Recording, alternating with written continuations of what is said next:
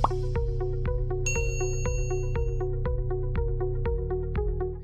everyone, welcome to our Simplilearn's Product Management full course. Have you ever thought about how successful tech products go from just an idea to something people use every day? Now that's the magic of product management. And right now the world needs more creative thinkers who can turn visions into reality. With companies focusing heavily on innovation and user experience, product managers have never been more in demand. So, in this course, you will unlock the key skills that will set you apart, skills like market research, road mapping, and stakeholder management. But that's not all. We will dive into how to make data driven decisions using AI, master techniques like MVPs and Scrum, and understand how product management is different from project management as well. So, whether you're just starting out or looking to level up your career, this course is your gateway to become an exceptional product manager. So, let's get started. Now, before we move on, if you're interested in becoming a certified product manager from SP Jain School of Global Management, you can gain expertise in AI powered product management courses like ChatGPT, Google Bard, top product 100% interactive, live sessions led by the industry experts and SP Jain's top faculties. Now, this professional product management course by SP Jain School of Global Management will prepare you to become a product manager via an exhaustive curriculum which covers all the aspects of product management. Now, this program focuses on the latest industry trends, advancements, and related industry applications taught by the top product managers via live sessions. Now, this SPGN's academic excellence and product expertise from experts like companies Google, Microsoft, Amazon, and many more. So, what are you waiting for? Hurry up and enroll now, and you can find the link in the description box below and in the pinned comments. With the rapid growth in technology, there is a tremendous transformation in the need for products. Products are something that we practically can't live without. In our daily lives, we use thousands of products. Could be a mobile phone, laptop, headphones, or many more. But we are not just dependent on the hardware products. Applications are a part of our lives as well. From ordering daily required stuff online, to binge watching, to ordering food online, to being socialized. Applications have made our lives easier. Taking an example of Netflix as a product. So far in the last 3 years, we have seen an extreme growth in its worth. In 2020, Netflix total worth was $238.89 billion, whereas in 2021, it has reached to $267.46 billion. It is expected to have a total worth of $293.64 billion till the end of 2022. To cope up with our changing demands concerning the need for the product management makes it easier to fulfill our daily product requirement and create enormous business growth. To understand more about product management, let us move ahead with our session. Hey guys, welcome to this video where we are going to learn what is product management. But before we start, if you haven't subscribed to our channel, then click on the subscribe button and hit the bell icon to never miss an update from Simplilearn. Let us proceed and talk about the objectives of our session. Today, we will start our session by understanding what is product management and why is product management important in today's modern era. After that, we will be talking about the areas of product management and the life cycle of product management. Moving forward, we will understand the difference between product management and project management and the skills that are necessary to thrive in product management. At last, we'll wrap up this session by talking about the companies that are hiring product managers and the future of product management. So without any further delay, let's proceed and understand what is product management. Product management is managing the process of the product throughout the life cycle, from strategizing to design and development to branding of the product. Product management involves strategizing of the products to enhance business and create customers' value. It also involves creating product roadmaps to design and develop the product. It involves specifying functional requirement and creating blueprints to develop the product as per customer requirement. Once the product is developed, it is important to manage the customer feedback, and only then the price of the product is finalized. Let us proceed and understand why product management is important. So, product and market are the two essentials of marketing. Product management plays a crucial role in the success of the product, as product management is the voice of the market inside the industry. Product management helps in creating customers' value and business benefits. Now, let us proceed and talk about the areas of product management. So, product management is divided into three key areas: product discovery, product planning, and product development. Let us move ahead and know what is product discovery and what are the various parts that product discovery follow. The very first phase of product discovery is alignment, where the team is created and a task is allotted to the team to work on a particular project. The next phase of product discovery is research. The research work is done to know what are the requirements of the product and what does a user need from the product. The team researches on the problem statement and check whether the gathered data is correct or not. The next phase of product discovery is ideation. The team starts to find a solution for the problem statement. In the next phase of creation, the team starts to create a prototype of this product and test it within the team or maybe outside the team. In the next phase of validation, the product is validated to know whether the product is worth spending the resource, money, or time or not. After product validation, the refinement process is done. The process of product discovery is aligned to meet the need of the business goals. After product discovery, product planning is the next area of product management. Product planning involves 4 steps. Number 1, identifying profit. The process is done to check the success of the product and to know what would be the profit out of it. The next phase of product planning is evaluation of the product. The product is evaluated to check the suitability and safety of the product for the users. In the next phase, we have allocation of the resources and time plannings. The resources needed for the product are allocated to the team, and a particular time period is planned to provide the product to the customers. The last phase of product planning is complete pre-product planning. So before we start the development process, it is necessary to plan and execute every task so that the development of the product should be complete without any further delay. Once the discovery and planning are done, the product is moved towards the stage of the development. Product development follows the process of idea. The solution for the problem statement is already there in the discovery phase. Now the development team start to work on that idea and start to develop the product using that idea. So once you walk into the step of product planning and you have the idea of what to do and how to do, it is important to do some market research as well. This research will look out for a market to sell your product. Now you got the market to sell your product, it is important to do some development of the product. In the planning phase, we have already created the prototype of the product. The prototype is already tested in the team. So now the development team will start to develop the product using that prototype. Once the product is developed, product validation is done. The product validation means the product undergoes the validation process where the product is tested through every aspect of the testing process, so that the user doesn't find any difficulty using the services of the product. And once the product is validated, it is launched into the market. Launching means to provide the services of the product to the users. Now, let us move ahead and talk about the life cycle of product management. The first phase of product management is product framing. The step involves creating a vision of the product and identifying problems and defining its success. The next phase of life cycle of product management is research. Research means to learning from the people about the need and values of the product.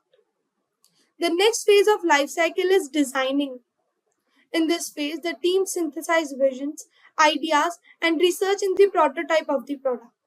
In the next phase of plotting, the testing and solution of the product is done in the real time with real people.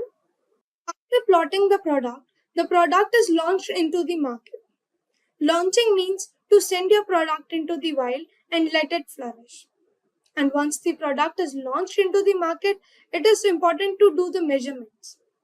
Measurement means using matrices and data to check the success of the product and plan the improvements for it. Now the question arises that what is the difference between the areas of product management and the life cycle of product management?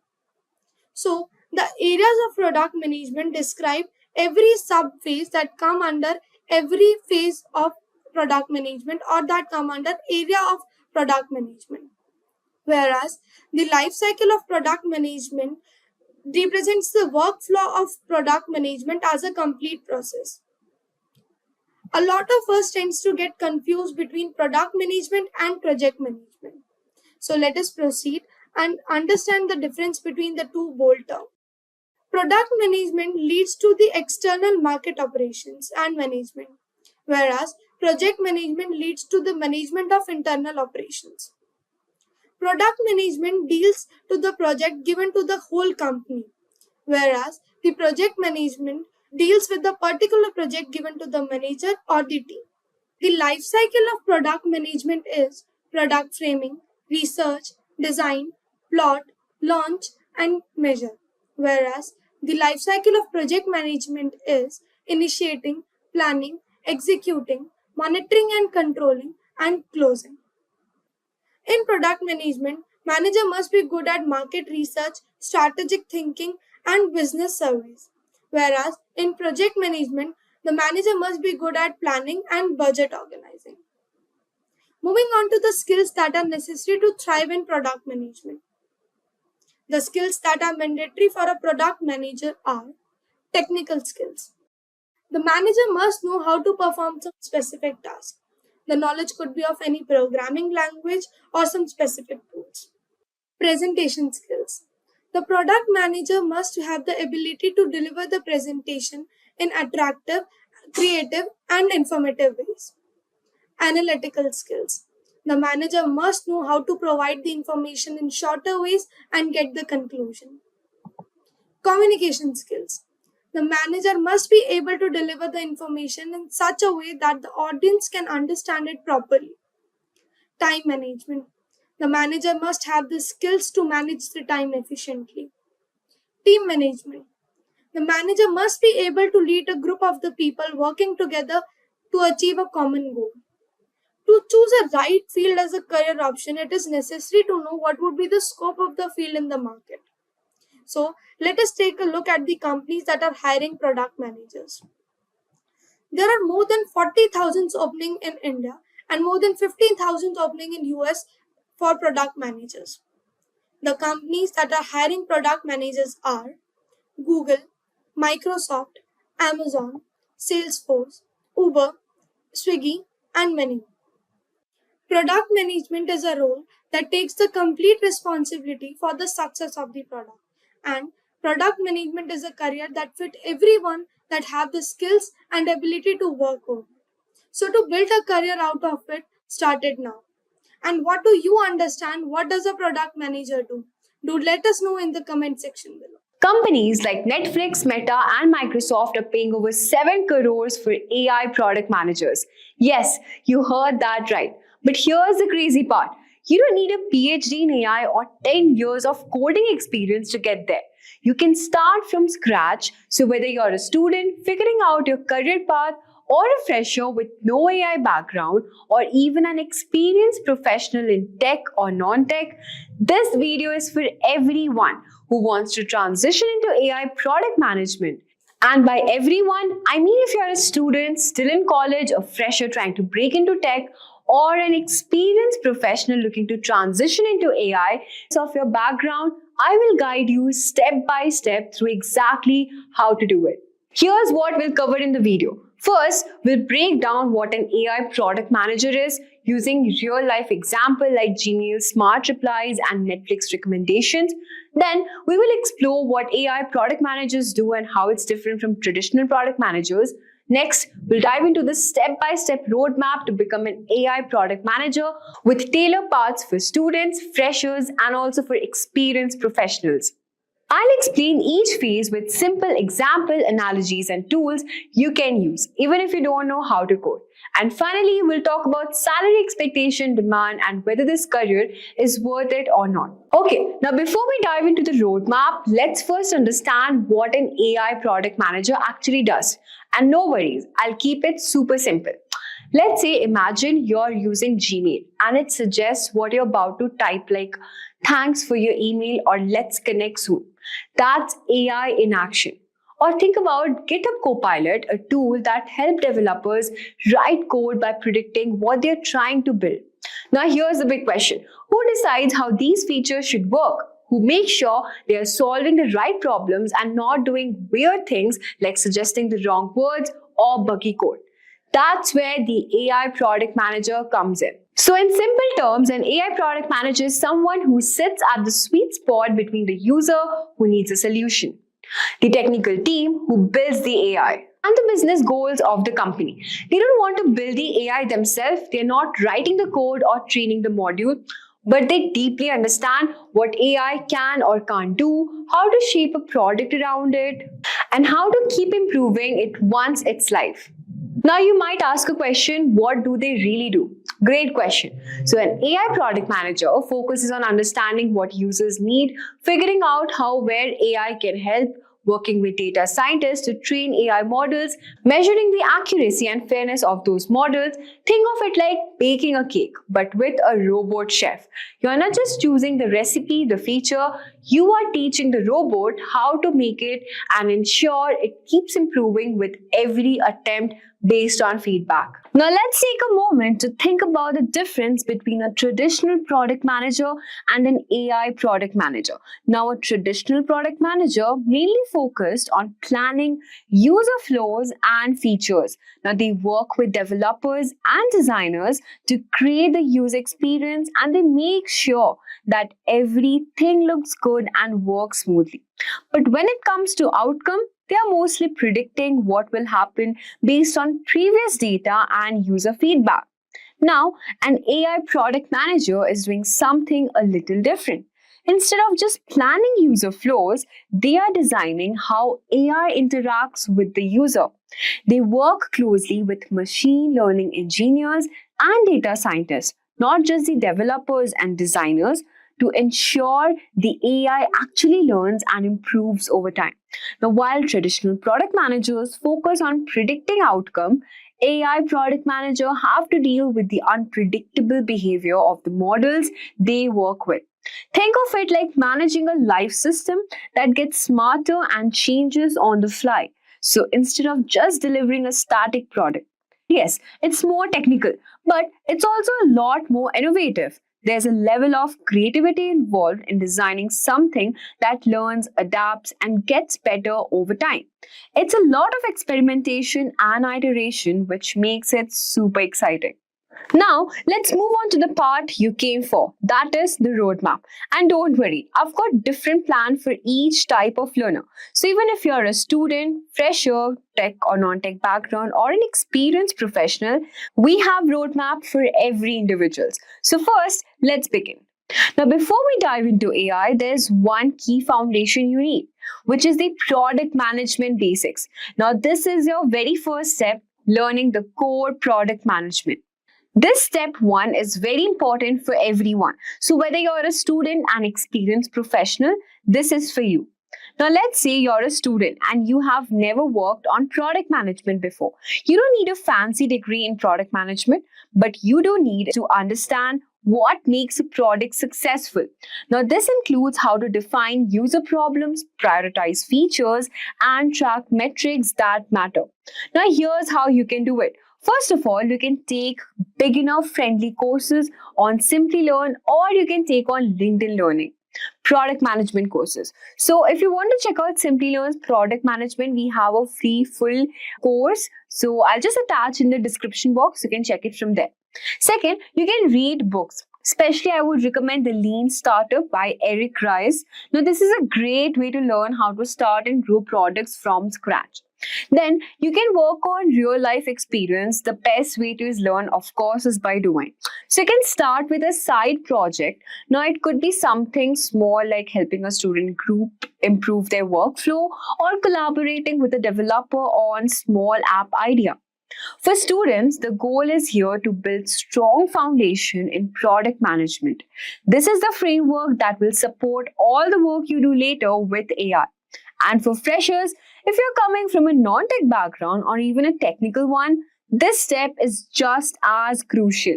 It will help you understand how to manage a product life cycle, create roadmap, and think about user need before jumping into AI specific challenges. Now, let's look at the second step, which is understanding the basics of AI. Now that you have the product management basics, it's time to get into AI. First, we'll talk about the students. Now, for students who are new to tech, you don't need to know how to code AI models. Now, what matters here is understanding the concepts. You can start with course AI for Everyone, or you can check out Simplilearn's AI fundamental courses. It will give you a solid overview of how AI works in real world applications. Now, if you're a fresher, this is the time to dive into AI basics. You can try courses on various platforms and even on Simplilearn or YouTube channel. It's great for freshers who have come from technical background and who want to start understand how algorithm models and AI workflows come together. Now, for experienced professional, you might already know some of the product management aspects. Now, what you need to do is you need to start focusing on the AI fundamentals without needing to go deep into coding.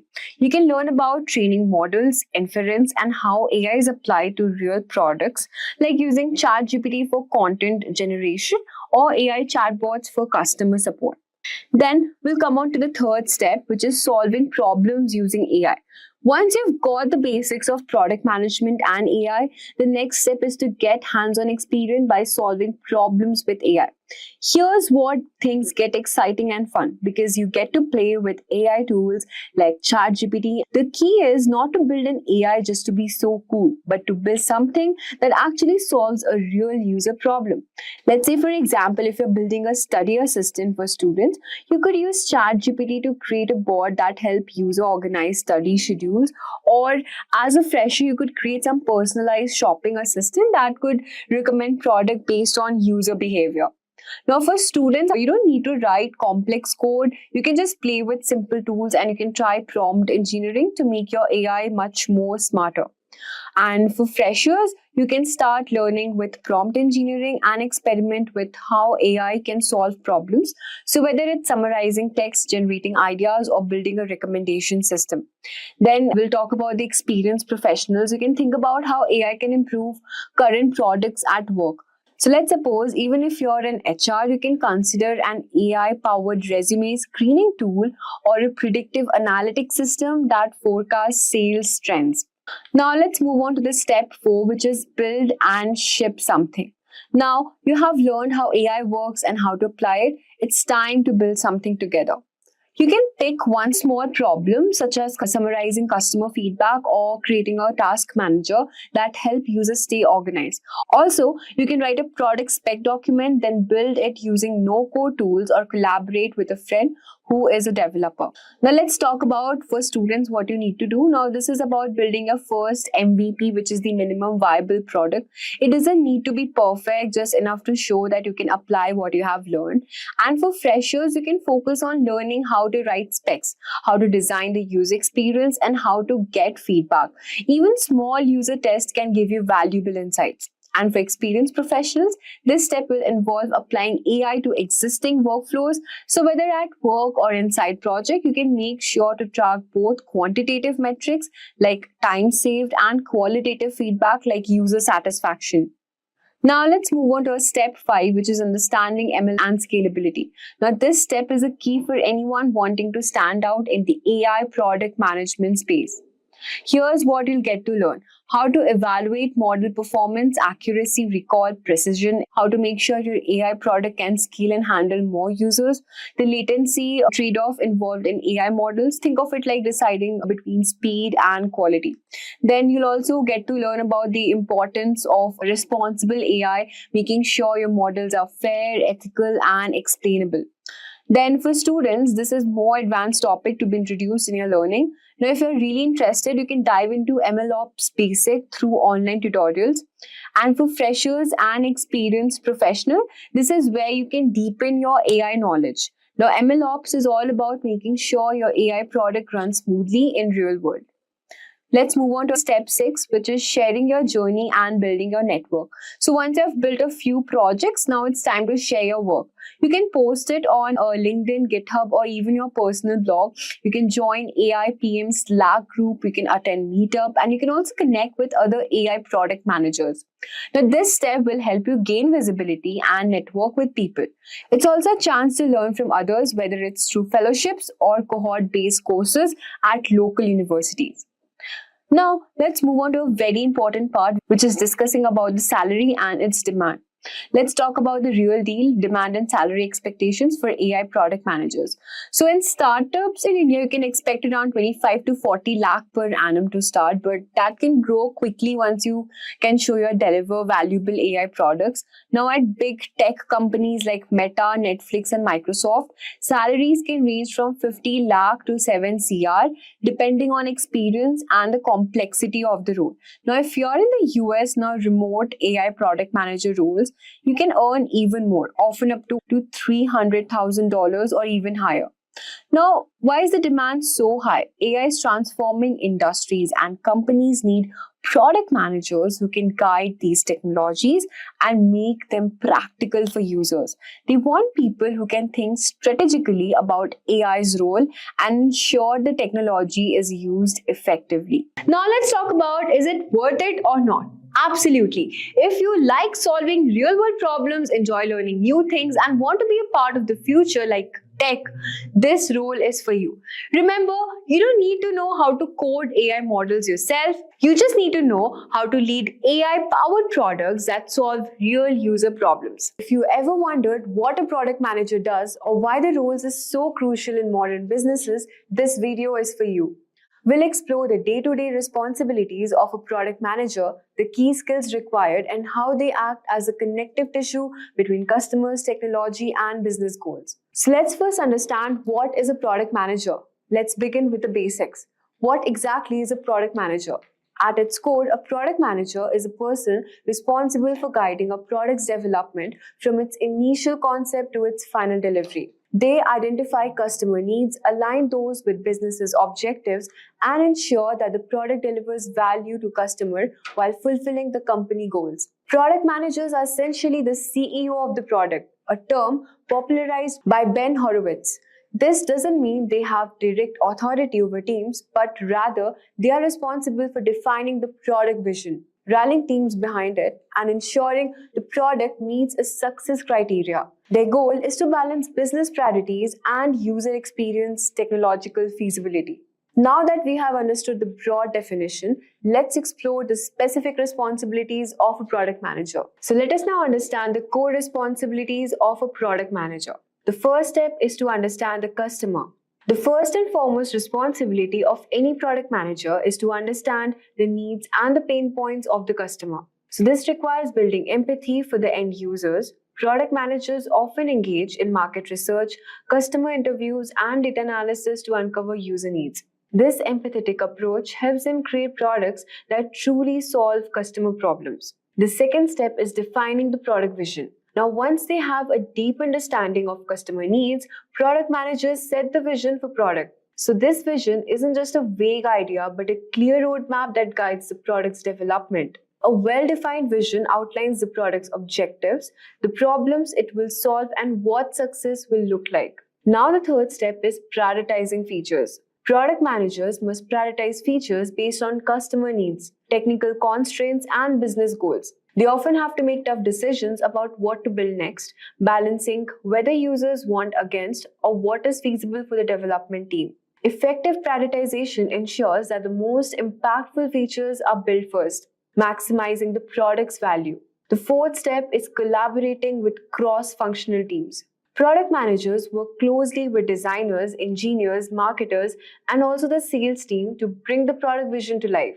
So they ensure that all the departments are aligned and working towards the same objective. For example, while engineers focus on building the product, designers work more on the user experience, and the marketers plan the launch. The product manager acts as the glue that holds these pieces together. So, as we have covered, a product manager's job is all about coordination and alignment.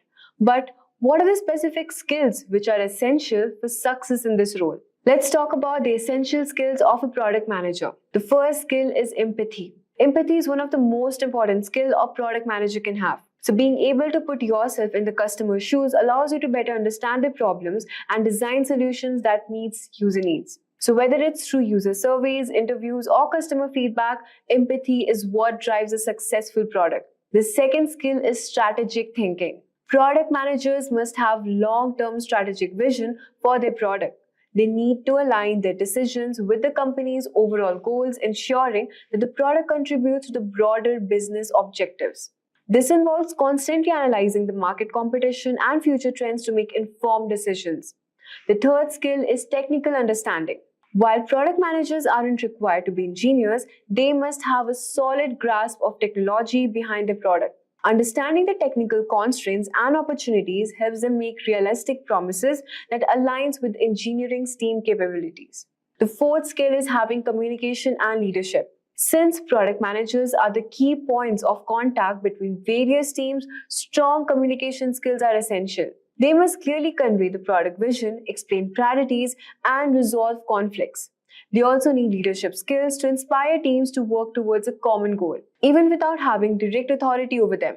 With these skills in mind, let's explore how the product manager's role differs from other similar positions. So, product managers versus product owner. The term product manager and product owner are often used interchangeably, but they refer to different roles. A product manager is responsible for the broader strategy and vision of the product, while a product owner is more focused on the execution and day-to-day task of managing the product development. Product manager focuses more on setting the product vision, defining success metrics, and working with stakeholders, whereas the product owner works closely with the development team, breaking down tasks into actionable sprints and ensuring the team is executing accordingly to the product vision.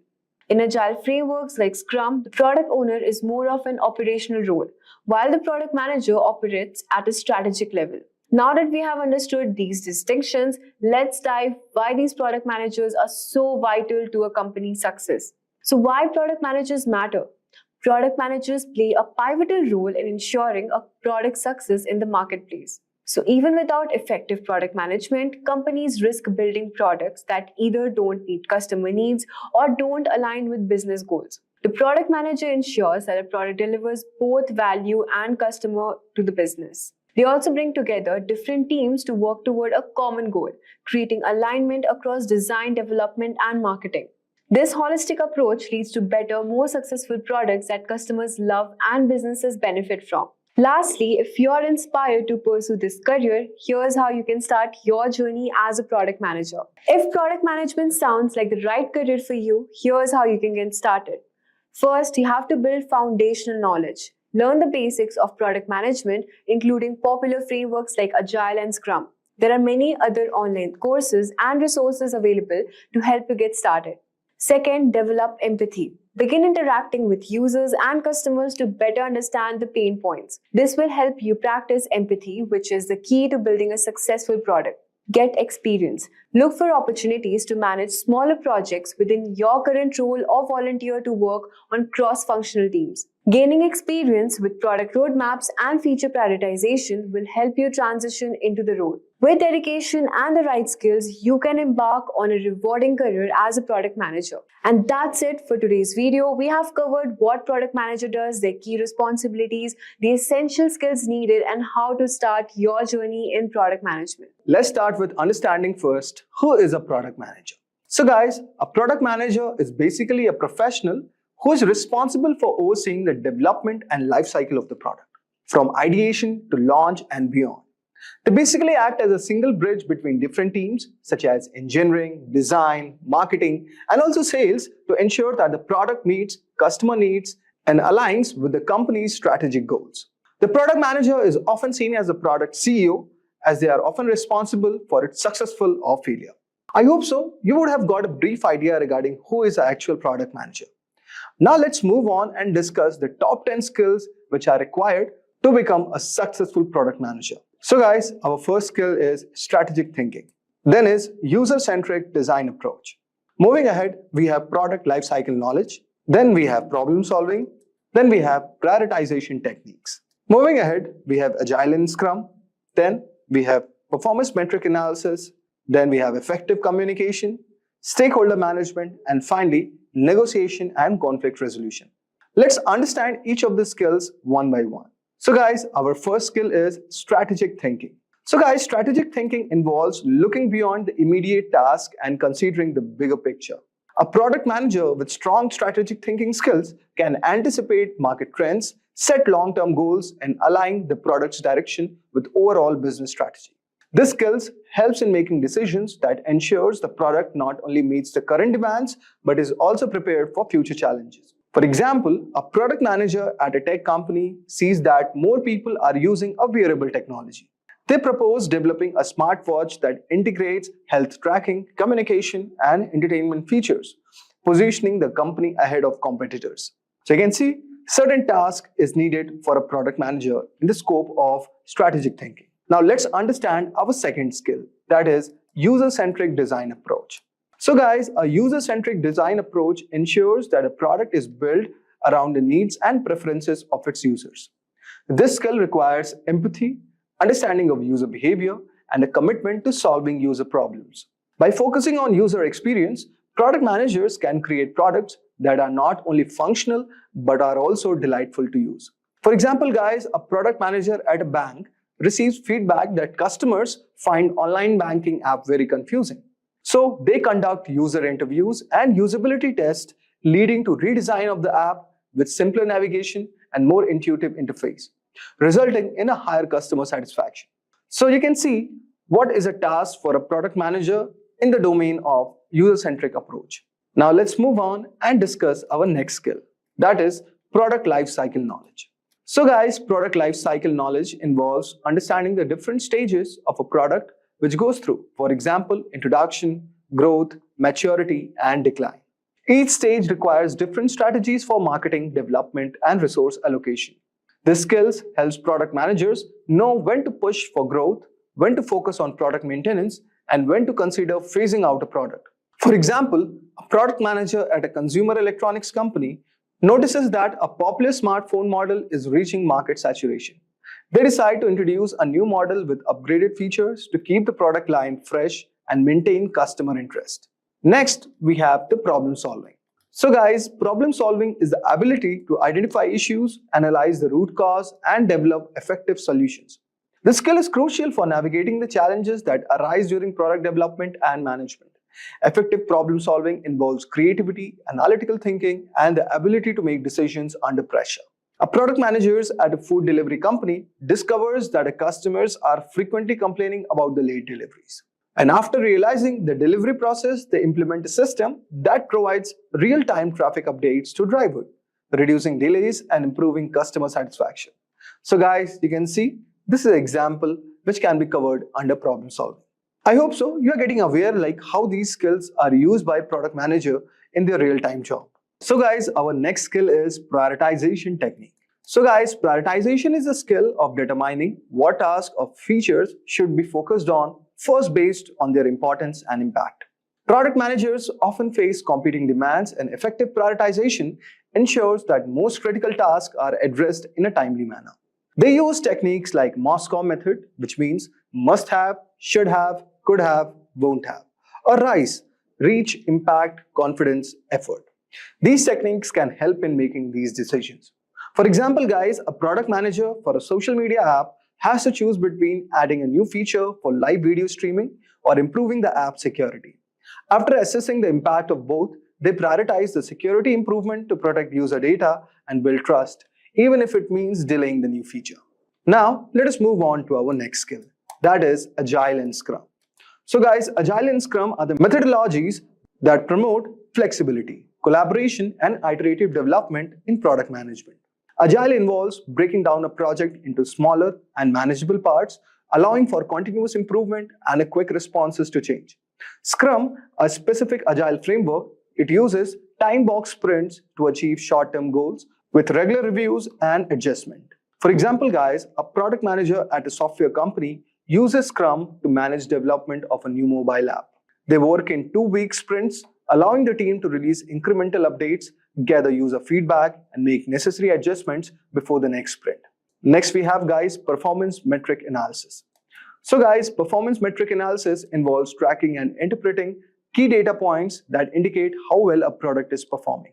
This skill is essential for making data-driven decisions and optimizing the product metrics that might include user engagement, conversion rates, customer satisfaction, or revenue growth. For example, guys, a product manager at an online subscription service monitors customer retention rates.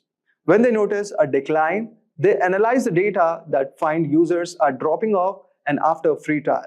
They introduce new feature and offer personalized discounts to improve the retention. So guys, this was how performance metrics help in product management. Next, let us move on to effective communication. So guys, effective communication is the ability to clearly convey ideas, expectations, and feedback to various stakeholders, including team members, executives, and customers. This skill ensures that everyone involved in the product development process is aligned and working towards the same goals. It also involves active listening and the ability to adapt messages to different audiences. For example, guys, a product manager at a retail company regularly updates the development team, marketing team, and company executives on the progress of a new e-commerce platform. By clearly communicating the timeline, challenges, and next steps, they ensure that all the teams are coordinated and working efficiently. The next one that we have all over here is stakeholder management. So guys, stakeholder management involves identifying, engaging, and maintaining positive relationships with all parties interested in the product success. This skill requires balancing the needs and expectations of different stakeholders, including customers, team members, investors, and executives. It is all about building trust and ensuring that stakeholders are kept informed and involved at appropriate stages. For example, guys, a product manager developing a new educational app involves teachers, students, and parents in the design process. They give the feedback and adjust product features to meet the needs of all stakeholders, ensuring broad support for the app. And finally, we have negotiation and conflict resolution. So guys, negotiation and conflict resolution involve finding mutually beneficial solutions when there are disagreements or competing interests. This skill is vital for resolving conflicts within the team, with stakeholders, or during business negotiations. A product manager must be able to navigate these situations diplomatically, ensuring that the product success is not compromised. For example, guys, a product manager at a manufacturing company mediates a conflict between a design team, which wants to use high quality materials, and the finance team, which is concerned about the cost. They negotiate by selecting materials that maintain quality while staying within the budget. It ensures that the product remains both affordable and well made. So guys, this was the example which covers in negotiation and conflict resolution. Let's start. It says, what is product management? It's the process of guiding the development, marketing, life cycle of a product from initial idea to its retirement. The role sets across business, tech, customer experience. Let's go ahead and have a look at a very simple example that we all are very well aware. Let's look at Uber. Now, we all know that Uber has a platform that is available across iOS, it's available across Android. Now, this particular app can be used, let's say, for booking. Let's say you want to cancel. Let's say you want to pay, so on and so forth. You have multiple options that you can have using the access of Uber. Consider a scenario wherein, let's say, if I am the owner of Uber and I would like to have this kind of app being developed. It will have multiple features as we use them today. In order to get this done, I need someone who knows how to work with a tech team, who understands what are business goals, who understands that, what is the marketing that I'm looking at, He's someone who, let's say, understand user experience. He can take feedback from users. Now, this one person, in simple words, is in charge because he will be the one leading the initiative to make this particular platform a success. This particular role, learners, is the role of a product manager. This person works across, let's say, marketing, development, across the life cycle of a product. For example, when Uber started, they would accept payments using Paytm. Now they also accept cash and so on and so forth. Therefore, this person is in charge of the entire life cycle of the product. Now, let's look at some of the roles and responsibilities of a product manager. Consider again this scenario wherein I, being the owner, let's say, of Uber, I would like Uber to do everything. You know, cab. I want food delivery. Let's say I want to book a truck. You know, let's say I would like to get in something called quick commerce. I want to do everything. As an owner, I'm saying this. Now, it's a fact that everything cannot be done at once. This is where the role of a product manager comes in. This person would define what exactly is the scope, as in what exactly are we going to achieve now? What can be done at a later stage and what should be ignored? This person takes care of this responsibility. Again, everything cannot be launched at once. Therefore, this person launches the product in phases. Phase 1, let's have an option of booking a cab. Phase 2, let's give an option for the driver also to cancel. Phase 3, let's add multiple payment options. All of these phases are defined by the product manager. Now, since he is handling, let's say, the owner of the product, he is also handling, let's say, different phases. He's working across multiple teams. This person is defining the scope. This person is also defining different versions of Uber app. This is where we come to the roles and responsibilities that the product owner would define the vision. The product owner, let's say, would work across cross-functional teams. Now, as we said that, it has to be launched in phases. This is where something called roadmap or the product roadmap comes in the picture. That means you prioritize which features should be launched, what are the timelines we are looking at, and if users have emphasized a particular feature, then that should be given some priority. That's the reason a product manager extensively works keeping in mind the customers and the user requirements. That could be done through multiple ways. It could be understanding the market trends, it could be even looking at competitors. One interesting example is that Rapido is another platform offering similar services to Uber. They have launched a completely new model for drivers, which another competitor, Ola, also implemented. Therefore, you learn a lot from your competitors as well. Since you are, let's say, performing lots and lots of roles and taking responsibilities, there are some of the core skills that every product manager requires. I think it's no doubt that communication is the topmost because your entire job role comprises of explaining, let's say, the tech lead, we need to get these three features done. Marketing team, please tell me from where we are getting our maximum leads. Okay. Recruitment team, all right, I would be needing three more, let's say, associate product managers. Therefore, communication is your 80 to 90% of your job. That's the reason you work extensively using this skill because you'll be aligning all the stakeholders. It could be the owner of the platform, which say would want everything to be done. It's your job to convince that person, hey, not everything can be done at once. And once you're dealing with so many teams, conflicts are bound to happen. Therefore, you need to have this kind of a collaborative environment. Now, here's another scenario, learners, which says strategic thinking and prioritization. Let's say I would like to have Uber as an all-in-one logistics platform. You know, you could even book, let's say, an air freight. You could also book, let's say, a container ownership, so on and so forth. That's what I am thinking strategically. I want everything to be there on Uber. However, resources are limited. That means you can't have everything on one platform at one go. This is where learners, you will be balancing a lot between strategic thinking and prioritization. Let's have a look over here.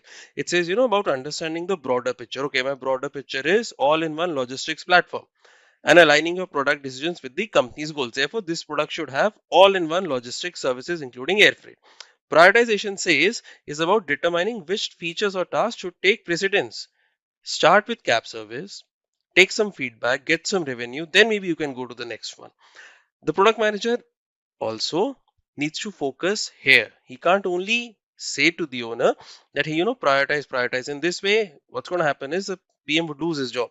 At the same time, the PM would have to listen to this aspect as well, because it says you need to think several steps ahead, making sure that every feature change contributes to long-term success. That means if you are building a cab business and the long-term strategic thinking is moving towards other parts of logistics, you need to keep other market trends. You need to keep user requirements at non-stop learning phase, because all of this is a part of your strategic thinking.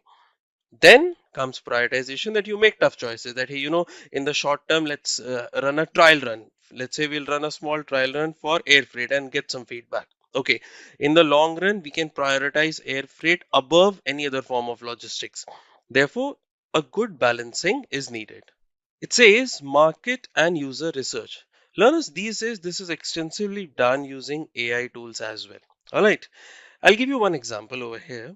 Today, when we book, let's say, Uber again, there is an option to choose that whether I want a driver who is, let's say, talkative.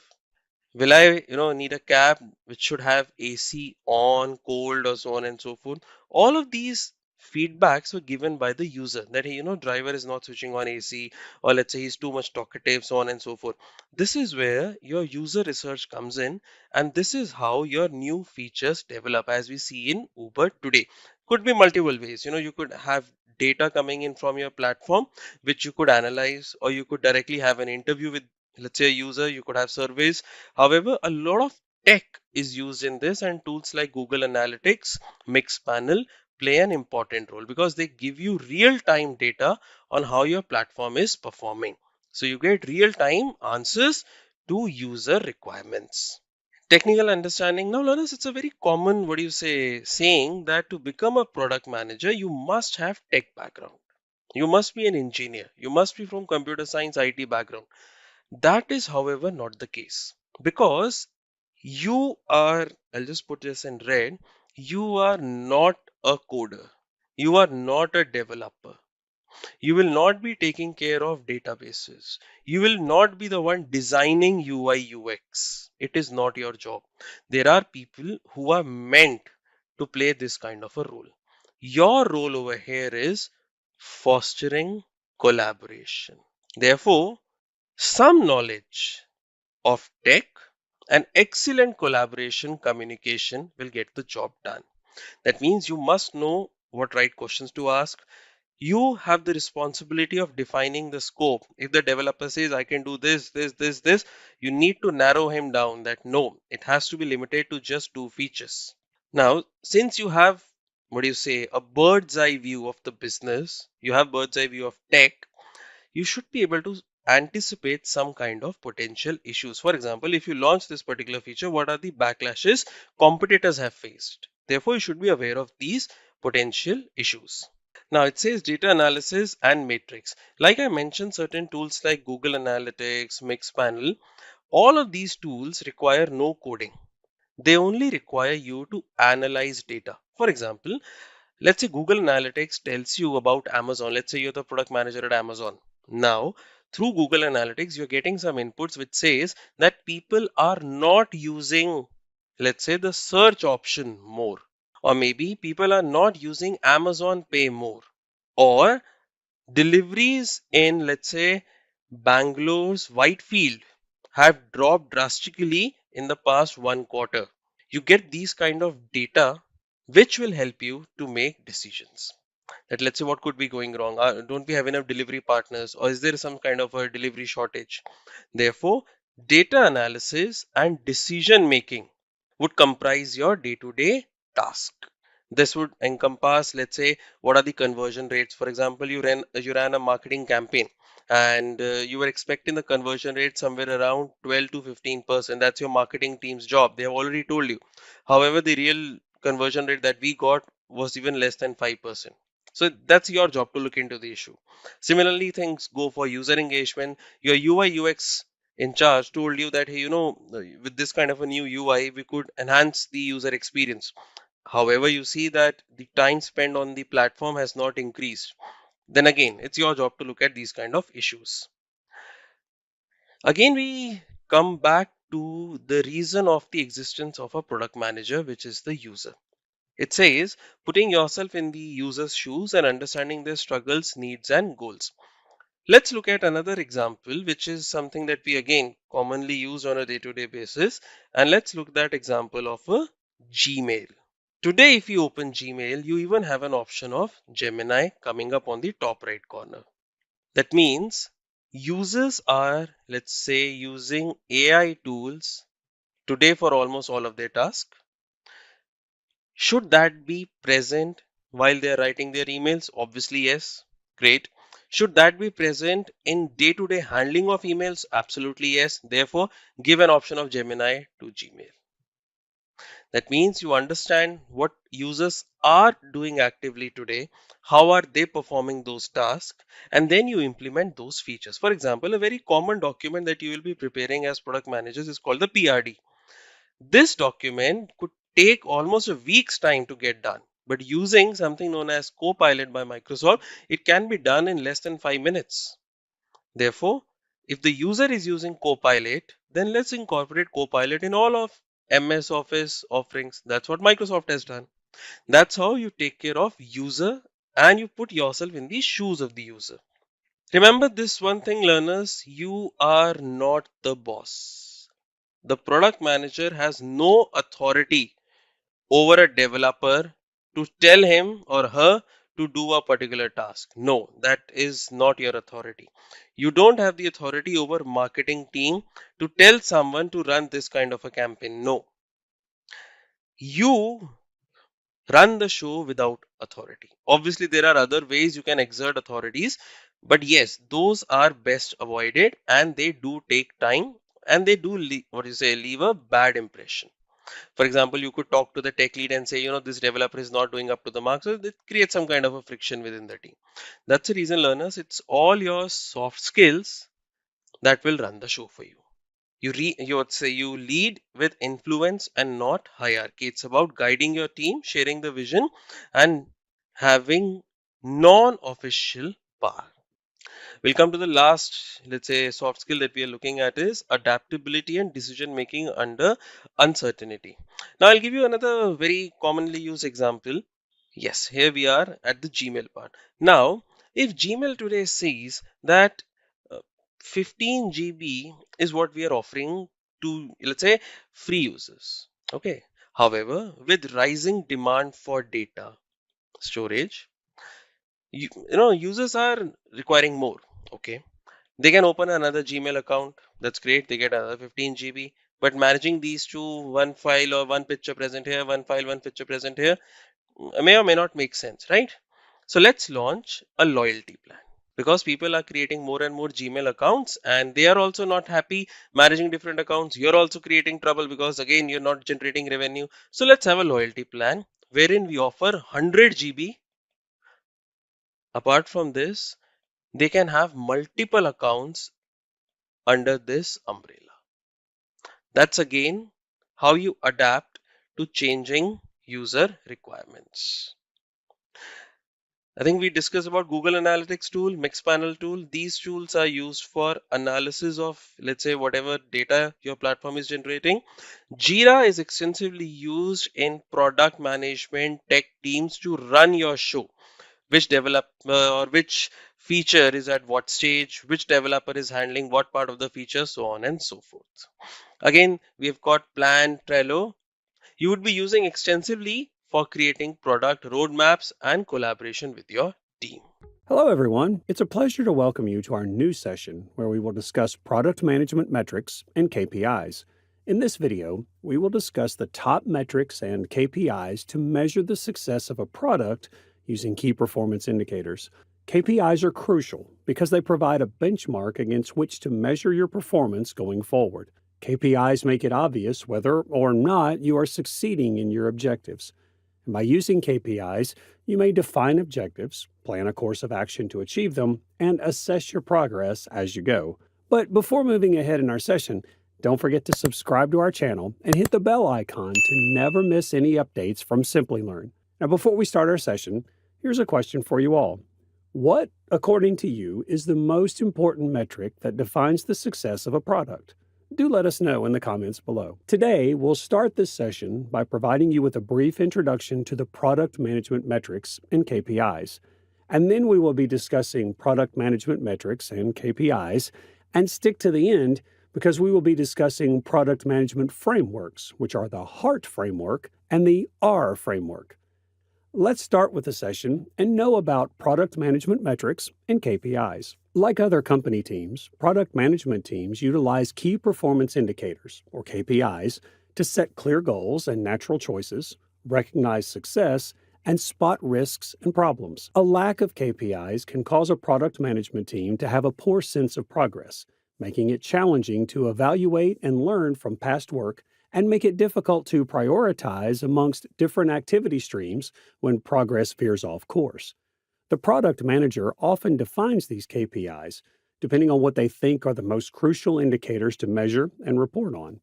The product's success and the product management process are ultimately measured and improved using product KPIs.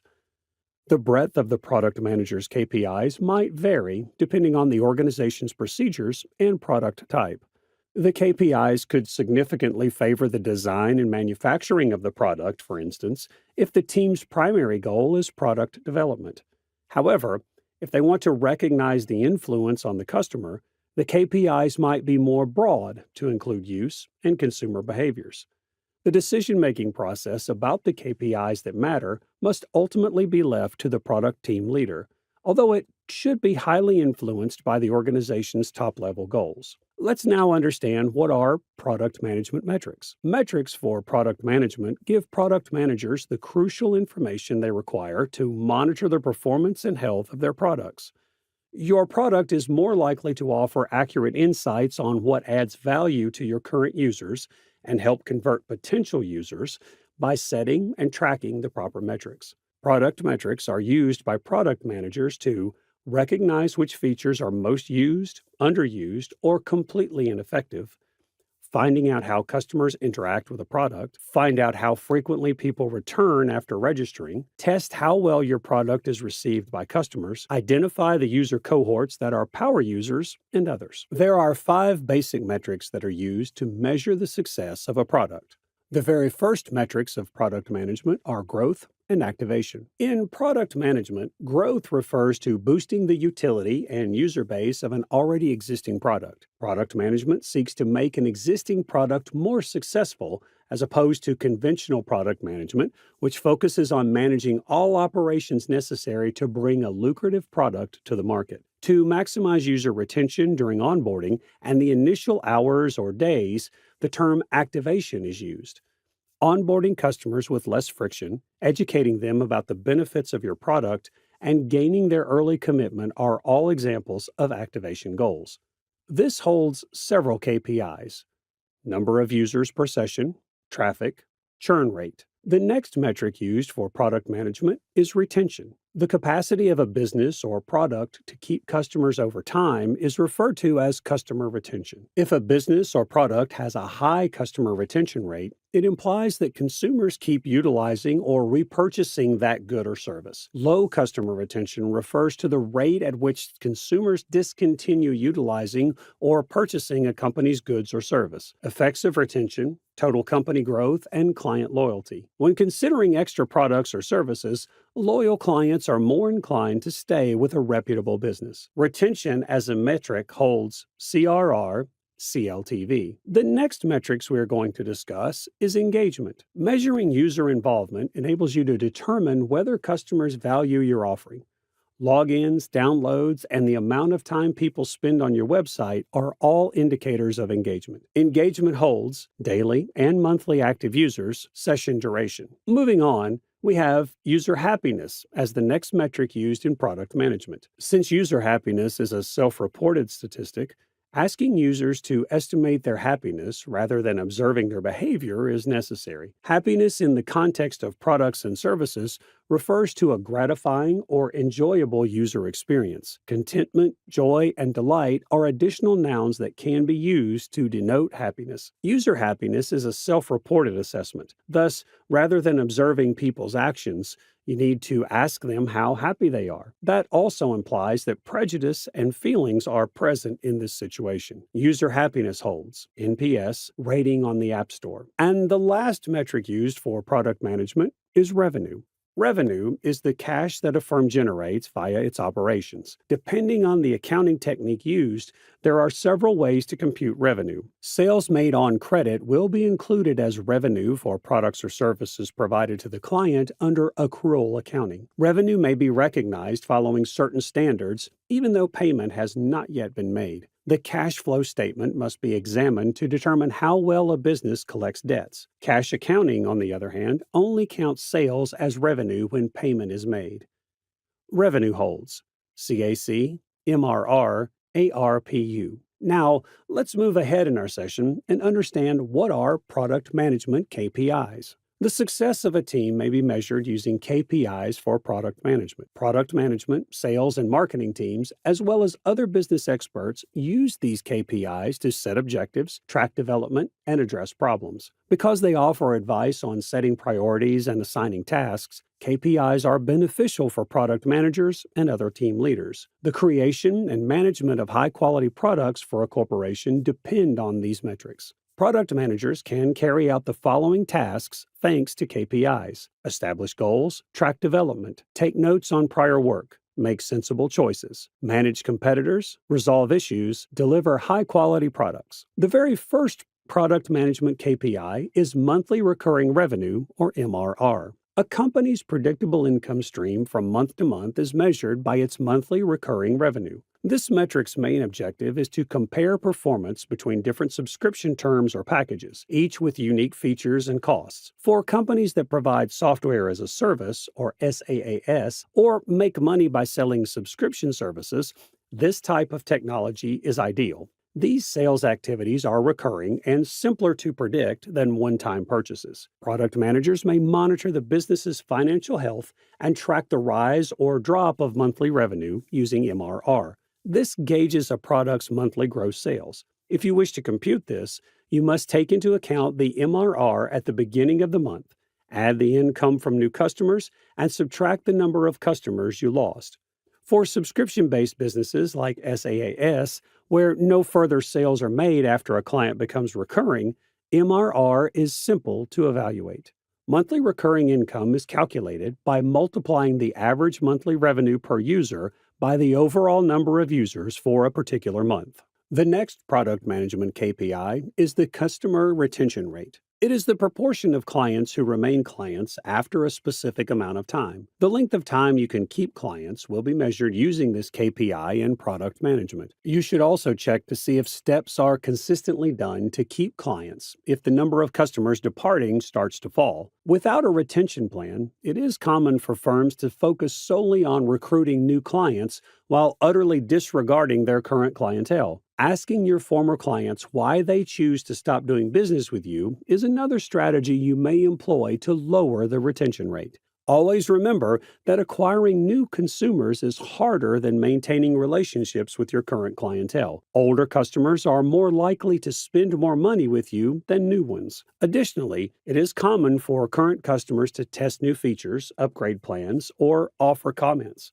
It could be more profitable for a corporation to concentrate on keeping them. The retention rate is equal to customers at the end of a period minus new customers divided by customers at the beginning of the period times 100. Moving on, The next product management KPI is the Net Promoter Score. The number of current customers who are likely to recommend your product to a friend or colleague is measured by a KPI called Net Promoter Score. It keeps track of the number of consumers that aren't interested in your goods, or detractors. Customers who give you a rating of 9 or 10 are the ones who will remain loyal to you. They sing psalms about your brand and are referred to be promoters or advocates. NPS equals the ratio of promoters to detractors. The specific definition of a good NPS score is ill-defined. The ideal NPS score does not exist. Depending on the industry, it varies. A firm in the electronics sector can have a higher NPS score than one in the telecom sector.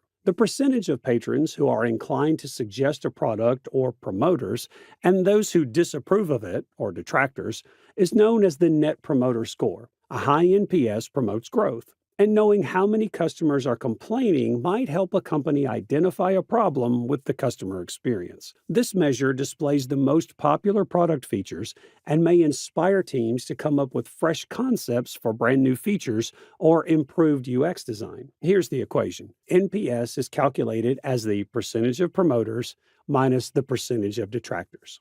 The next KPI used in product management is average revenue per user. The average revenue per user is the amount of money a business may anticipate from a single client. This is an excellent technique for an SaaS business to evaluate the effects of a new strategy, a new subscription plan, or a pricing change. Which client segments provide the greatest value may be determined by running the computation for several subgroups. This can provide information to investors about profitability levels, guide investment choices, and guarantee the business's financial stability. You may calculate the amount of money each user generates each month or year using ARPU. Knowing your ARPU may help you make decisions more easily when you are unsure of how to price a new product or when you want to raise the price of an already existing product. Both new users and current users can have their ARPU calculated. For a new user, ARPU refers to metrics that are based on accounts after the price of the product or subscription plan changed. But for an existing user, it relates to figures from before the price change. ARPU is calculated as monthly recurring revenue divided by total accounts. The next product management KPI is customer acquisition cost. The anticipated cost of acquiring one customer for your firm is known as the customer acquisition cost. Understanding the necessity of measuring CAC is essential if you plan to operate a firm for the long term. CAC covers the money you spend on advertising, overhead, the effort of the sales staff, software used, and other expenses. Only after you can figure out the entire amount spent on each client will you be able to estimate how much you will need to spend moving forward on bringing in new business. The cost of luring and acquiring a new talent is known as the customer acquisition cost. This includes the time, materials, cash, and effort needed to create leads and turn prospects into paying customers. The customer acquisition expenses might include the price of marketing supplies, sponsoring costs, cost of software marketing, salary levels for sales and marketing staff. CAC is the sum of all past and present cash outlays divided by the total past and present customers. The next product management KPI is customer lifetime value. You may estimate a customer's lifetime value to determine how much revenue they will provide overall. In essence, it provides you with a general sense of how much income you may expect from a client before they quit doing business with you. Customer lifetime value is a common metric for determining the potential revenue a business might derive from a client over time. The term customer lifetime refers to the typical length of time a customer supports a business. Value is the amount of money or profit that a client is worth. A firm may plan its economic stability and do financial forecasting using CLTV. Obtaining cash from investors might also be aided by it. Product managers may learn from CLTV how much money they can spend on acquiring and retaining customers. These expenses include those for lead creation, marketing, and retention tactics. They want to ensure that their expenditures are reasonable given the return on their investment. Establish the average customer lifetime and average revenue per user for your company to compute CLTV. CLTV equals average revenue per user times average customer lifetime. The next product management KPI is the number of customers acquired. The number is not reserved only for your sales and marketing staff. The quantity of customers you have obtained is a good sign that your product is successful. If the discrepancy between the amount you anticipate and the actual acquisition is significant, either your skills have been overestimated or the product hasn't yet gained much traction. You may use this to identify areas where the product may be improved. Learn more about the reasons why your product failed and then act right away to redesign it to get a broader appeal. The number of new users, new user percentage, and percentage rise in user base are a few of the product management KPIs to monitor that are connected to the acquisition. The next KPI used in product management is bounce rate. The percentage of people that visit one page on a website or app before leaving quickly is known as the bounce rate. This measure gives essential information about how users behave while interacting with a company's digital content. If a business has a high bounce rate, it should look for strategies to hold users' interest for longer. It is a statistic that assesses the proportion of people that access just one page before leaving the website or simply staying for a brief period. The bounce rate provides you a chance to improve the offering so that the visitor explores more pages and progresses farther down the sales funnel. You may boost the average user's focus on the website by using this statistic. The bounce rate should be decreased according to the product manager. The next KPI for product management is churn rate. The pace at which customers depart a business, or the churn rate, is the reverse of the retention rate. Particularly following a product modification, it provides information on client satisfaction. Two different turnover rates exist: client churn and churn in revenue. Customer churn refers to the number of users who have ceased using your services or canceling their subscriptions. The business's revenue lost as a result of client churn is measured by revenue churn. While we would suggest focusing more on customer turnover than revenue churn, the latter is still crucial because it may reveal a lot about customer happiness. Customer churn rate equals customers lost divided by total customers. Moving on, the next product management KPI is the customer satisfaction score. The level of a client's happiness with a product or service feature is known as the customer satisfaction score. Companies can identify it by conducting customer satisfaction surveys, which are typically rated on a scale of 1 to 10. This can assist managers and staff in determining how they might enhance their efforts to provide a better client experience.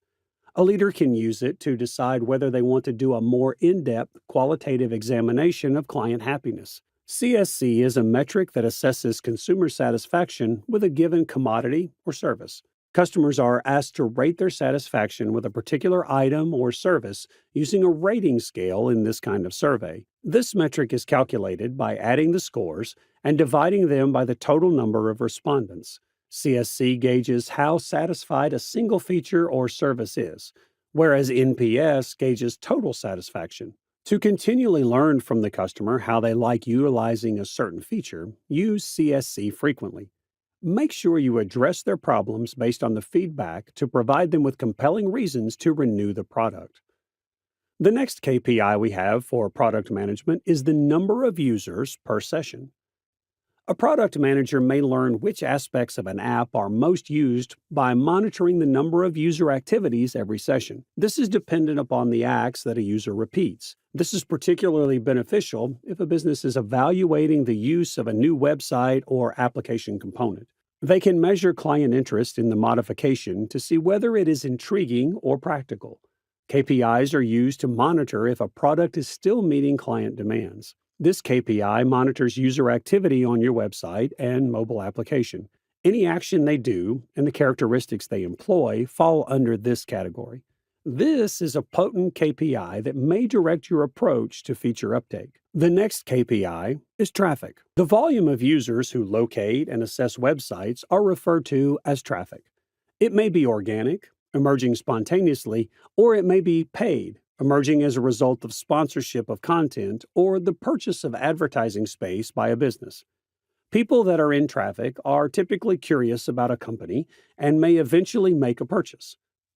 This is a useful indicator for assessing the success of your internet marketing. Additionally, it may be eye-opening to know where your traffic comes from. You will be able to identify the most effective channels for you when you measure sponsored traffic. You will be able to identify which platforms perform best and which don't, if you have a variety of channels where you post content to generate organic traffic. Analyzing this measure will be fun for your marketing team. You should ask the user why there isn't more active participation if you see that the engagement rate is low. Send your clients questionnaires to learn where you are falling short and how you can enhance their experience to encourage them to utilize more of your product. Moving ahead, the next KPI used for product management is session duration.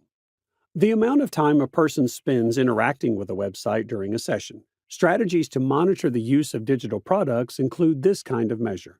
Although revenue is not measured, customer involvement is, and this has a big influence on sales. The more a customer engages with a business's website and digital content, the more probable it is that they will purchase anything from that business. Online resources may offer vital information to prospective customers about the goods, goals, and values of a business. Longer session times demonstrate user interest in a website, which is beneficial. The success of a marketing campaign may be measured by user interactions, which can also foster brand loyalty. These kinds of measures that are centered on the customer are great strategies to increase financial performance. The number is crucial because it lets you know how valuable the information in your offering is. In the end, it will have an impact on client loyalty and retention rate. Adding new videos and links and enhancing your website's general design are the only ways to improve it. Session duration equals the total time users spend on your product divided by the number of users. The other KPI is daily and monthly active users. How many active daily and monthly users you have is an important product consumption measure. It demonstrates whether your product is compelling enough. You must select a time frame and kind of interaction when defining active users. Users are active if they complete the interaction within the specified time frame. You can think of them as inactive users if they don't. The number of unique users that visit your digital product on a daily or monthly basis is tracked by the daily active user and monthly active user counts. Daily active users are the daily total of active users. Users who are active each month are counted as monthly active users. To get a clear picture of how engaging your product is, compare your active users, daily and monthly, to your entire user base. The last KPI used for product management is rating on the App Store. Users may give your app a star rating on a scale of 1 to 5.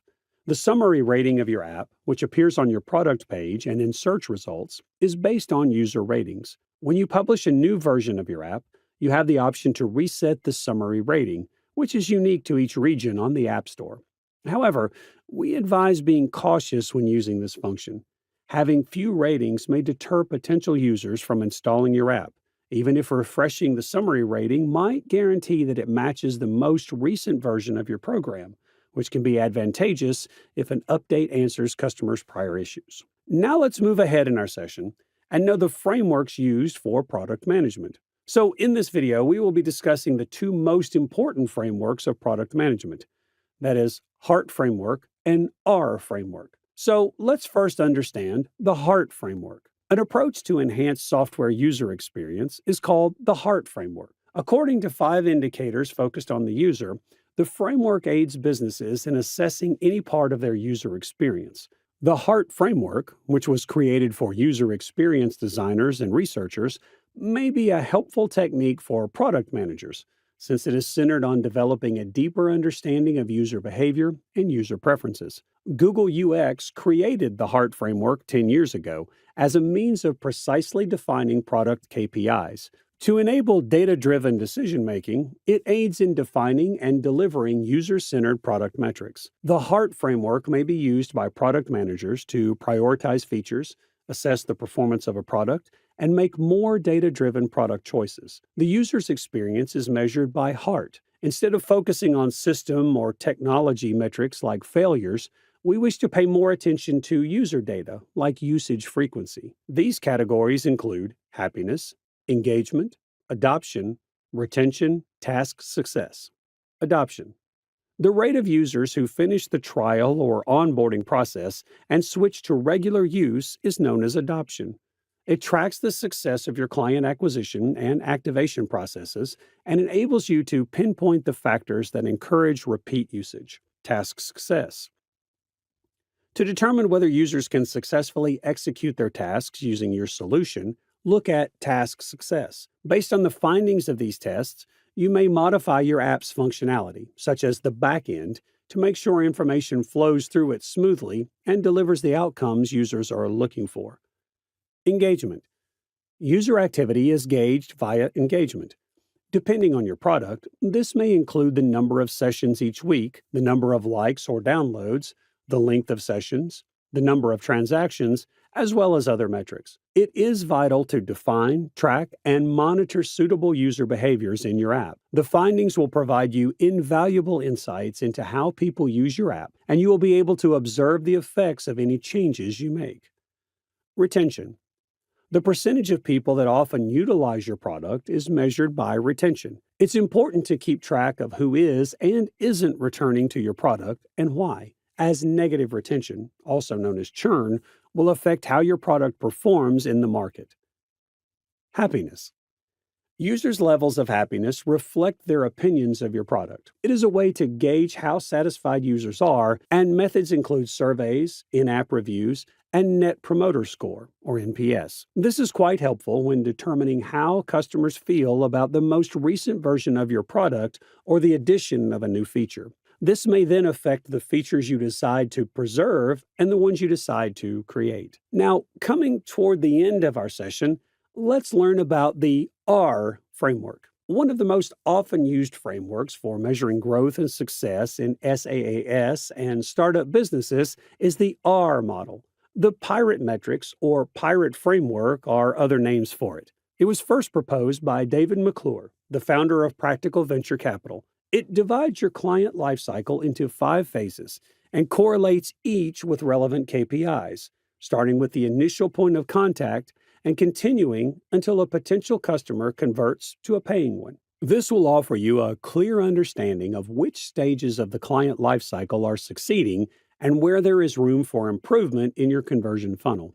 R is a startup metric approach created by entrepreneur and angel investor David McClure, often known as startup metrics for pirates. You may improve the user experience for your customers by using these metrics, which reflect all consumer activity patterns. They let you measure conversions more accurately and concentrate on the best channels. The nicest part about R is that it doesn't require any technological expertise, making it simple to comprehend for both seasoned entrepreneurs embarking on new projects and for newcomers with brand new enterprises. In short, it exists to assist you in making better data-driven decisions and achieving success by maximizing each of the 5 criteria. And if you comprehend them, you'll be able to see any issues with your startup straight away, as well as what specifically isn't working and how to correct it. By doing this, you may prevent basing choices on guesswork or on bad information. The 5 stages of your client's lifecycle are referred to as R, which are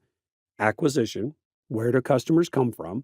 Activation, the process of converting acquired clients into engaged ones. Retention, how to entice potential clients to return. Referral, techniques for encouraging clients to endorse your offerings. Revenue, how to convert prospective clients into paying clients. Acquisition, in essence, you want individuals to register for something. For instance, you could want someone to register for a free trial.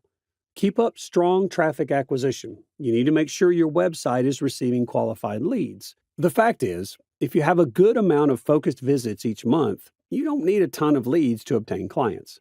Save your time. Establish your target demographic and conduct a campaign to build anticipation for the launch. When customers are waiting for your product to launch, gaining new customers will be simpler. You must provide your audience with value if you want your advertising to be effective. For instance, you provide an automated email marketing service. In this situation, a smart place to start is an online network for experts in email marketing. To pique interest and discreetly promote your product to the audience, publish engaging pieces regarding email marketing growth techniques. Activation. The value and happiness a firm provides at this stage mark the beginning of a connection with a consumer. And whether or not that relationship progresses further down the funnel will depend on those factors. The number of people who do a certain action, such as seeking additional information, subscribing to a YouTube channel, or making a purchase, may be used to assess activation. The number of customers or users who have been activated would be divided by the total number of people that viewed the website, or etc., to arrive at a formula that would be helpful at this point. Retention. Retention is essential to economic success for any organization that wants to endure for a long time. This is because the most significant measure of how much people value your product or service is retention. Depending on the pricing range of your goods, attracting first-time buyers or customers may not be challenging because people make impulsive purchases every day. A subsequent purchase or engagement, however, shows that the customer was satisfied and that the item or service matched their needs. Businesses use many techniques for measuring retention, however, such as annual recurring revenue, monthly recurring revenue, customer churn, repeat purchase ratio, and time between purchases may be approaches to gauge client base retention. Referral. Referrals are one of the last components of the pirate funnel. It is crucial to remember that many graphic representations of the funnel include an arrow called acquisition that loops up from the bottom back to the top. And this is because a perfect funnel would be a loop or a customer cycle that keeps bringing in new clients while maintaining existing ones. Successful referrals may be especially crucial since they are a less expensive method of acquiring customers than traditional marketing. And because of the impact of family and friends, they are frequently predisposed to brand loyalty if individuals in their circle are already customers. There are no ideal measures for this statistic. However, several metrics, such as number of active users sharing invites, can assist a firm when they start tracking referrals. Many times, people fail to mention that they were recommended, or a user who receives an invite from a friend may take months or even years to activate. Nevertheless, a good referral program may be demonstrated by reduced customer attrition, sustained growth, and overall program success. Revenue. Although money is transferred earlier in the customer lifecycle, revenue may be unreliable if the preceding phases aren't completed and measured. For this reason, revenue is frequently shown as the last step in the pirate funnel. Rapid revenue production is less important for a company's success than effective marketing and initiatives to keep customers and get them to recommend others. The ability to track income correctly is essential for a business to succeed. And while being aware of total revenue after cost is crucial, it only represents a small portion of the full picture. To get a full view of a company's success and make informed financial decisions, it's important to evaluate income across a variety of user, product, and service categories. So far, you've learned a lot about product management metrics and KPIs. So here's a question for you all. Which metrics would you prefer to measure a product if it's good to go or not? Do let us know in the comments below. And if you have any questions regarding product management metrics or KPI, then do let us know in the comments below. Let us now start by understanding what product vision actually means. If you look up online, you might find complicated explanations like it's the emotional future idea of a company. But let me make it easier for you. Your product vision is basically your big goal, what you want to achieve with your product or the impact you want to make. For example, Elon Musk's vision for Tesla is to become the top car company for the 21st century. That's their product vision, their destination. Some people mix up vision with why of a product, but they're not the same. Your vision is where you're headed, while the why is the reason behind aiming for the future.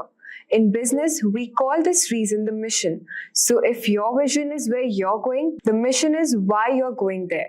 Having a clear vision is very important in product development for two reasons. Firstly, it motivates your team and stakeholders by giving them an exciting goal to aim for. And it helps you to make smart decisions about what to build and what not to build. With a clear vision, you can steer your product in the right direction and make sure everyone is on the same page. We will now understand what is product roadmap. A product roadmap basically outlines your objectives, guiding you towards achieving your goals for a product. It's a strategic plan that details the necessary steps and timelines needed for accomplishing tasks. Product roadmaps play a very crucial role as they assist in prioritizing and planning ahead at each stage of product development.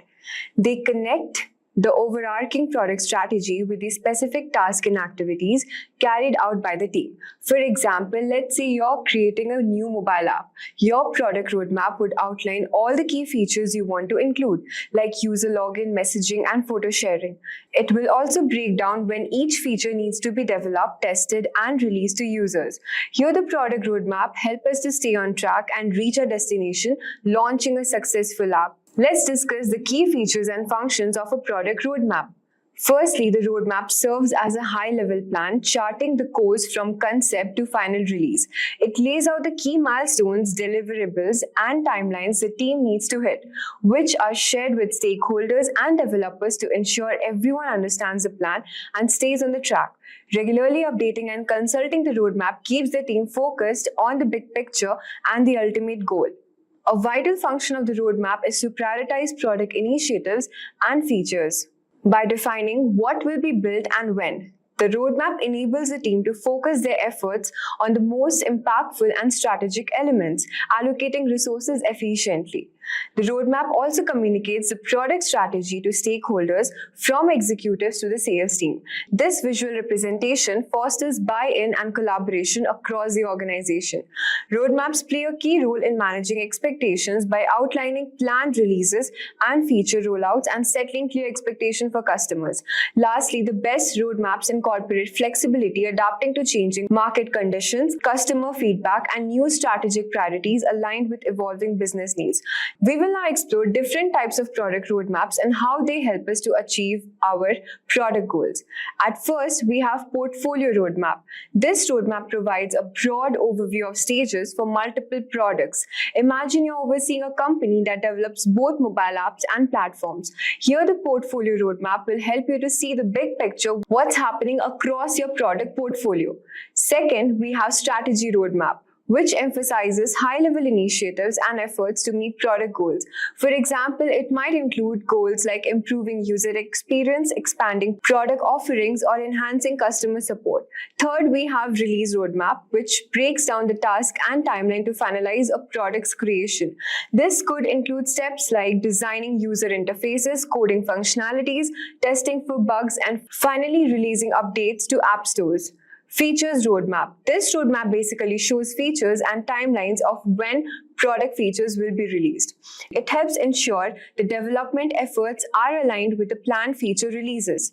Next, we have sprint roadmap. It is used when the Agile framework to plan the team efforts during a sprint. For instance, if your team is working in a 2-week sprint to add new features to a website, this sprint roadmap would outline who is responsible for which task during that time frame. Next, we will now understand how to create a product roadmap. Creating an effective product roadmap doesn't have to be complicated. With a well-crafted roadmap, you can bring clarity and focus to your product development journey. Remember to define your purpose, identify your audience, and be ready to adapt along the way. Let me walk you through the 7 key steps. The first step is to define your product purpose. What are the main goals and objectives you're trying to achieve with this product? Get really clear on the core purpose. This will serve as the foundation of your roadmap. Next, identify your audience who will be using the product and referencing the roadmap. Understanding your key stakeholders from executives to customers will help you tailor the roadmap to meet their specific needs and expectations. Third, gather input and feedback from the stakeholders. Talk to your customers, your sales team, and your developers. Get their insights on what's the most important to include in the roadmap. This collaborative approach will result in more well-rounded plan. The fourth step is to determine the main theme or pillars of your product roadmap. These are the high-level categories or focus areas that will guide your development efforts. Things like new features, product enhancements, or infrastructure improvements.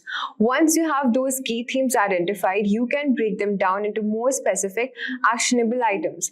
These are the individual tasks, milestones, and deliverables that will bring each theme to life over time. With your theme and action being defined, you can then choose the right format for your roadmap. Will it be a visual timeline, a table of initiatives? The format should make it easy for your audience to quickly understand the plan. Finally, remember that your roadmap is not set in stone. Review it regularly and update it as needed to reflect changes in your business market or customer needs. Flexibility is key to ensuring your roadmap remains relevant and valuable. Follow these 7 steps and you'll be well on your way to creating a product roadmap that aligns your team, excites your stakeholders, and ultimately drives your product success. We will now discuss the 5 free tools for creating a product roadmap. You must now be wondering how to create effective product roadmap. Well, I'm now going to share you the top 5 free tools that you can use to build your roadmap and keep your product development on track. First up, we have Trello.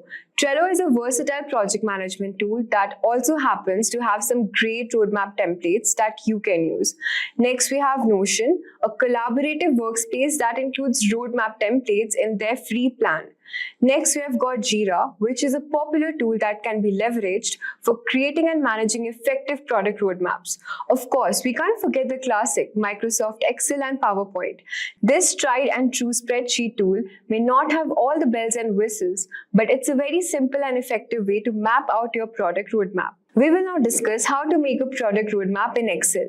Today, I'm going to walk you through step-by-step process to build one using Microsoft Excel. Let me illustrate with an example. Step 1. The first thing you'll do is to map out your overall strategy. Identify the key components you need to include in your roadmap. These could be things like product phases, future releases, or team responsibilities. Get these main elements listed out in the column. This will be on the vertical axis of your roadmap. Step 2. You'll want to set up a timeline across the top of your spreadsheet. The horizontal axis will serve as a time reference for your roadmap. You can break this down in months, quarters, or any other time increments that make sense for your project. Step number 3. Now it's time to start building out the visual elements of your roadmap. Create swim lanes to group related tasks and initiatives. You can even add sub-swim lanes to break things down even further. This helps organize a roadmap and make it easier to digest at a glance. In our roadmap example, we have listed a few project steps, breaking down the implementation step into phases, that is phase 1, phase 2, and also phase 3. Step number 4. Within each swim lane, we'll add some shapes to represent the different components of your product roadmap. Go to Insert Shapes and then select the shape you would like to insert. Step number 5. Draw the shape by placing the cursor on the needed position and drag it to draw. Adjust the width of these shapes to align with your timeline and visually communicate the timing to each initiative of milestone. Step number 6. Move multiple shapes at once. To do so, click on the desired items after pressing and holding the Control key and drag and drop them into the new position. Next, we have Format Shapes. Right-click on any shape and then open the right side Format Shape menu. Step number 7. Do not forget to add clear descriptions to your shape. Double-click on any of the shape and start typing to provide the details of the element you want to represent. You can even style the text to make it pop. Next, we have, in this step, we will incorporate the key milestones into your roadmap. Add these as a distinct shapes and group them with text boxes so you can easily move them around as needed. And there you have it, a comprehensive product roadmap built entirely in Excel. The beauty of this approach is the flexibility it provides. You can easily update, rearrange, and refine your roadmap as your product evolves. Give it a try and let me know if you have any other questions. Did you know that 75% of product launches fail due to poor market planning? A great product is only the beginning. Without a solid go-to-market strategy, even the most innovative ideas can get lost in the crowd. The good news, with the right GTM strategy, you can ensure your product reaches the right audience, stands out from competitors, and drives your business forward. Today, AI and generative AI are transforming how businesses craft and execute GTM strategies. From automating customer insights to creating targeted marketing content, AI is helping businesses launch faster and smarter. These technologies enable you to gather market insights, predict trends, and automate large parts of marketing funnel, leaving your team free to focus on more strategic moves. Take Dropbox, for example, competing with giants like Google Drive and OneDrive. They used a product-led growth strategy and a referral program to grow their user base without massive ad spend. Now imagine how faster they could have scaled with AI-powered analytics and generative AI for personalized messaging. AI is reshaping digital marketing and making GTM strategies more effective than ever. By the end of this video, you will understand key GTM strategies, how to define your market, and execute your plan like a pro. So let us first start by understanding what is a go-to-market strategy framework. In simple terms, it's a step-by-step process for bringing a product or service to market. It answers key questions like who we are selling to, how do we reach them, and how do we stand out from competitors. For example, let's say you're launching a new project management tool. Your GTM framework would help you identify your target market, maybe small business or startups. Figure out how to communicate the benefits of your tool and decide whether you'll focus on inbound marketing or outbound sales to get the word out. We will understand inbound marketing and outbound sales in the upcoming topic. The GTM framework aligns everyone on your team and gives you a clear plan to follow from start to finish. Now, first, we have to understand how to define your market. This is all about figuring out who you are selling to. A common mistake businesses make is trying to sell to everyone. But in reality, you need to narrow down your target market.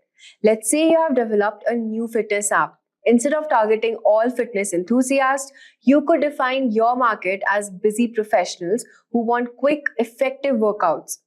This helps you focus your marketing efforts and craft more tailored message. The more specific you get, the better you can target your audience and connect with their needs. So now, the next step is to define your why. Your value proposition is essentially why people should choose you. It's the unique benefit your product offers that your competitors can't match. Let's go back to the fitness app example. Your value proposition might be we help busy professionals squeeze in a 15-minute workout that's just as effective as a full hour in the gym. You're not just offering fitness, but also offering convenience and time saving, which speaks directly to your audience. A well-defined value proposition makes it clear why your product matters and why your audience should care. Let's go back to the fitness app example. Your value proposition might be we help busy professionals squeeze in a 15-minute workout that's just as effective as a full hour in the gym. You're not just offering fitness, but also convenience and time saving, which speaks directly to your audience. A well-defined value proposition makes it clear why your product matters and why your audience should care. The next step is positioning.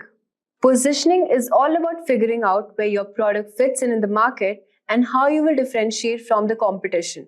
Let's say you're launching a premium skincare line. Your positioning might focus on the high-end natural ingredients you use, which differentiate you from the mass market products. Your positioning helps set the stage for your pricing, branding, and overall market strategy. So what are the 5 go-to-market strategies? When it comes to launching a product or entering a new market, there are 5 primary go-to-market strategies, which businesses typically use. The strategy allows you to choose which depends on your product, target market, and overall business goals. Let's break down each strategy with examples so that you can see how they play out in real life. The first is inbound marketing. So this marketing attracts customers by creating valuable content that addresses their needs and pain points. Over time, potential customers find your content organically through search engines or social media. For example, HubSpot mastered inbound marketing by providing free resources like blogs and webinars. Their content is optimized for search engines, leading small businesses to their site, where they eventually convert to customers. This marketing is best for companies which is investing in long-term content creation and SEO to attract organic leads. The second is outbound sales. Outbound sales involve directly reaching out to prospects through cold calls, emails, and demos. This approach is more direct and aggressive, targeting high-value clients.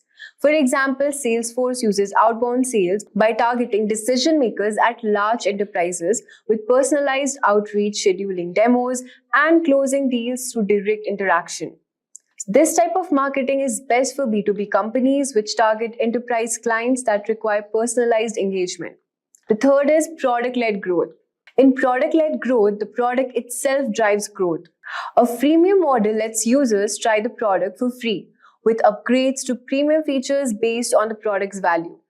Example Slack, which offers a free version of its platform, allowing teams to experience its benefits before upgrading to a paid version for more features. So, this type of marketing is best for software as a service companies, which is focused on user experience and self serve onboarding. The fourth is channel sales. Channel sales rely on third party partners, resellers, distributors to sell your product, which allows you to reach market you couldn't through direct sales alone. For example, Microsoft partners with resellers to sell products like Office 365, bundling their software with other services to reach more customers. So this type of marketing is best for companies which is looking to scale quickly through third-party networks. Fifth is account-based marketing. Account-based marketing focuses on targeting high-value accounts with personalized marketing and sales efforts. It is tailored approach designed to build deep relationship with key clients. Example, Snowflake targets large enterprises like finance and healthcare companies, crafting personalized content and outreach to address their specific needs. This type of marketing is best for B2B companies, which targets large enterprises where personalization is key to closing deals. Now that we have discussed the top 5 marketing strategies, let's now talk about important step, which is understanding the competition. Knowing your competition is crucial to understand the successful go-to-market strategy. You need to ask who else is solving the same problem and how they're doing it. Once you understand your competition, you can figure out how to differentiate yourself. For example, if you are selling a new project management tool, you might find that the competitors offer more features, but they are too complicated for small businesses. So your strategy could be offering more simpler, user-friendly tool specifically designed for startups and small businesses. The next step is messaging. Your messaging is how you communicate your value to your audience. It's important to keep your message clear and consistent across all the channels. Think of messaging as the story you tell about your product. What makes your product special? How will it improve your customer's life? This messaging needs to come across in your website, email, ads, and even in sale conversations. For example, if your value proposition is about saving time, your messaging might say, get fit in just 15 minutes a day. No gym required. This directly speaks to your audience pain point of not having enough time for long workouts. Next step is execution. Now it's time to put everything into action. You have defined your market, crafted your messaging, and figured out how to stand out from the competition. Your execution could involve inbound marketing like content, social media, and SEO. Outbound sales through cold outreach or email campaigns. Partnerships with other businesses that reach your target audience. For example, if you're using inbound marketing, you might create helpful blog posts or videos that address your audience's pain points and lead them to your product. If you're using outbound, you'll want a highly targeted email campaign that resonates with potential customers. Today, we'll start this session by understanding what is the product and product management, and then what is project and project management. Moving forward, we'll understand who is a product manager and a project manager. Following that, we'll take a look at the difference between product manager and project manager. Next, we'll have a detailed look at the roles and responsibilities and the skills required to start a career as a product manager and a project manager. For choosing any professional career, it is important to have certified knowledge of that profession. So we'll also take a look at the certifications required for both product managers and project managers. We'll also talk about how a product manager and a project manager work together. And stick till the end because we'll wrap up this session by talking about the salaries of a product manager and a project manager. So without any further delay, let's get started and know what is a product. A product is offered to deliver its services to the users by putting efforts to be produced. For example, Google Maps for directional services. It can also be defined as a tangible item that an alliance create to serve the customer's need. For example, Uber for taxi services. A product is designed to create customers' value by solving their problems with convenient evolution. And it doesn't have any explicit life cycle and has more permanence, which means that a product doesn't have any fixed end date and needs continuous discovery and development. Now let's understand what is product management. So, product management is managing the process of the product throughout the life cycle, from strategizing, designing, and development to branding of the product. The product management involves strategizing products to enhance the profit of the business, creating customers' value, creating roadmaps to get a clear idea of how to design and develop the product, specifying functional requirement and creating blueprints, and development of the product as per the requirement. And once the product is developed, it is necessary to take customers' feedback, and then only the price of the product is finalized. Now that we have an idea of product and product management, let's take a look at what is a project. A project is something that results in the product as an outcome. It is a fleeting effort commenced to construct a remarkable product or service. It can also be defined as the process of providing services to the user by focusing on scope, resources, and quality of the output. All the products have a team to work on, a budget to complete the task under a specific amount, a schedule to follow, and some expectations to meet the need of the customers. We can also determine a project as the process of executing a plan which involves taking requirements of the customers and building the solution. Projects are the temporary efforts to meet the need of the business to organize by providing services to the user. Now let's move further and understand what is project management. So, project management is defined as the process of planning and organizing the resources of the company to complete a specific task. Project management plays the same role irrespective of the belonging industry. It is the role that specifies product of an organization. The main objective of project management is to determine the goals and objective of the project. It also creates a quality assurance check to ensure the standards of the project. It is the approach of applying skills and techniques to complete a project as per customer's requirement. And it helps to get a predictable project planning and execution process. The primary constraints of project management are time, cost, scope, and quality. Now let's know more about product and product managers. So let's move further and understand who is a product manager. A product manager is a person in an organization that is responsible for product development as per the customer's requirement. The manager allows the task to the development team and manages the coordination regarding the product developed between the customers and the developers. The product manager monitors the product and the market and develop the competitive analysis. The product manager is an association between the business, developers, and the users of the product. Now let's understand who is a project manager. A project manager is an individual who plans and organizes the resources needed for the project and looks after the specific need of a project of an organization.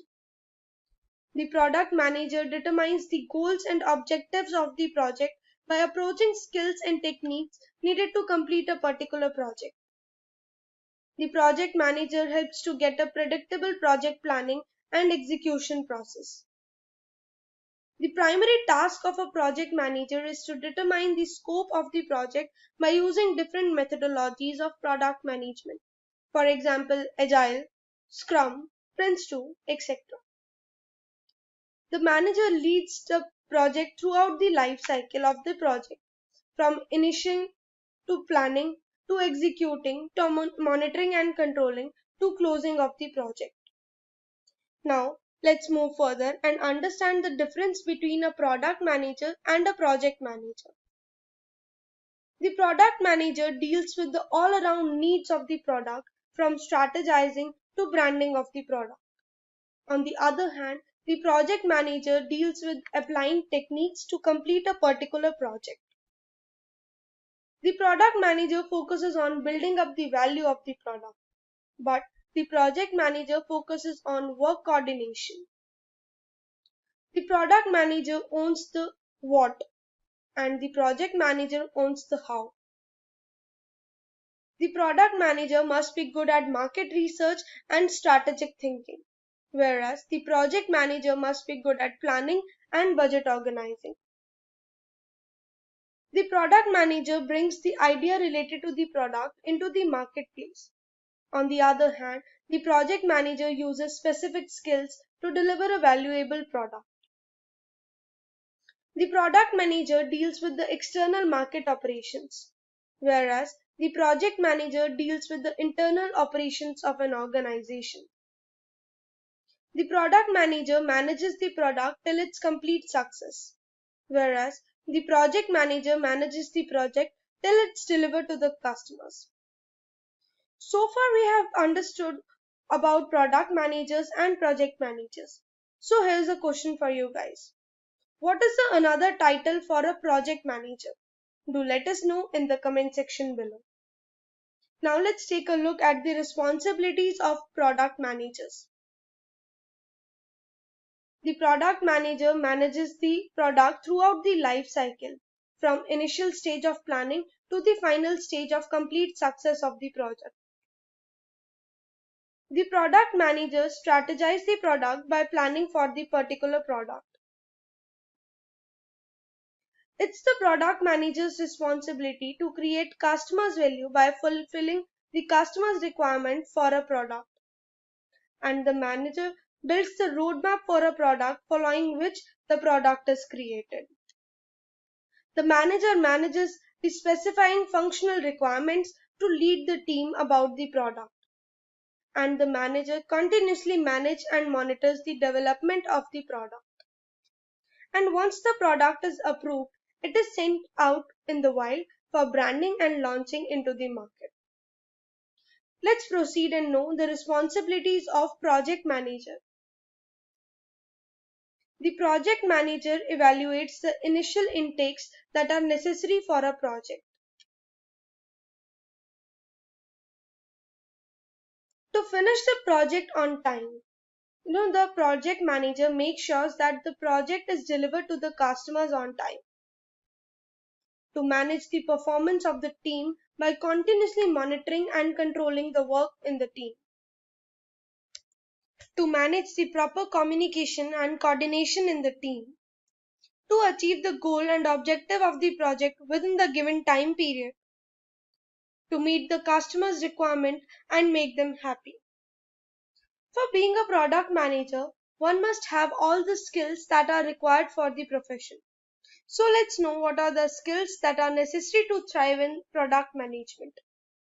Skills that are necessary for a product manager are strategic thinking. The manager must be able to plan successful future for the product. Leadership skills. The manager must have the skills to lead a group of the people working together to achieve a common goal. Time management. The manager must be good at managing the time and complete the task under the given time period. Empathy skills. The manager must be able to understand the employee's mindset and thinking. Communication skills. The manager must be able to communicate easily with others in order to understand the other person and make him understand his own perspective. Analytics skills. The manager must have the ability to gather information about the product and analyze the information by having a market research about that. Presentation skills. The manager must be good at presenting his thoughts in a creative and attractive ways. Customer orientation. The manager must know how to put the needs of the customers over the needs of the business. Self-confidence. The manager must have self-confidence because only then he or she will be able to lead the team. Now, let's know what are the skills necessary for a project manager. The skills that are necessary for a project manager are: the project manager must have a good knowledge of project management methodologies. For example, waterfall, agile, SCRUM, Prince2, and many more. Risk management. The manager must be able to identify and control the threats to the organization's earning and capitals. Basic knowledge of project management tools. The manager must have the basic knowledge of project management tools, for example, dashboards, reporting, timesheets, and many more. Cost management. The manager must be good at managing the project cost to provide maximum benefits to the organization. Adaptability. To become a manager, one must be able to adjust to different conditions and circumstances. Critical thinking. The manager must be able to think rationally and understand the logical relationship between the ideas. Now let's move on and know what are the certifications available for a product manager. The certification that fits best for product managers are Product School Product Management Certification. The Product School offers two types of product management certification. One is Product Manager Certification and the other one is Senior Product Manager Certification. The Product Manager certifications help learners to learn how to build digital product end to end, from discovery to optimization and to develop a portfolio project with the help of your instructor. And the Senior Project Manager certification assists the product managers to enhance your technical hard skills and learn to leakage advantage to make informed decision and build strategic skill set to help guide your team in context of the marketplace. Pragmatic Institute Project Management Certification. The certification concentrates on defining the roles and responsibilities, focuses on the right feedback from the right sources, and building buyers' products. It also pledges the product managers will accumulate functional skills, tools, and templates in the field of management. The institute has its branches in over 50 plus countries and have over 10,000 plus hiring companies covering the topmost MNCs as well. The institute provides provision methodologies, adaptable resources, battle tested strategies, and the world class support to the organizations. Simplilearn Professional Certification in Product Management. Simplilearn's professional certification in product management is one of the top 4 worldwide certified programs in product management. This course is in partnership with SP Jain School of Global Management and involves 4 months of rigorous live training with SP Jain top faculties across Australia, Dubai, and India, along with live sessions from top product leaders. This program prepares you to become a product manager via an exhaustive curriculum covering all the aspects of product management and educates you on the latest industry trends, advancements, and related industry applications from top products experts via live sessions. The program provides a 150% salary hike and is connected with 2,900 plus hiring partners. The program will take you towards product strategy, new product ideations, product development, product lifecycle management, designing thinking, UI UX, and many more different concepts of product management. The top companies that are hiring product managers via the Simplilearn product management course are Amazon, Microsoft, Google, IBM, Adobe, LinkedIn, Deloitte, Airbus, and many more. Now let's take a look at the certifications available for project managers. The certification that are fit for project managers are Project Management Professional, that is PMP. Project Management Professional is an international acknowledged professional designation proposed by the Project Management Institute. Gaining a PMP certification can help you in acquisition in your professional and personal growth. The PMP certification can help you showcase your skills and get your work globally recognized. It allows you to prove your experience and competence to lead and direct projects. PMI Agile certified practitioners. The PMI ACP training empowers you to become a skilled agile professional with knowledge of broad range of agile methodologies. ACP is PMI's fastest growing certification, and recently ACP PMI has been updated with additional of the Agile Practice Guide. Certified Association in Product Management. The Certified Association in Project Management is a vendor-neutral entry-level certification to help individuals formulate project management skills. It is one of the several certifications issued by the non-profit Project Management Institute, that is PMI. Certified Scrum Master. The CSM certification course is focused on providing an improved understanding of Scrum methodologies and their implementation. It helps you to become a certified Scrum Master, a designation offered by Scrum Alliance to which who you have completed a CSM certification course and demonstrate their understanding by passing the exam. Project in controlled environments. It is also known as Prince2. Prince2 or Project in Controlled Manner Environment certification is a process-based project management method that offers a systematic approach to delivering a successful project with clear templates, processes, and steps. So far we have understood a lot about how product managers are different from project managers. Now let's understand how product managers and project managers work together. So, a product manager sets the trajectory for a project by creating visions of the and goals by doing market research and knowing the customer's requirement. And the project manager brings these visions and goals into the reality by working on the projects and develop the products. With this, we have came to the end of this session. But before we wind up, let's know what is the average salary of product managers and project managers. The average salary of product manager in India is approximately 10 lakhs and in US is approximately $90,000 to $1,60,000.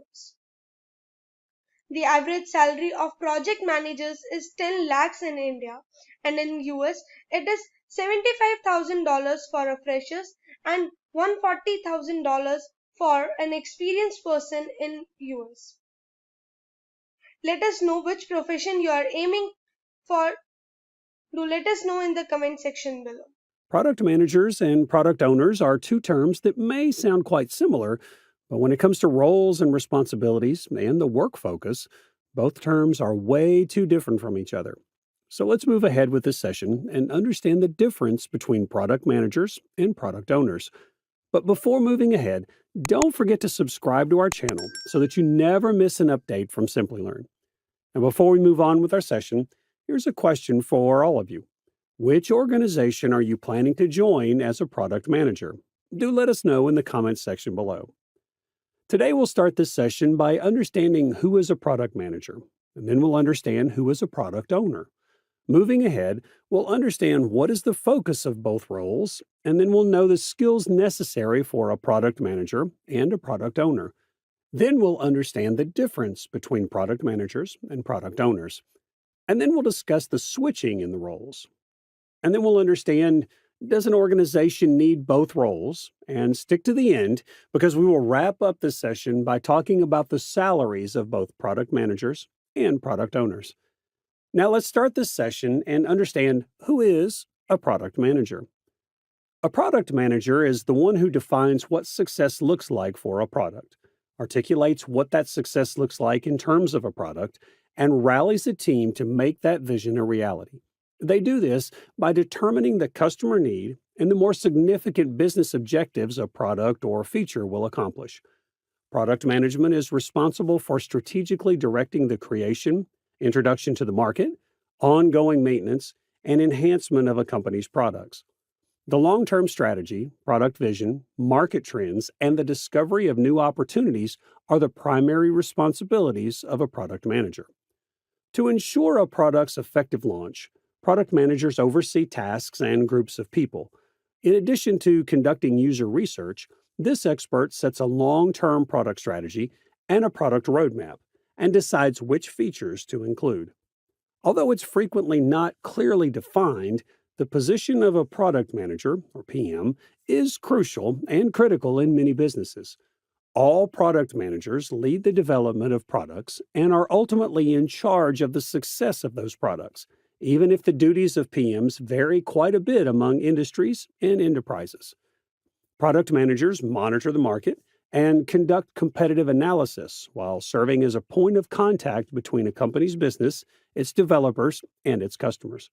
A product manager can be anyone with the right mindset who is curious and willing to learn.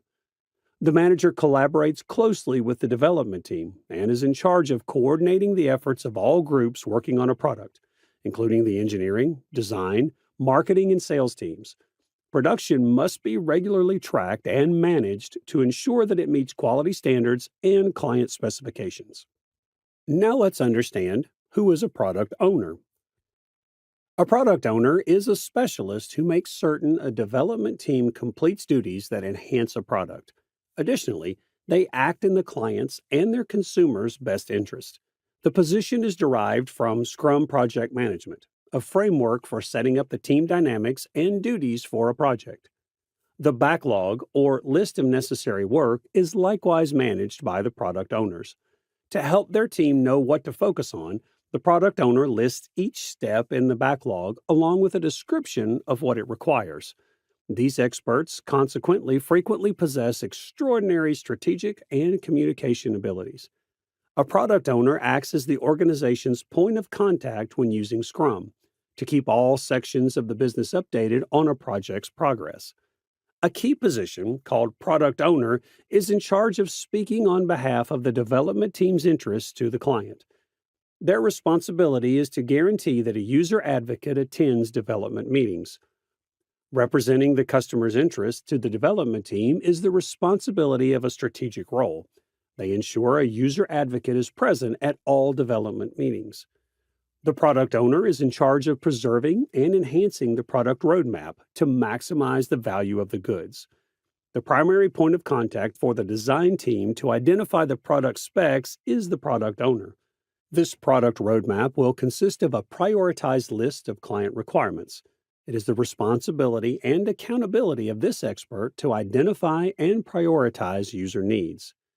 Now, let's understand what both roles focus on. So let's begin with knowing what a product manager focuses on.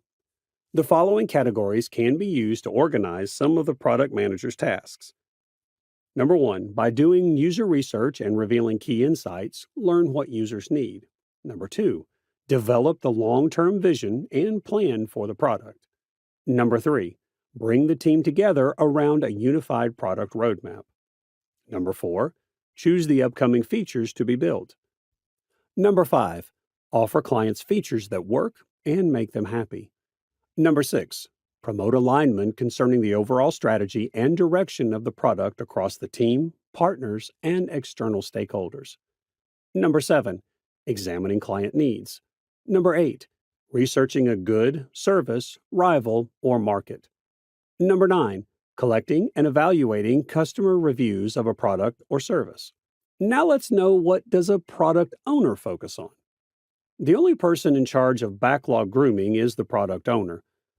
The product owner also does the following in addition to that.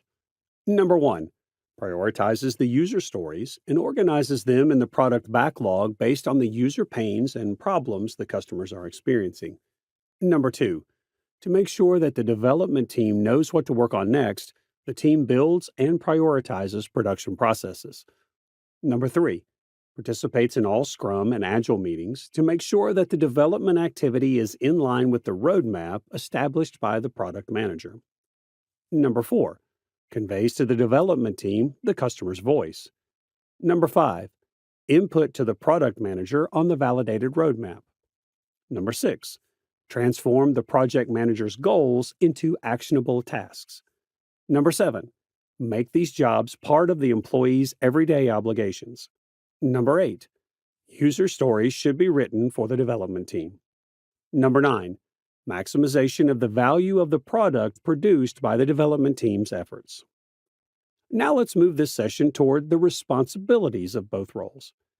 Now let's see what are the responsibilities of a product manager.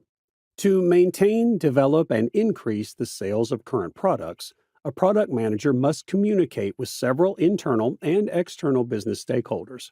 They also must do research and come up with ideas for new products based on their interactions and experiences. A product manager must do market research, undertake margin analysis, and evaluate performance to analyze product demand, positioning, and profitability, as well as forecast future trends. Product managers also make pricing, branding, and other decisions. The very first responsibility of a product manager is monitoring competitors. Finding and analyzing your competitors' products, prices, and sales and marketing strategies is known as competitive monitoring, sometimes known as competitive analysis. The next responsibility of the product manager is understanding the user's needs. It is your duty as a product manager to determine the target market and to understand the people who use your service or your users and what they want to do to build a solution that works for them. The next responsibility is assembling market research and competition data. By conducting market research, you might meet clients for your company. Investigating your competitors may enable you to set your business apart. For a competitive edge for your small business, figure out how to combine them. To learn more about the market, product managers speak with data scientists. The next responsibility is monitoring internal stakeholders. Monitoring stakeholders is the process of looking closely at stakeholder relationships for products, tailoring engagement tactics for stakeholders through changes to engagement strategies and plans, and observing and managing the team. Translation: transferring information from the design team to the development team. The next responsibility of a product manager is to achieve the product goals and objectives. Product goals translate the product vision into specific, measurable objectives. They are quite detailed in terms of your product's performance after it is completed and how you'll measure it. The last responsibility of the product manager is depicting the parameters for product accomplishment. By providing the metrics and data, one may obtain a sense of how to position the product successfully in the market. Now let's move toward the responsibilities of a product owner. Both product owners and managers are involved in the process of developing new products, but their responsibilities are distinct in terms of how they accomplish objectives and where they are located at various stages of the process. The very first responsibility of product owners is engaging stakeholders. Product owners often collaborate with internal stakeholders inside the business. They oversee important interactions with managers, their departments, and the board of directors.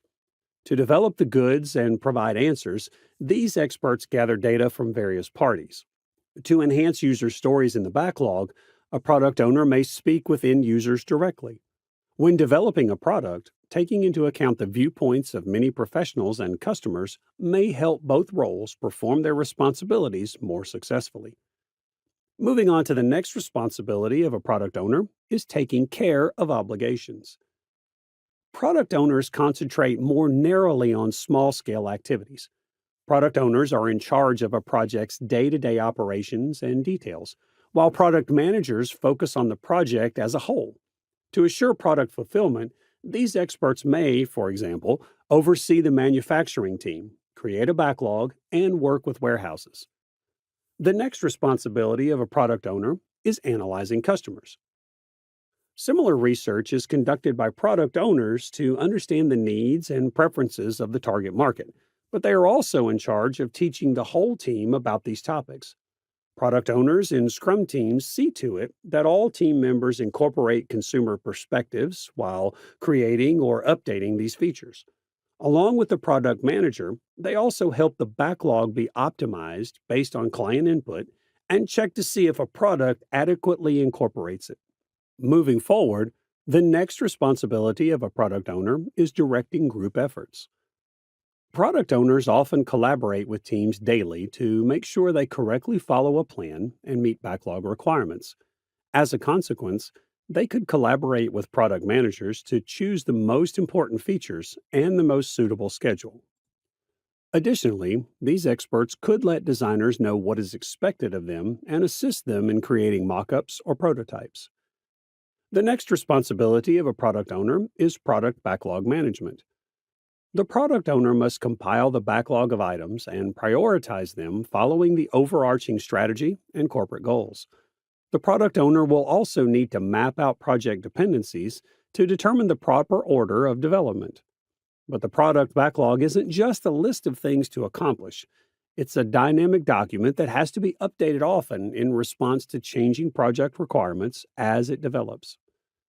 And the last responsibility of a product owner is observing the stages of development. The product owner should devote a substantial amount of time to managing the actual creation of the product once the vision, strategy, and product priorities have been established. They play a significant role in all phases of the event, including planning, fine tuning, reviewing, and sprinting. The Agile product owner collaborates with stakeholders throughout the planning phases to determine and arrange the tasks necessary for the following iteration. After that, they will get together with their team to polish the procedure, pinpoint any problems, and assist with the sprint. Now let's move on to the skills of both product managers and product owners. So let's begin with skills required by a product manager. Strategic thinking. Understanding your position in the market, concentrating on the goals, and seeing chances can help you plan and build tactics. Leadership skills. The capacity of a person to inspire and guide a team of others working together to accomplish a common objective. And time management. The capacity to effectively manage time so that the product may be delivered in the allotted time. Empathy skills. The capacity to relate to and comprehend the ideas and feelings of another person. Empathy requires placing oneself in the other person's position. Communication skills. How one interacts with others and the act of imparting knowledge. Our ability to communicate effectively allows us to provide information in a way that the audience can comprehend it. Presentation skills. The capacity to convey in an engaging, original, and visually appealing manner. Now let's move ahead and know the skills required by product owners. Design reasoning. To promote product breakthroughs, product owners must feel at ease creating hypothesis-driven development environments. Analytical skills. The management, evaluation, and approval of the product backlog should be the top priority for a product owner. For this reason, they need to be adept analysts who can review product problems and upgrades critically and come up with logical remedies rapidly. Cooperation abilities. Product owners, who act as liaisons between SCRUM teams, must be at ease with continual engagement. They should prioritize cooperation and be at ease with delegating, dispute resolution, and interacting with people of all temperaments and emotions. Decision making. Another essential ability for product owners is decision making. The product owner, a senior member of a product development team, makes several choices every day, including choosing which items to add to the product backlog, how to rank them, and how to inform the team of these decisions. Resolution of disputes. The resolution of disputes is the capacity to resolve problems using established techniques or developing new ones. Because of the many parties engaged in the project, disputes may arise often for you as the product owner during the product development cycle. Aptitude for learning. One of the most crucial qualities for product owners to have is an aptitude for learning. It's crucial to be abreast of the most recent market trends, customer demands, and corporate requirements. Moving on with our session, let's understand the difference between product managers and product owners. Product managers have a greater strategic role. With broader corporate objectives in mind, they define and map out the product management process across the product lifecycle. Whereas product owners take on a more proactive role and prioritize immediate fulfillment. By creating customer stories the team can utilize to make more user-led decisions for product development, they assist in maximizing the value of the product. They concentrate on the market, corporate goals, and the product's vision. Whereas product owners collaborate with cross-functional Agile teams to carry out these needs by converting the product manager's strategy into concrete activities. The why, who, and what are the responsibility of the product manager. Their roles reach might vary greatly or be very constrained based on a variety of variables.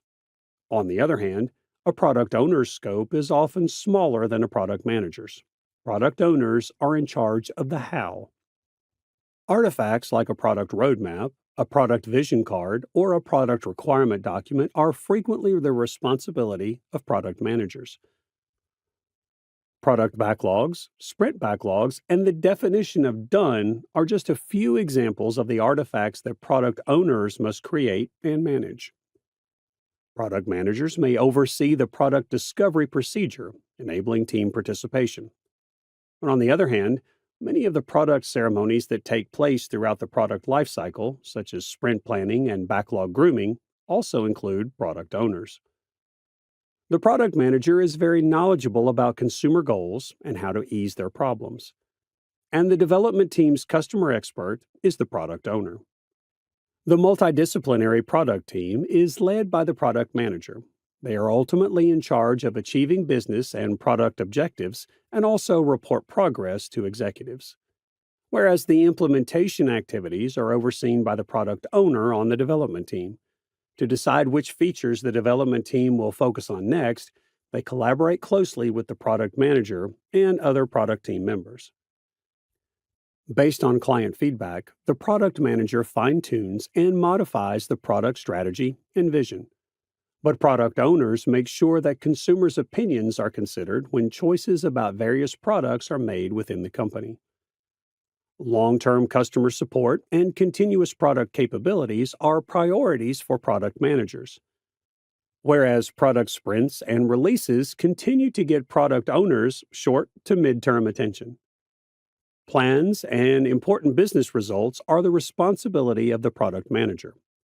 Delivering value to the end users is the responsibility of the product owners. Product managers must communicate with the product teams, even if they are customer-facing. They must work on wireframes and prototypes and attend SCRUM sessions. This is because it's up to PMs to determine the overarching vision, making it crucial to collaborate closely with the product teams. And product owners need to comprehend and sympathize with client needs.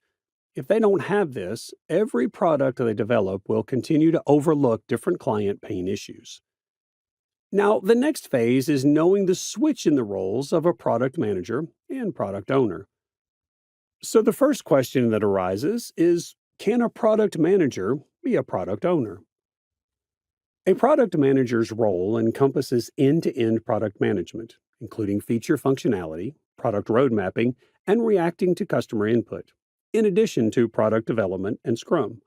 A product manager can also be a product owner because they have a common objective.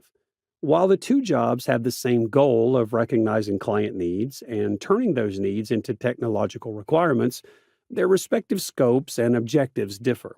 Leaders must thus decide which of these product specialists their company requires. And in same ways, the next question is, can a product owner be a product manager?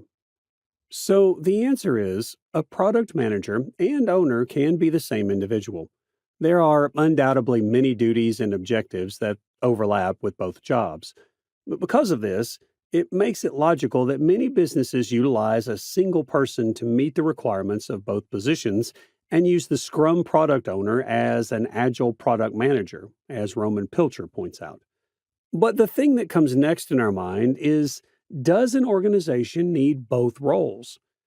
Instead of the titles that will be used, the true question regarding what a firm requires must start with what the desired product outcome is. Prioritizing business value comes first, followed by evaluating the responsibilities and procedures of the product management team to support those objectives.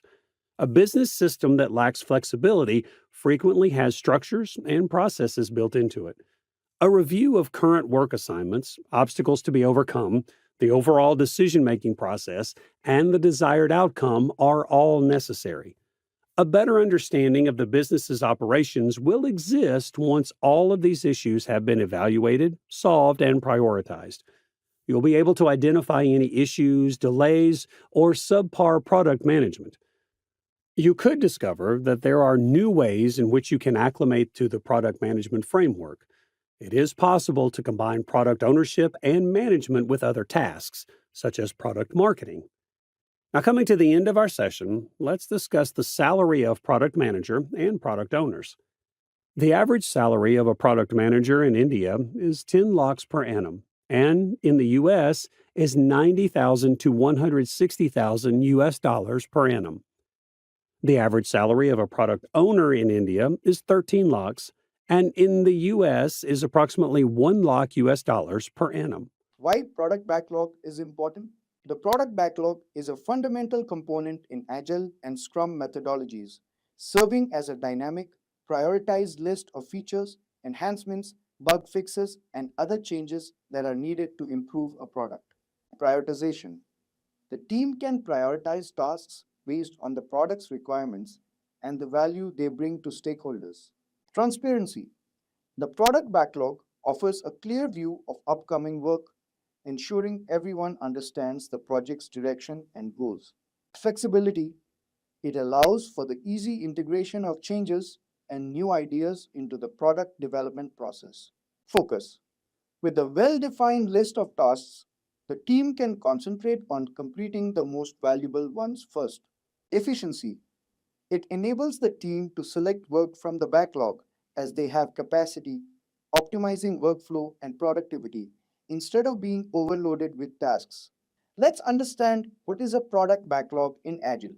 The product backlog in Agile is like a big to-do list for a project, specifically for those projects managed using Agile methodologies, which are approaches to software development that emphasize flexibility, collaboration, and customer feedback. Imagine you're planning a big party which represents the final product. Your to-do list, the product backlog, includes everything you need to do to make the party happen. This list might include tasks like send out invitations, buy decorations, plan the menu, and so on. Each task is important for the party to be successful. In the context of a software project, this list includes all the features, functions, requirements, enhancements, and fixes that need to be addressed to make the final product meet the customer's needs. These items are typically listed in order of priority, with the most important or urgent items at the top of the list. The team working on the project will regularly review this list, often in a meeting called the backlog grooming session. But what is backlog grooming? Let's understand. What is backlog grooming? Backlog grooming is a term commonly used in agile software development. Imagine you're planning a trip and you have a list of things you want to do or places you want to visit. Your list might include things like booking flights, reserving accommodations, and planning activities. Now, think of this list as your backlog in agile terms. It's a list of tasks or features that need to be completed for a project. Backlog grooming is like going through this list regularly to make sure it's organized, prioritized, and ready to be worked on. Here's how it works. Reviewing and adding items. You start by looking at the items on your list backlog and making sure they're still relevant and needed. If there are new ideas or requirements, you add them to the list. Prioritizing. Not all tasks are equally important. You need to decide which ones should be done first. So, you prioritize the items on your list based on factors like customer needs, project deadlines, or business value. Breaking down tasks. Some items on your list might be big and complex. It's easier to work on smaller, manageable tasks. In backlog grooming, you might break down big tasks into smaller ones so they can be completed more easily. Estimating effort. It's important to have an idea of how much time and effort each task will take. During backlog grooming, you might discuss and estimate the effort required for each item. This helps with planning and resource allocation, ensuring clarity. Everyone involved in the project should have a clear understanding of what each task entails. Backlog grooming provides an opportunity to clarify any doubts or questions about the items on the list. Keeping it up to date. Backlog grooming isn't a one-time thing. It's an ongoing process. You should regularly review and update the backlog as the project progresses and new information becomes available. Alright, so after that, as the project progresses, the team selects items from the top of the product backlog to work on during each development cycle called a sprint. Now, what is sprint? A sprint is a time box period, usually 4 weeks, during which the development team works on a set of items from the product backlog to create a potentially shippable product increment. Sprints provide a focused, concentrated effort to deliver valuable work within a short time frame. At the beginning of each sprint, the team selects a set of items from the product backlog based on their priority and capacity to form the sprint backlog. They commit to completing these items by the end of the sprint. Once the sprint is over, they review the work and present it to the stakeholders, usually the customer or client, for feedback. All right, now let's understand what's in a product backlog. A product backlog serves as a comprehensive checklist for a project team, outlining all the tasks required to enhance the product's quality. It encompasses various elements: user stories, brief narratives detailing desired features from the perspective of the end user, structured as a type of user, I want an action so that a benefit value. Bugs issues. Any flaws or malfunctions within the product are documented here for resolution. Tasks.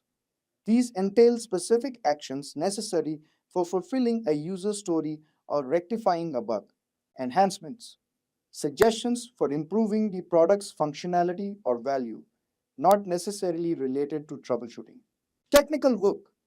Tasks related to enhancing the product's technical aspects, such as code-based refinement or software component updates. Knowledge acquisition. Activities aimed at empowering the team with essential insights or skills for making informed decisions, such as research or exploration tasks. And there you have it. We've explored the ins and outs of the product backlog in Agile. By understanding its importance and how to manage it through backlog grooming, you're well equipped to steer your projects towards success. Do you remember when the first iPhone came out in 2007? It was a game changer. But if you try to use the same iPhone today, you might feel outdated. That's because technology moves fast and customer demands keep evolving. So tech giants like Apple must keep innovating and investing heavily in research and development to stay ahead. Keeping track of the entire process from ideathon to product launch is a massive task, especially for companies dealing with complex manufacturing and global distribution. This is where the Product Lifecycle Management (PLM) comes in. Before Product Lifecycle Management, companies had a really tough time. Different teams didn't always talk to each other, and it was hard to keep track of all the information about a product, causing problems like delays and products that didn't quite hit the mark. Apple saw this and knew they needed a better way to manage their products from start to finish. So they came up with PLM strategies, that is Product Lifecycle Management strategies, and special computer programs to help everyone work together better. With Product Lifecycle Management, everyone involved in making and selling the product could share information and work together very smoothly. So this was how Apple keeps launching new innovative products like the latest iPhone or the Apple Watch while phasing out the older models. So if you have ever wondered how companies like Apple keeps delivering such cutting-edge products, it's all about managing the entire life cycle effectively. In this video, we will explore what PLM is, that is Product Lifecycle Management, the various phases and steps involved, its benefit through a simple example. Let us now understand what is Product Lifecycle Management. Product Lifecycle Management is like the blueprint that guides companies through the entire journey of a product, from its birth to its retirement. Take, for instance, the evolution of smartphones. In the development stage, companies like Apple or Samsung spend months designing and perfecting the new phones, deciding on features like camera quality, battery life, and screen size. Once the design is locked in, they move on to the introduction stage, where the new phone is launched with much fanfare and marketing buzz. As people start buying the new phone, it enters into the growth stage. Sales skyrocket, and the company may even release updated versions with a better feature like enhanced cameras or faster processors to keep up with the demand and stay ahead of the competition. But eventually, every phone reaches to the maturity stage. Competitors catch up and sales starts to level off. That's when companies might offer discounts or bundle deals to keep customers interested, but inevitably, sales begin to decline as newer models hit the mark. And that's where the PLM shines. Throughout the entire process, it helps companies to make critical decisions like when to release updates, how much inventory to keep, and when to discontinue the product altogether. By effectively managing the product life cycle, companies can stay agile, maximize profit, and always offer their customers the best products. Now that we have discussed what product lifecycle management is, we will now understand the different phases of product development. When it comes to products, we go through a journey from just being an idea to becoming a real tangible thing that customers can buy and use. This journey is what we call the product life cycle, and it has several phases. Let's use the example of a new smartphone to illustrate these phases. It all starts with the concept and design phase. This is where the magic happens. The initial ideathon research on what customers want, studying competitor products, and defining the smartphone's core features and requirements. Once the concept is locked in, we move on to the development phase. Here, the detailed designs and prototypes are created, tested, and refined based on the real-world feedback. Imagine engineers tinkering with different models, running all sorts of validation tests, and making sure the smartphone is ready for the prime time. With all that hard work done, it's time for the production and the launch phase. This is where the final market-ready version of the smartphone is produced and rolled out to the stores and online outlets for customers to get their hands on it. But the journey doesn't end here. After launch comes in the service and support phase, where the company provides assistance, updates, and resources to help customers get the most out of their new smartphone purchases. Eventually, even the best product reach out to the end of their road. That's when the retirement phase, where the company figures out the best way to phase out an aging product. Maybe offer incentives for upgrades and potentially recycle or repurpose components for future innovations. So there you have it, the 5 key phases that product typically go through in the product lifecycle management. Let me walk you through the stages of product lifecycle management. Every product goes through different stages during the lifetime, known as the product lifecycle. This cycle starts when the product hits the mark after development and ends when it's taken off the shelves or discontinued. Learning the product lifecycle management can help improve your chances of success in product management. While it's just a model and not perfect, it provides a useful approximation to understand the stages what a product goes through. The 4 main stages are introduction, growth, maturity, decline. We will now learn about the different stages in detail. So let's talk about the stage 1, which is introduction. In this stage, a new product is launched into the market after development. Companies typically spend a lot on promotional efforts like advertising and getting the product onto shelves and in front of the customers. Example, when Apple launches a new iPhone model, they heavily market and advertise it across the channel. They also work to get it stocked at mobile carriers and retail stores worldwide for the release date. This is usually little to no profit made at this stage as the cost of the launch are so high. The first buyers tend to be innovators and the early adopters, excited to try the new offering despite potential issues. Let us now talk about the stage 2, which is the growth stage. In this stage, the product moves to the growth stage where the consumer demands accelerates. The primary objectives are to rapidly gain as much as market share as possible and bring aboard new customer segments. Your focus shifts to aggressive marketing, promotions, and added product features and models to appeal to different customer groups. For example, Apple markets the new iPhone to different audiences like professionals, gamers, photographers, etc. They add new color options and storage capacities to give buyers more choices. Retail channels and online ordering systems have to handle the huge surge in demand. It's critical to capture as much as market share as possible in this phase while optimizing pricing for both growth and profitability before too many competitors emerge. Let us now move on to stage number 3, which is the maturity stage. After an initial growth spurt, the product life cycle reaches to its maturity stage, where the market becomes saturated and sales growth starts flattening. The main goals transition to maximizing profitability, defending market share, and differentiating the product from increasing competition. Companies may introduce product variations and new models while leveraging lower prices, promotions, and revamped marketing, we can say. For example, Apple continues releasing updated iPhone models like 11, 12, 13, etc. every year with adding new designs, features like better camera and prices spanning different segments. Older models get discounted. Marketing emphasizes what differentiates them from the latest Android rivals.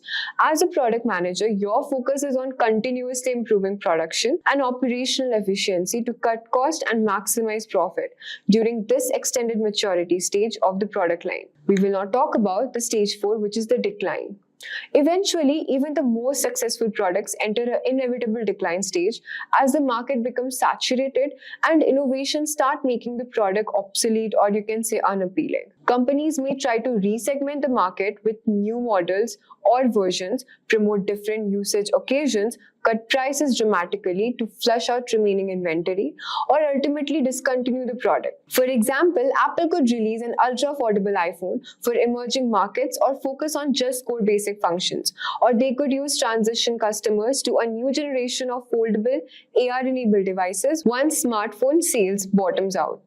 As a product manager, your role is to determine if anything can be done to breathe out new life into the product line, or just oversee the cost-effective wind down and transition customers to replacement offerings.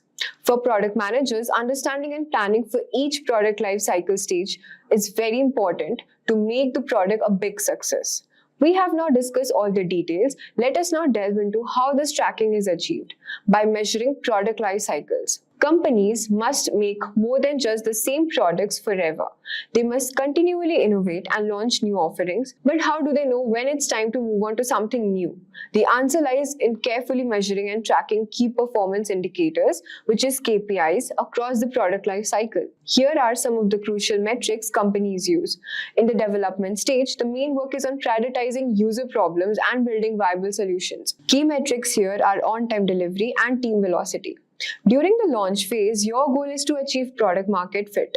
User engagement, conversion rates, feature adoption, net promoter score NPS, and customer satisfaction score, we can say CSAT, are crucial metrics to measure product market fit. You can also use methods like the Seen Ellis survey, cohort retention rate, NPS over 30, or the 30% referral method.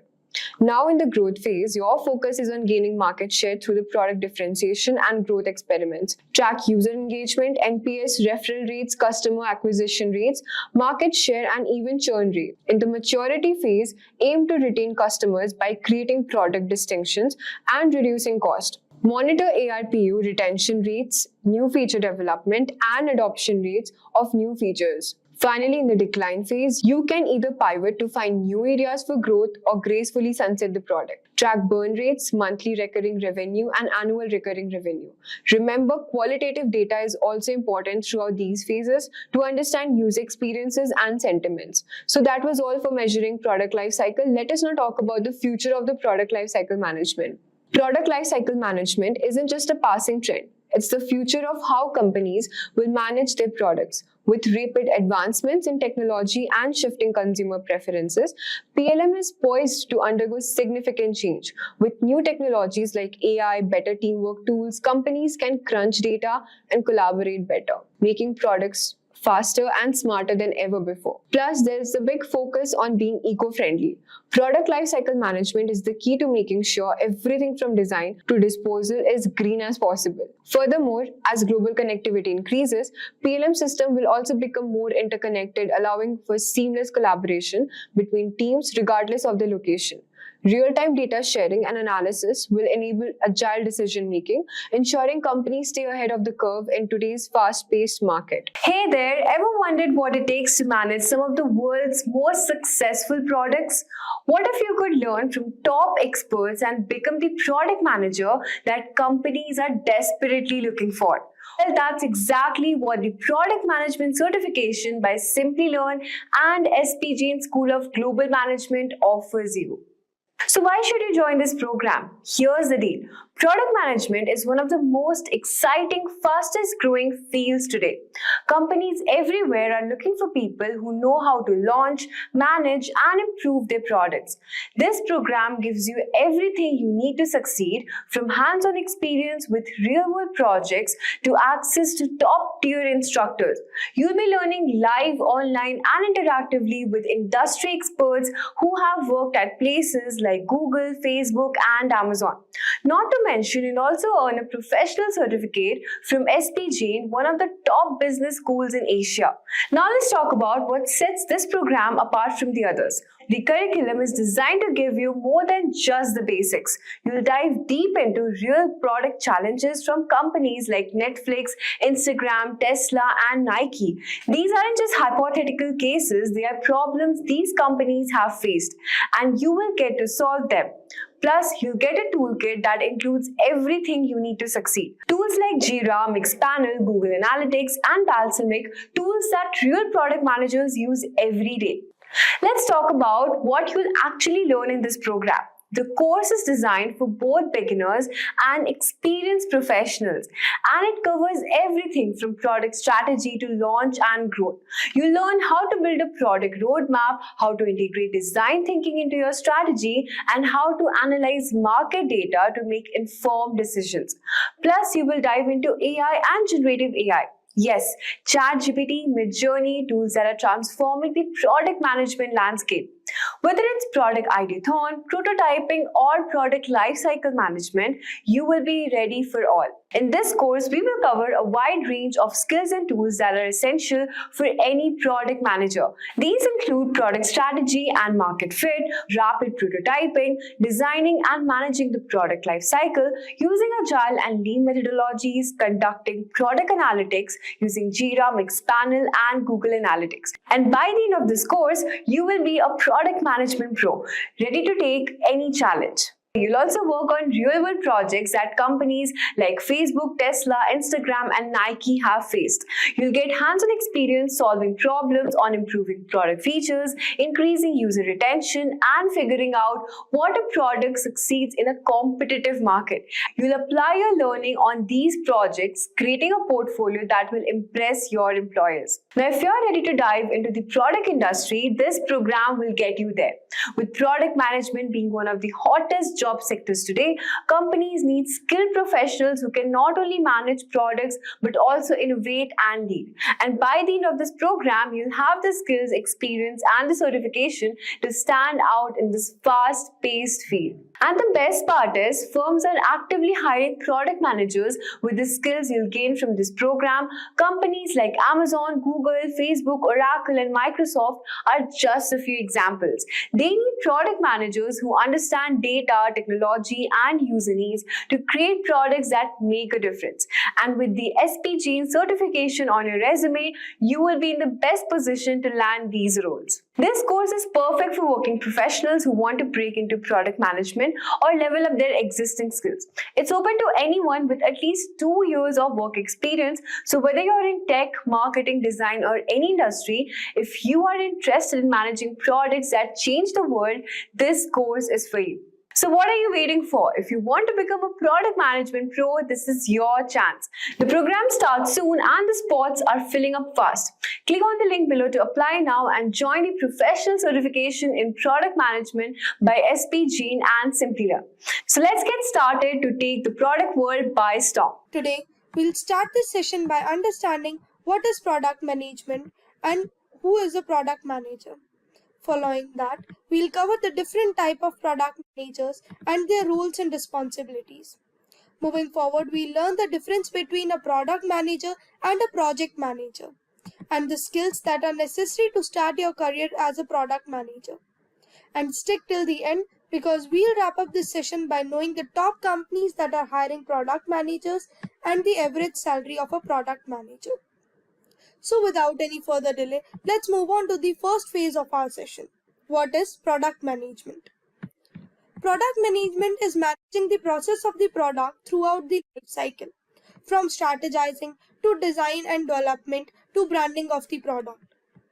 Product management involves strategizing products to enhance the profits of the business, creating customers' value, creating roadmaps to get a clear idea of how to design and develop the product, specifying functional requirements, and creating blueprints. Then the development of the product is done as per the requirements. And once the product is developed, it is necessary to take customer feedback and finalizing the price of the product. Now, let us understand who is a product manager. The product manager is the one who leads the team by managing the product throughout the life cycle, from strategizing to design and development to branding of the product. The product manager is the mini CEO of the product as he leads the product within the organization. The product manager is an important organizational role that focuses on long-term vision for a product. The role concentrates on the marketplace and plans the success of the product by analyzing the market needs for the product. The product manager sets the strategy and roadmaps for the product in order to provide a relevant and valuable product to the customers. The product manager acts as an association between business, developers, and users. The product managers can relate to different operations based on organization working for. For example, research and development, marketing and sales, or testing or maintenance for the product. The product manager is the individual who looks after delivering a valuable product to the market, addressing the market needs. The primary focus of a product manager is to gather the market requirements and strategize the product as per that only. The manager ensures that the product meets the needs of the market and the customer. This role is responsible for providing business to the company by developing new products and improving the already existing products. Now that you know who is a product manager, here's a question for you. What according to you is the best product in the market and why? Let us know in the comment section below. Now, there are various types of product managers. Every organization defines the role of a product manager in its own ways. On the basis of roles and responsibilities, the product managers can be differentiated into various different types. So let's move ahead and understand the different types of product managers. The very first type of product manager is a product manager. The manager manages the entire product life cycle that looks after every aspect of a product, that is, strategizing, road mapping, development, branding, etc. The other type of product manager are product owners. The product owner is an individual who defines the user stories and create a product backlog. The product owner is the primary point of contact on the behalf of the customers. The third type of product manager is distributed product manager. The manager looks at the various distributed models of the product teams, that is B2B, business to business, B2C, business to customer, or B2B2C, that is business to customer. The next type of product manager is platform product manager. The one manages the internal stakeholder platforms involving web, mobile, softwares or hardwares. Moving on to the next type of product manager is technical product manager. The individual works with the engineering team and the internal stakeholders, that is design team, development team, and the technical leads. The last type of product manager is growth product manager. The manager focuses on improving the business growth by looking at the customer's growth, acquisitions, and the activations. Now, let's move ahead and know what are the roles and responsibilities of a product manager. The product manager looks after a lot of works and operations of an organization. Some of the responsibility of a product manager includes defining the vision of the product, creating strategies, creating customers' value, building roadmaps, specifying functional requirements, organizing the teams, designing and development of the product, data analysis, and monitoring the product performance. When it comes to product management, many of us tend to get confused between a product manager and a project manager. So, let's move further and know the difference between a product manager and a project manager.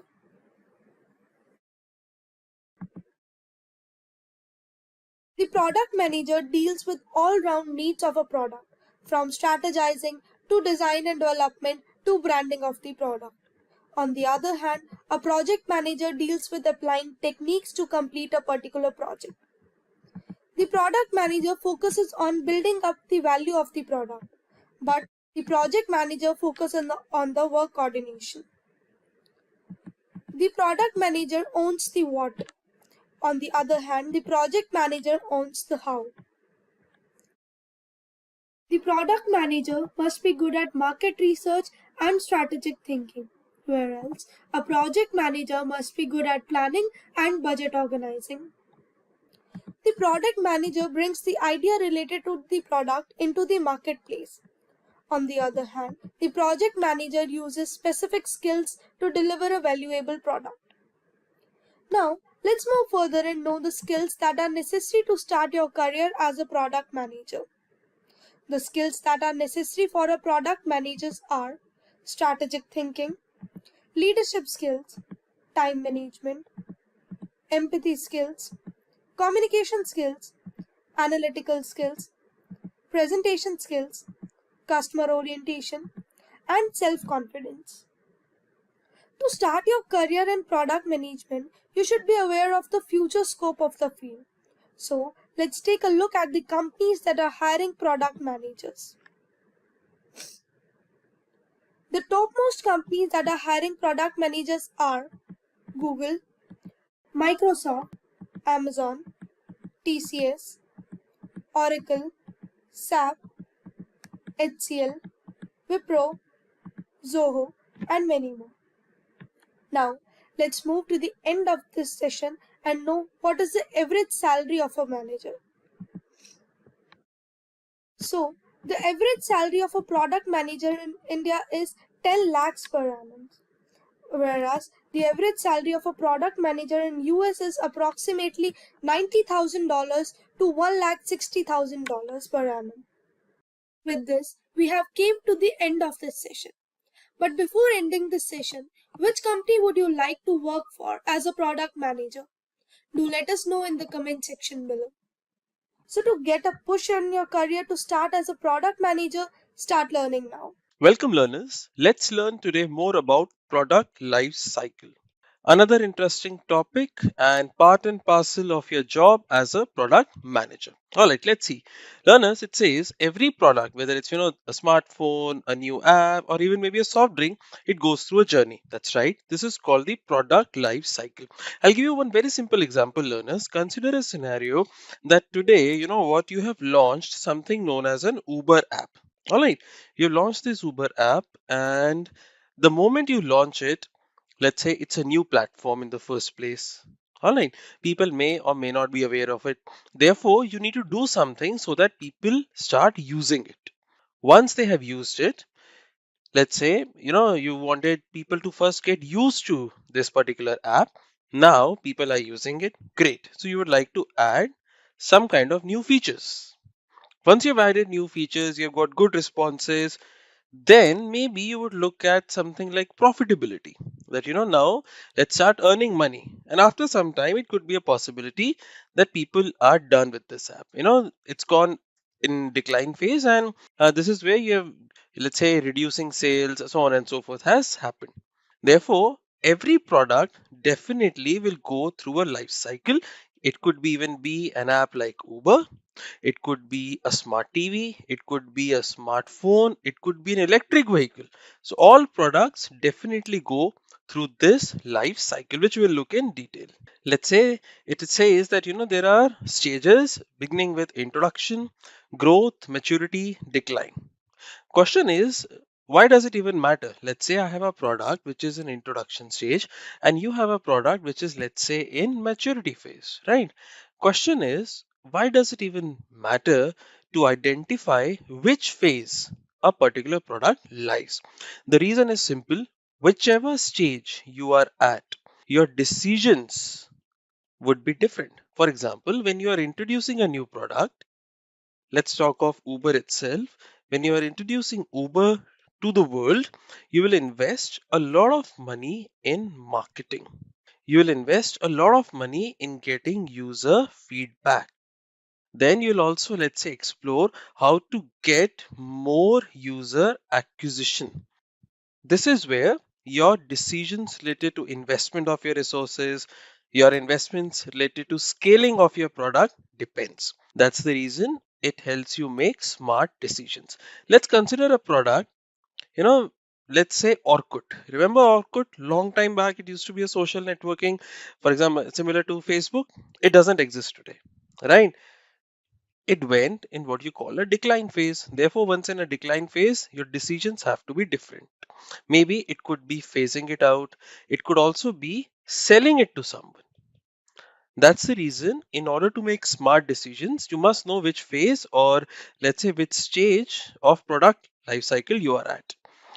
Let's have a look at these four stages. It says introduction, growth, maturity, and decline. We'll go through each and every stage in detail with few examples. Let's start with introduction. It says that focus on user education, revenue is low as awareness builds. Remember when Uber launched, they used to give huge discounts plus coupons so that we get used to the product. This is, they are in the introductory phase. That's the reason they are creating more of user education. They care less about revenue and more on the awareness. Therefore, when we are in the introduction stage, we need to convince people that, hey, this is a new product, why don't you try it? Then we value their feedback and make changes to our product. Therefore, awareness, convincing early adopters that, why don't you just try my product? This is what we do at an introduction stage. The primary goal is to create awareness among potential customers. Let's come to the growth stage. Now we've launched Uber. All right, people are already using this product. What happens in growth stage? The product begins to gain popularity. Now people start using your product and they demand more of it.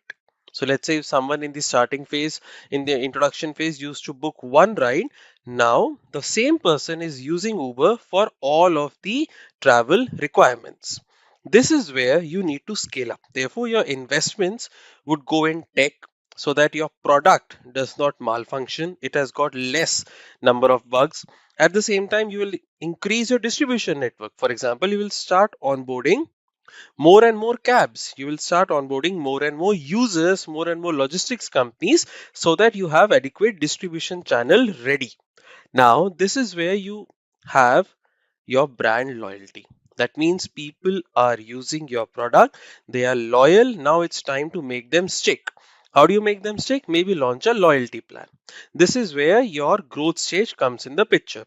People become more aware, they start buying, sales rise, and this is where your profitability also improves.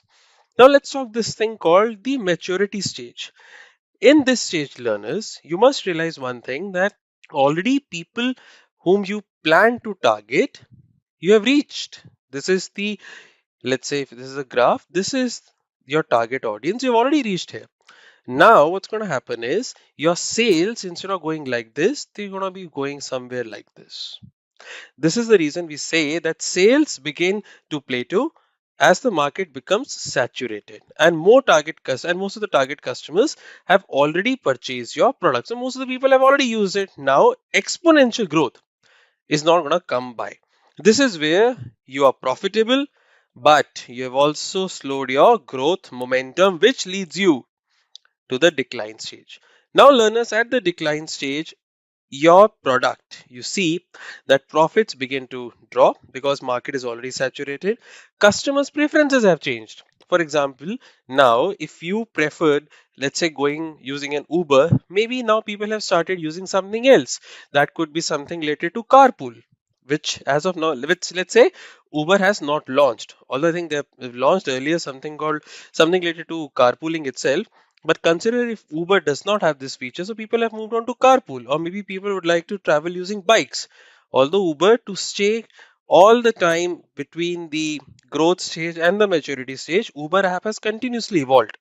They have what you call the Uber Moto, which gives you bike rides. They have got delivery. Therefore, Uber strives always remaining between maturity and growth stage. When you talk of the decline stage, your profits begin to drop, you have changes in customer preferences, and new and better alternatives come up. For example, Rapido is speedily gaining ground in India. Business strategies for each stage, because marketing and pricing will differ. Initially, when you start, it is all about creating awareness. That is the introduction stage. That telling people that why you are here and why should they care. For example, we give you a cab at your doorstep without even waiting at the main road. Similarly, pricing. Earlier, when Uber used to be there, so used to offer free of cost first rides, and then they used to have 50 rupees or 100 rupees coupons available. Therefore, the pricing was such, maybe now people can join and get onboarded. However, today we see Uber offers negligible discounts or coupons or something because they are moving towards profitability. They are saying people already use it, so let's make money out of it now.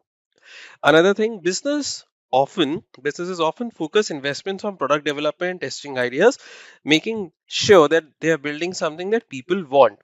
For example, in India, rise of two-wheeler taxis because of, let's say, faster, ETA, because of lesser cost, they started to gain momentum. Uber launched something known as Moto, so that now people can book this Moto on Uber app. Then they saw that, okay, delivery, point to point delivery. Let's say you are living in Whitefield in Bangalore and you'd like to deliver a parcel to Indiranagar. So Uber launched something called as delivery. In this way, your business investments, your product development ideas will continue to change as you go from one stage to another. Now, when you launch a new product, obviously user acquisition cost will be high when you have just launched it, because that time you're spending more on marketing and creating awareness. Therefore, user acquisition is usually low cost or organic when you're there somewhat at a growth stage, or when you're heading towards the maturity stage. However, initially you need to shell out lots of discount coupons, lots of marketing ways to get people onboarded. Let's look at some of the real world examples apart from the Uber app. We have got iPod. Remember iPod? Long time back. It's now at the decline stage. People have moved on and they prefer to use, let's say, more of iPhone or Spotify for their music needs. Similarly, consider AR glasses. Today, as we see, they're somewhat, you can say, in the introduction phase. They look cool, no doubt, they look cool, but not many people have started adopting them. You can say that investments, yes, are going around a lot. However, compare that with iPhone, it has already reached a maturity stage. People know what iPhone is, and apart from knowing, they are happily trying new versions that come out of every year. Not, it doesn't mean that lots and lots of new features are being made, but small improvements are good enough to attract customers. That's the reason it is there in the maturity stage. And no matter what you do today, iPod has unfortunately gone in the decline stage. Hello and welcome to this communication skill course. In today's world, how you communicate is just as important as what you say. Whether you are leading a team, presenting ideas, or simply building better relationship, strong communication skills are your superpower. This course is designed to give you a complete foundation from understanding the basics of how communication works to mastering both verbal and non-verbal techniques. Let's take a quick look at what you will learn in each module. In the first module, we'll learn about foundations of effective communication. We'll begin with the core concepts, what communication really is, how the communication process flows, and the barriers that often get in the way. This will set the stage for everything else. In the second module, we'll cover about the verbal communication skills. We'll dive into the power of your words. You'll learn how tone and pitch shape your message and how to become a better listener, one of the most underrated communication skills out there. Third module, we'll talk about non-verbal communication. We'll explore the unspoken language, body language, facial expressions, gestures, posture, and eye contact. Those cues often speak louder than words. In Module 4, we'll talk about communication in different settings. We'll look at how to adapt your communication style in different scenarios, whether it's in professional settings while giving a presentation or while navigating conflict. And by the end of this course, you will have practical tools and insights to communicate clearly, confidently, and with purpose, wherever life takes you. So let's get started with Module 1. Module 1, Foundations of Effective Communication. Let's be real, communication is everywhere, whether you are chatting with a friend, sitting in a team meeting, or introducing yourself at a party. How you say things can completely change the way people respond to you. We are diving into what communication really is, how the whole process works, and some common things that get in the way of a smooth conversations. And by the end of this course, you will have solid foundation. And trust me, everything we cover here will make the rest of the course feel a whole lot easier. So let's jump right in. First, let's understand communication. At its core, communication is the act of conveying information, ideas, thoughts, and emotions between individuals. It's a complex and dynamic process that involves both verbal and non-verbal elements. The primary goal of communication is to ensure that the intended message is received, understood, and acted upon by the recipient. Now that we have broken down what communication really is and how it shows up in our lives, let's take a step further and look at how the whole communication process actually works, from sender to receiver and everything in between. Now, let's talk about the role of communication. Communication serves various purposes. It can be used to inform, persuade, entertain, and express emotions. The intent behind communication determines its tone and method. For example, in a workplace setting, communication may primarily be used to provide information, give you instructions, or collaborate on projects. Now, on the other hand, in a personal relationship, communication may focus more on emotional expression, understanding, and empathy. Now, there are several forms of communication, including first we have verbal communication. Now, this communication includes spoken words and written messages. It is the most direct form of communication and is typically used for sharing information or ideas. Then we've got non-verbal communication. Often overlooked, non-verbal communication refers to body language, facial expressions, gestures, posture, and even silence. These non-verbal cues can often carry more meaning than the words we speak, as they reveal our true emotions and attitudes. At number 3, we have visual communication. Now, this involves using images, charts, graphs, and videos to convey messages. It is especially important in presentations and marketing. So now that you have understood the types of communication, let's understand the impact of communication it has in our daily life. Communication plays a crucial role in shaping every area of our lives, from personal relationship to professional environments. The way we express ourselves and understand others directly affects our experiences and outcomes. Effective communication builds trust, fosters deeper connections, improves collaboration, and boosts overall productivity. It helps individuals share ideas clearly, resolve issues smoothly, and work towards common goal efficiently. Now, on the other hand, poor communication often results in misunderstandings, delays, and conflicts that can harm relationships and hinder progress. In today's fast-paced world, being able to communicate effectively is not just helpful, it's essential for both personal development and career success. Now let's talk about the communication process. Communication is not one-way street. It's a involving multiple steps, with each participant playing a crucial role. Understanding this process is key to mastering effective communication. Let's talk about the key elements of the communication process. The communication process consists of several elements, each contributing to the flow and understanding of the message. The first element is sender. The sender is the individual or entity who originates the message. This person has an idea, thought, or emotion they wish to convey to somebody else. The sender is responsible for encoding the message clearly and appropriately, ensuring that it is understood by the receiver. Then we've got message. The message is the content that is being communicated. It can be in the form of spoken words, written text, or non-verbal cues like gestures. The message must be clear, concise, and relevant to the context in which it is being communicated. Now let's understand what encoding means. Now this refers to the process by which the sender translates their thoughts, their ideas, or their emotions into a format that can be communicated.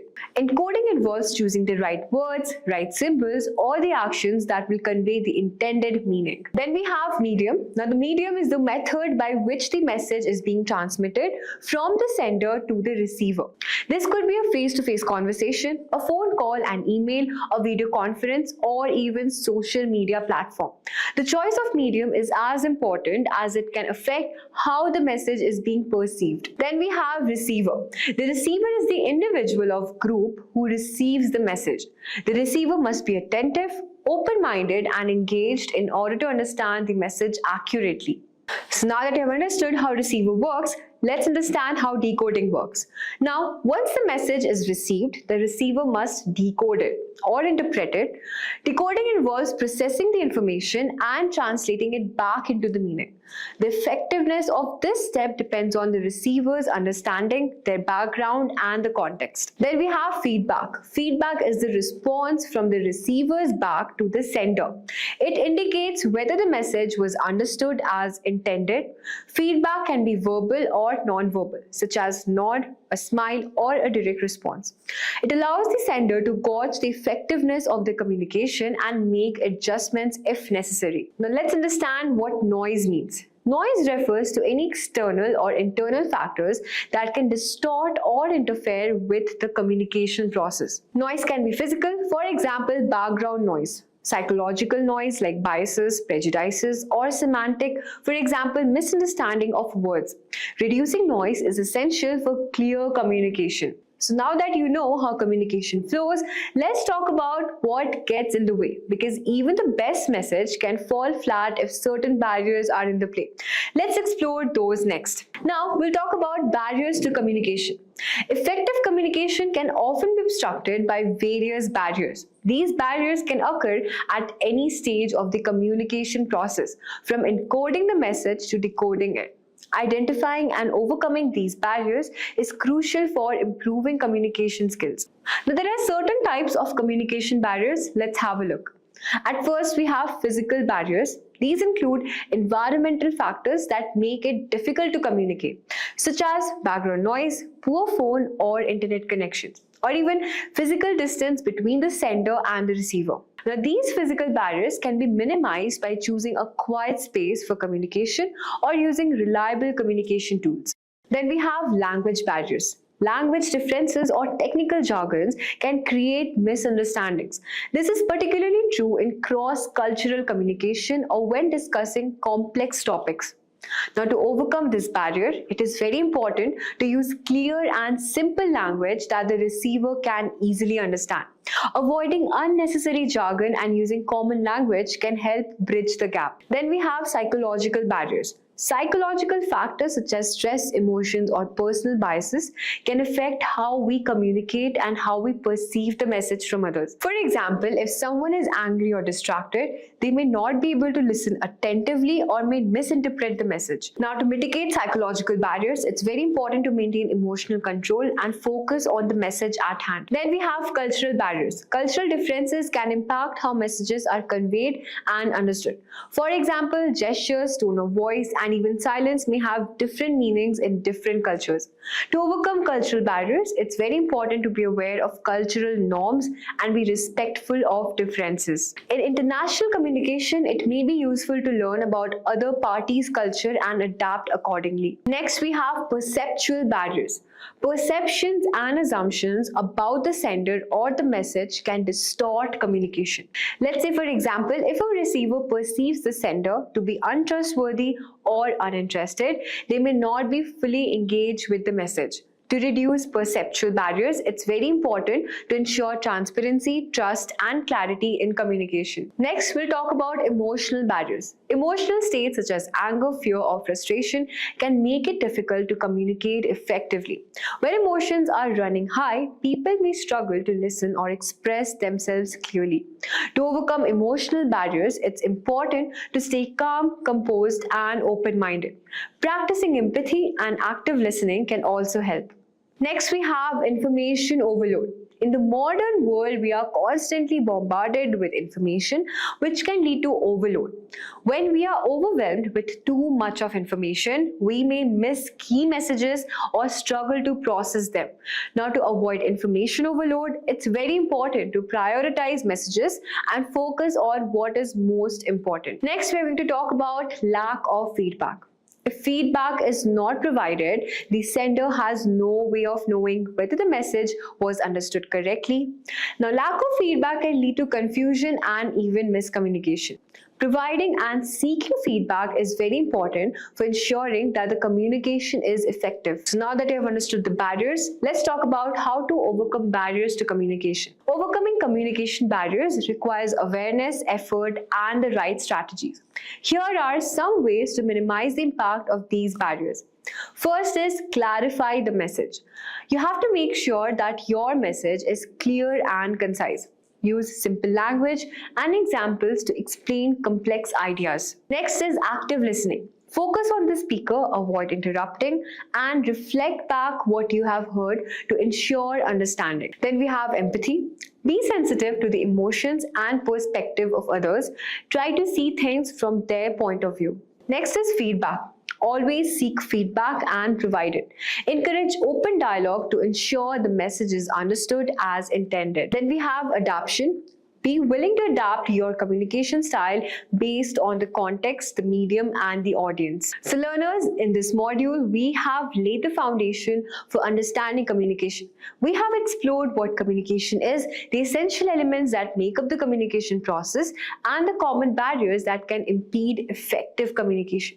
Now, by recognizing and addressing these barriers, we can significantly improve the clarity and the impact of our communication. As we move on to our next modules, we will delve deeper into specific communication skills such as verbal and non-verbal communication, and learn how to apply these skills in different contexts. But before we do that, remember that the key to become an effective communicator starts with understanding the basics.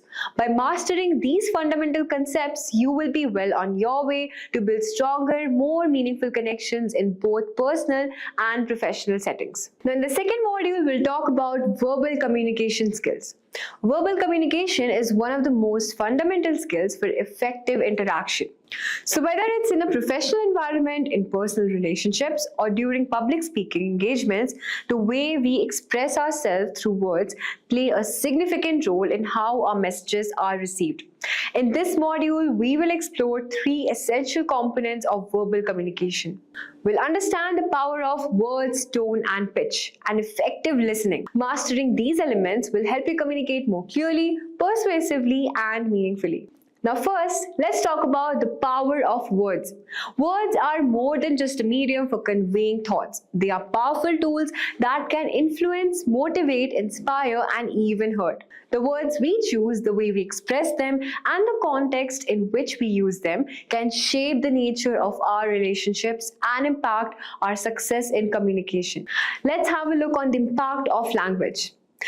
Language has the ability to reflect our intentions and shape the way people perceive us. Let's say, for example, how 2 individuals can use the same message but achieve different outcomes based on their choice of words. For instance, positive words like, "I'm excited to collaborate with you and explore new opportunities." We also have negative words like, "This is going to be a lot of work and I'm not sure it will be worth it or not."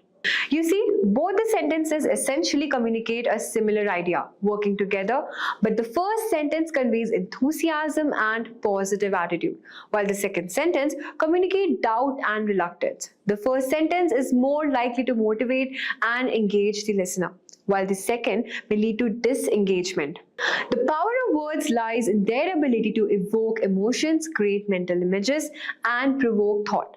By choosing our words carefully, we can strengthen our message and connect with others on a deeper level. Let's talk about how words create reality. The words we use can also shape our perception of reality. This is the basis of the famous saying, "Words are powerful." For example, the way we describe a challenge can determine how we approach it. Negative framing, like this is a problem, we might not be able to solve it. We have positive framing, like this is a challenge we can work through together. Now you can see that the second statement suggests hope and a sense of control, while the first statement emphasizes the difficulty and potential failure.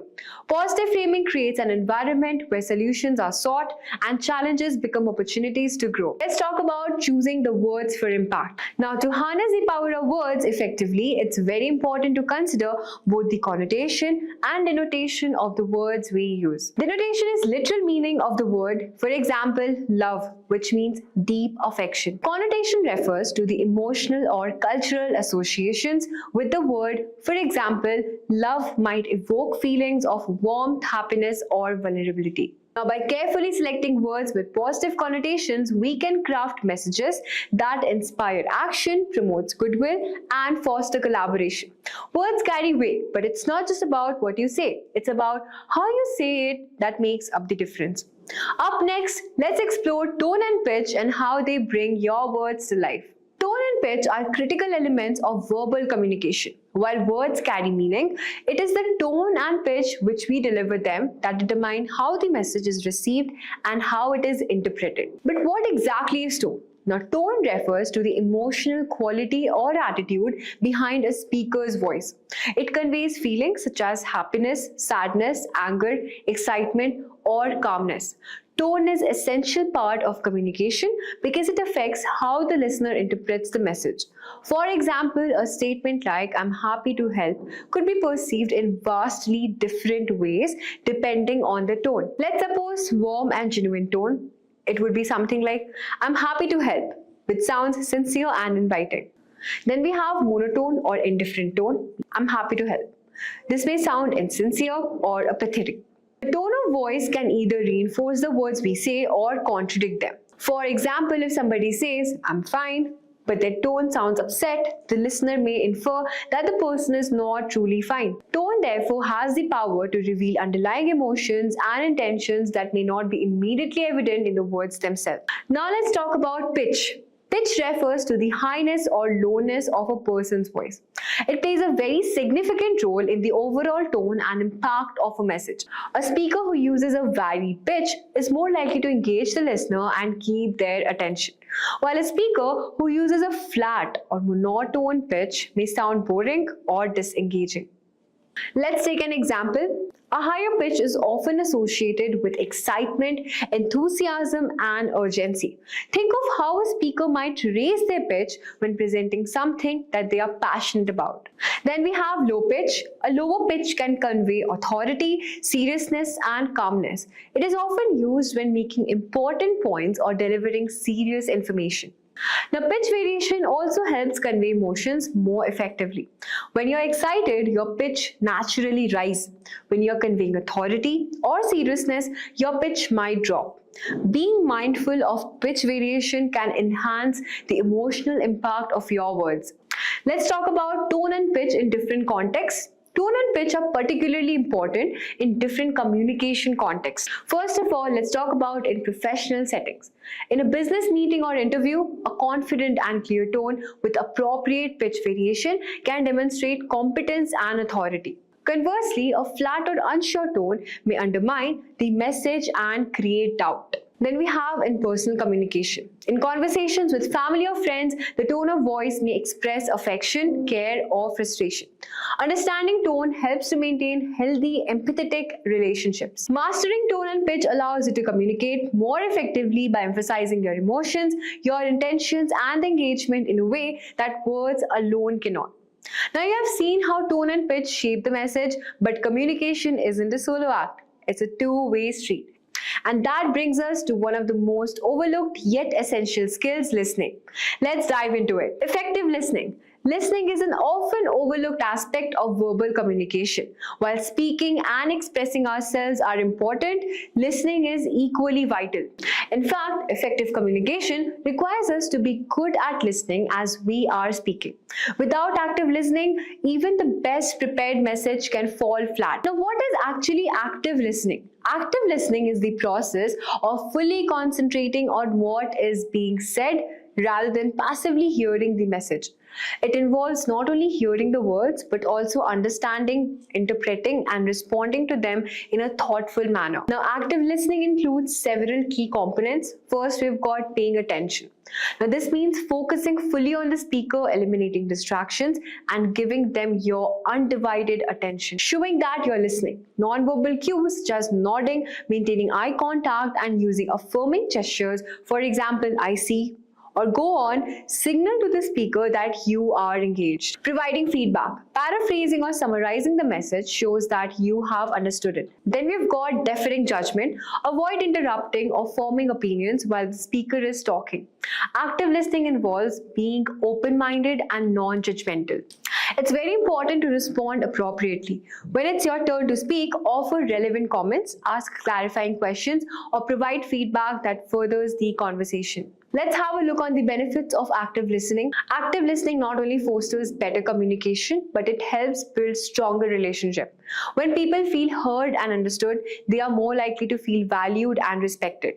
In professional settings, active listening can improve teamwork, reduce misunderstandings, and increase productivity. But there are often some barriers to effective listening. Let's have a look on that. First, we've got distractions. External noises or internal distractions, such as preoccupation with thoughts, can make it hard to focus on the message.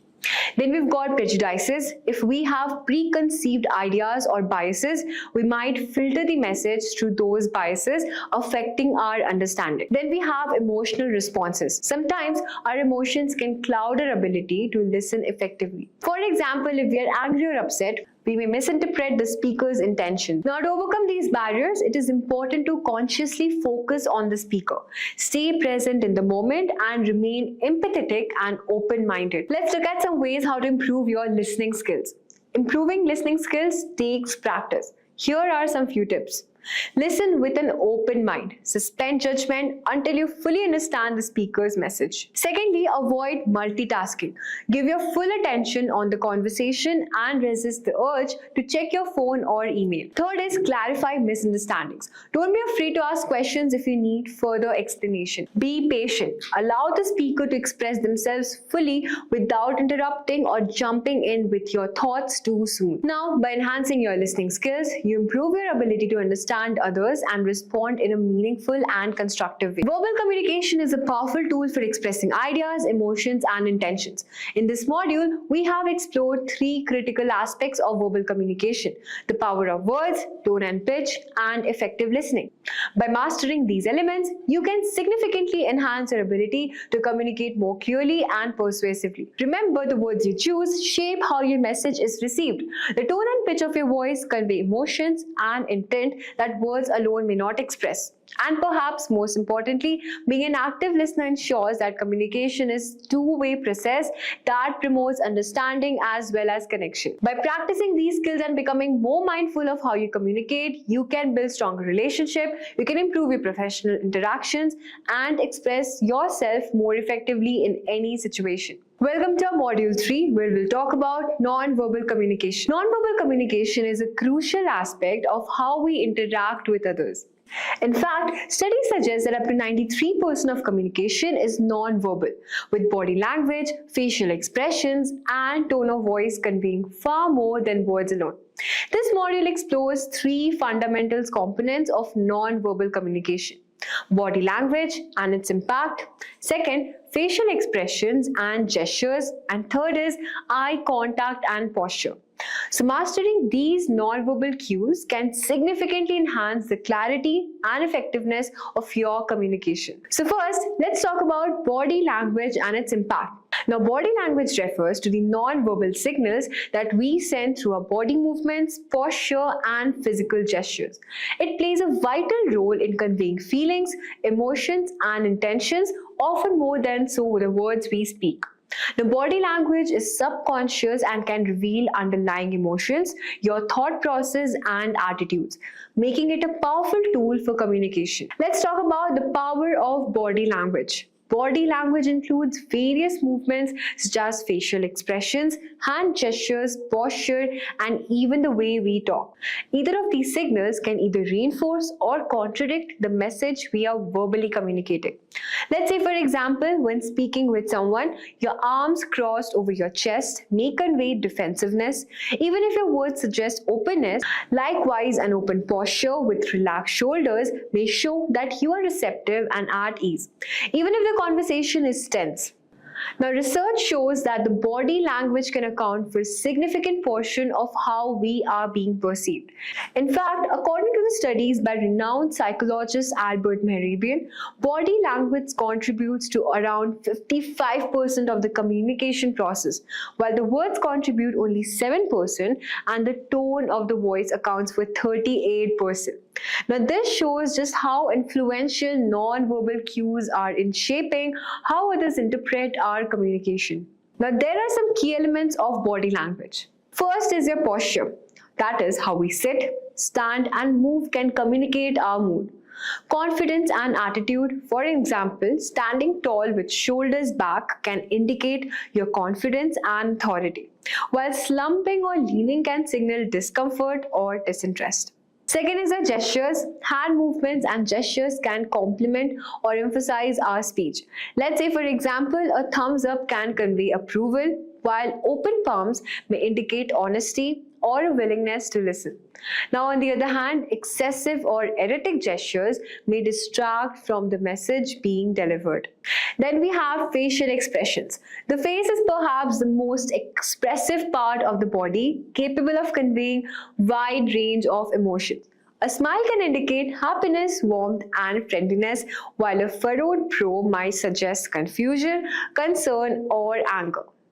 Then we have proximity. The distance we maintain during a conversation can also send powerful message. Standing too close to someone may invade their personal space and they can make it uncomfortable, while standing too far away might come off as distant or disengaged.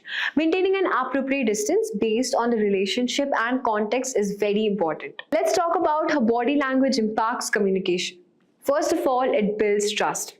Positive body language, such as maintaining an open posture, leaning forward, and making eye contact, can establish trust and create rapport with the another person. Now, on the other hand, closed body language, such as crossed arms or avoiding eye contact, can create a barrier and make the other person feel distant or distrusted. Then we have emotional expression. Our bodies often reveal emotions that we may not explicitly state. A simple gesture such as raised eyebrow or a clenched fist can convey frustration, excitement, or surprise. Being aware of these cues in yourself and others can help you better understand and respond to the emotions at play. Next, we'll talk about enhancing message delivery. Body language helps to reinforce the message we are delivering. For instance, when giving a presentation, a speaker might use hand gestures to emphasize points or facial expressions to align with the tone of the message. These cues help to keep the audience engaged and make the message more impactful. Next is cultural differences. It's very important to remember the body language that can vary across cultures. In some cultures, maintaining eye contact is seen as a sign of respect, while in others, it may be perceived as rude. Similarly, gestures that are commonly used in one culture may be offensive in another. Now, being aware of these differences can help avoid misunderstandings in cross-cultural communication. Now, this sounds fascinating, right? Body language can reveal so much without saying a word. And one of the most expressive parts of a body, that is the face. Now, up next, let's break down some facial expressions and gestures and how they can completely change the vibe of a conversation. Facial expressions and gestures. Now, facial expressions are one of the most significant elements of non-verbal communication. The face is capable of conveying a wide array of emotions, often in response to external stimuli stimuli or personal feelings. Now, these expressions are universal across cultures and can give us insight into how somebody is feeling or reacting, even if they do not verbally express it. The human face is incredibly expressive, capable of conveying a multitude of emotions such as happiness, sadness, surprise, anger, disgust, fear, and many more. Now, each emotion is associated with specific muscle movement in the face. For example, a smile typically involves the raising of the corners of the mouth, while frowning can cause the eyebrows to furrow and the mouth to turn downward. Now let's talk about happiness. A genuine smile where the eyes also appear to smile signals happiness and friendliness. A fake smile, however, might not involve the mouth and not the eyes, which can come off as insincere. Next, we have sadness. Now, a sad expression is often marked by a downturned mouth, dropping eyelids, and lack of energy in the facial muscles. Next expression, we've got surprise. Raised eyebrows, wide eyes, and an open mouth are common signs of surprise or being shocked. This is often an involuntary response to unexpected or startling information. Then we have anger. Tightening of the jaw, furrowed brows, and narrowed eyes are typical facial indicators of anger. This expression is often seen when someone feels frustrated or offended. Next, we have fear. Widened eyes, raised eyebrows, and open mouth are signs of fear, often a response to perceived danger or threat. Let's talk about the role of gestures in our daily life. Gestures or movements of the hands and arms are an important part of non-verbal communication. They can serve to emphasize a point, express emotions, or even replace words entirely. Gestures can be divided into two categories. First, we've got illustrators. Second is emblems. Let's know what are illustrators. Now, these are gestures that accompany and enhance verbal communication. Let's say, for example, using your hand to show the size of an object while describing it. These gestures help clarify and reinforce what is being said. Second, we have emblems. Now, emblems are gestures that have a specific meaning in a particular culture and can stand in for words. For example, a raised hand with the palm facing forward may signal stop or halt, and a thumbs up often means approval. Now, while gestures can enhance communication, they can also be misinterpreted if not used appropriately. Let's say, for instance, crossing your arms during a conversation may suggest defensiveness or closed behavior, even if you're simply feeling cold. Let's talk about the impact of facial expressions and gestures. The facial expression and gestures can significantly impact the clarity of your message. They help others understand the emotional context of your words and give insight into your inner feelings. Let's say, for example, a smile paired with words of encouragement can provide warmth and make the message more effective. On the other hand, a sarcastic tone with furrowed brow can confuse or even alienate the listener. Gestures can also be a powerful tool in public speaking. A speaker who uses purposeful hand gestures to emphasize points or convey enthusiasm is likely to hold the audience attention more effectively. However, overusing gestures can also be distracting, so it's very important to use them in moderation. As with body language, cultural differences also should be considered when interpreting facial expressions and gestures. In some cultures, certain gestures may have entirely different meanings, which leads to potential miscommunication. Now, being mindful of cultural norms can help ensure that your non-verbal communication is understood as intended. As you have seen, our face and gestures are like emotional amplifiers, but there's more to non-verbal communication. Let's talk about eye contact and posture. Now, these subtle cues can either build trust or create distance. Let's take a closer look. Eye contact and posture. Eye contact and posture are two more essential components of non-verbal communication. Now, these cues can convey confidence, attentiveness, trustworthiness, and even dominance. How you use your eyes and how you position your body during interactions can influence the way your message is being received. Let's talk about the importance of eye contact. Now, eye contact is one of the most powerful non-verbal cues in communication. It can express a wide range of emotions from interest and empathy to suspicion or aggression. Maintaining appropriate eye contact helps establish trust and rapport, whereas avoiding eye contact may suggest discomfort, dishonesty, or lack of confidence. Next, we'll talk about establishing trust. Maintaining eye contact during conversations signals attentiveness and interest. It shows that you are being engaged in the interaction and that you value the other person's input.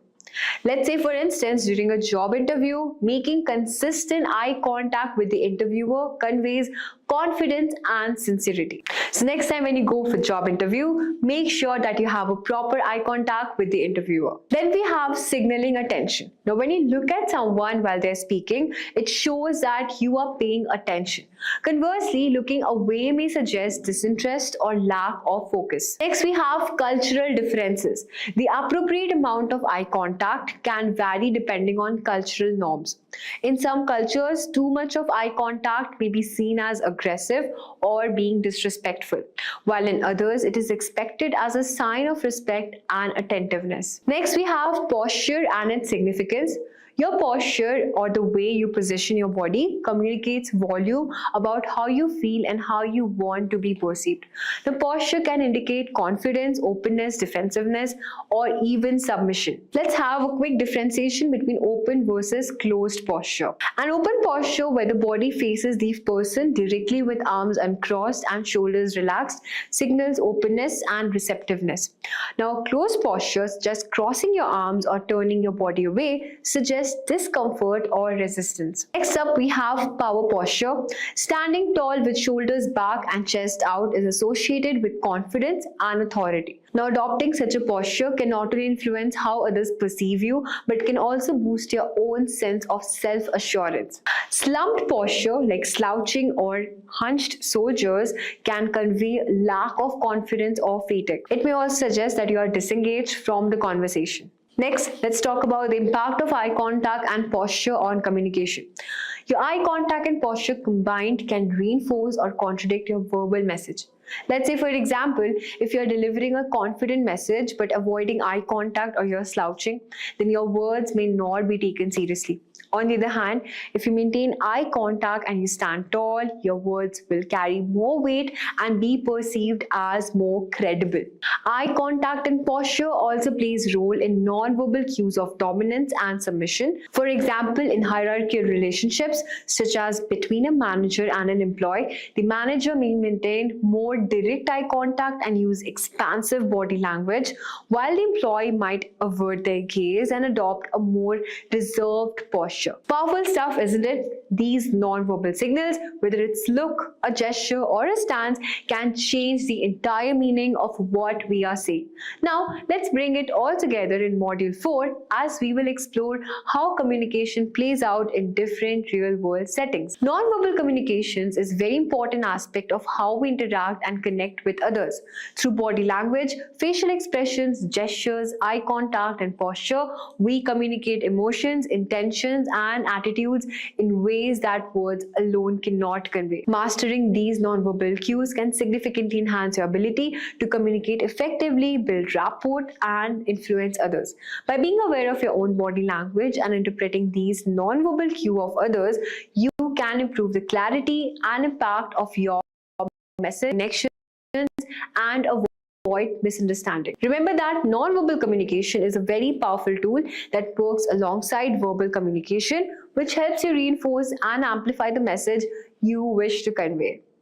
Welcome to our Module 4, Communication in Different Settings. Now, you know, communication is a skill that transcends personal conversations and touches upon various settings, each requiring distinct strategies and approaches. So whether you're engaging in professional communication, delivering a presentation, or resolving a conflict, the context in which communication takes place can significantly shape how messages are received and understood. So in this module, we will focus on 3 critical settings where communication plays a vital role: professional communication, public speaking and presentations, and conflict resolution as well.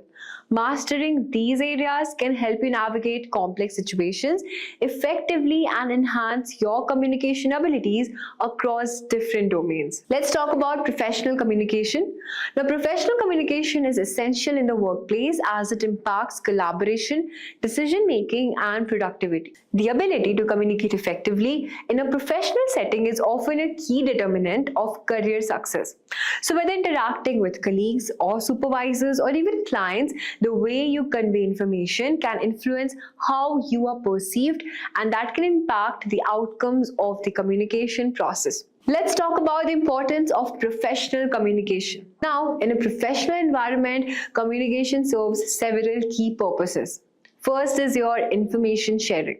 Professional communication is often used to exchange information. So whether it's about task, your project, deadlines, or changes in policy, clear communication ensures that all the team members are on the same page and reduce the risk of misunderstandings. Second is your building relationship. The way we communicate in a professional setting also contribute to relationship building. Open and respectful communication can help create trust between co-workers, supervisors, and clients, while poor communication can lead to frustration, confusion, and strained relationships. Next, we've got decision making and problem solving. Effective communication is very important for making informed decisions and solving problems in a timely manner. So when information is not conveyed clearly, decisions can be delayed and problems can escalate. Now, there are some key principles of professional communication. Let's have a look on that. First is your clarity and precision. In a professional settings, time is often limited and decisions need to be made very quickly. Now, clear and precise communication will reduce the chance of errors and ensures that messages are being understood and intended.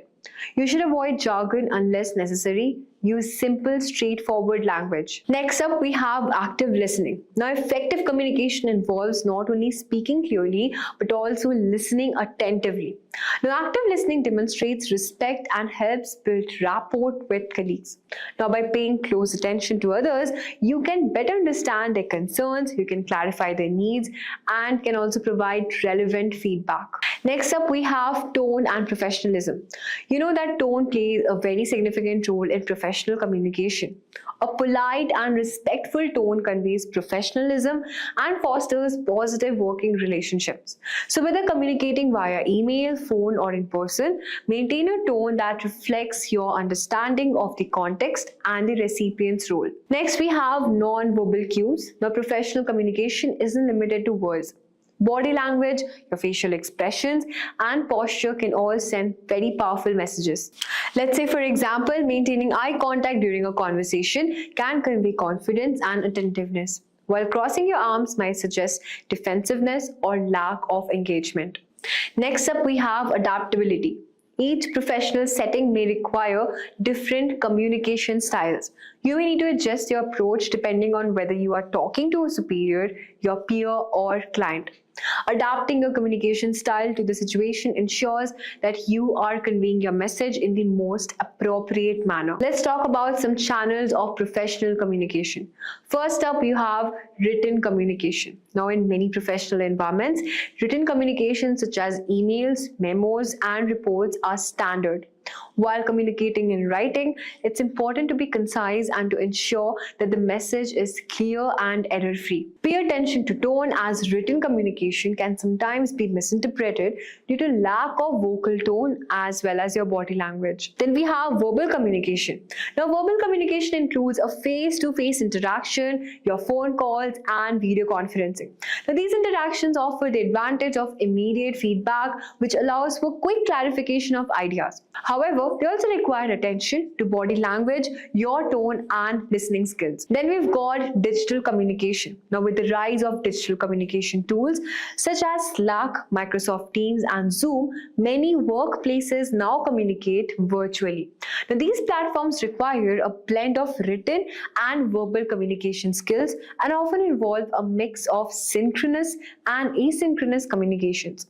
Being adept to these tools efficiently is essential for modern professional communication. Being clear and respectful in professional settings is key, but sometimes you need to go beyond one-to-one chats and speak to a room full of people. Up next, let's learn about how to shine in public speaking and presentations. Public speaking and presentations. Public speaking and delivering presentations are key skills that can be used in many different professional and social settings. So whether giving a speech at a conference, presenting a project proposal, or leading a meeting, the ability to communicate effectively in front of your audience is a valuable skill. However, for many, the thought of speaking in public can be intimidating. Not to overcome this, it's very important to develop both your verbal and non-verbal communication skills to deliver engaging, clear, and persuasive presentations. Let's now talk about the importance of public speaking and presentations. Now, public speaking and presentations serve a variety of purposes, which includes educating and informing. Now, whether delivering a training session, conducting a webinar, or presenting research findings, public speaking is often used to share your knowledge and educate an audience. Next is persuading and influencing. Public speaking is also an essential tool for persuasion, whether pitching an idea to investors or convincing colleagues to adopt a new strategy. The goal is to influence the audience's thoughts and actions. Next, we'll talk about how to inspire action. You know that motivational speakers use public speaking to inspire their audiences that take action. A well-delivered presentation can energize and motivate an audience to change their behavior, adopt new practices, or even support a cause. Let's have some tips for effective public speaking. First of all, know your audience. Understanding the background, the interests, and expectation of your audience is very crucial when preparing your presentation. Tailor your message to meet their needs and address their concerns. Let's say, for instance, a presentation for a senior executive might focus more on strategic outcomes, while a talk for employees might focus on practical steps and team involvement. Then we have structuring your presentation. A clear structure is very important for keeping your audience engaged and helping them follow your message.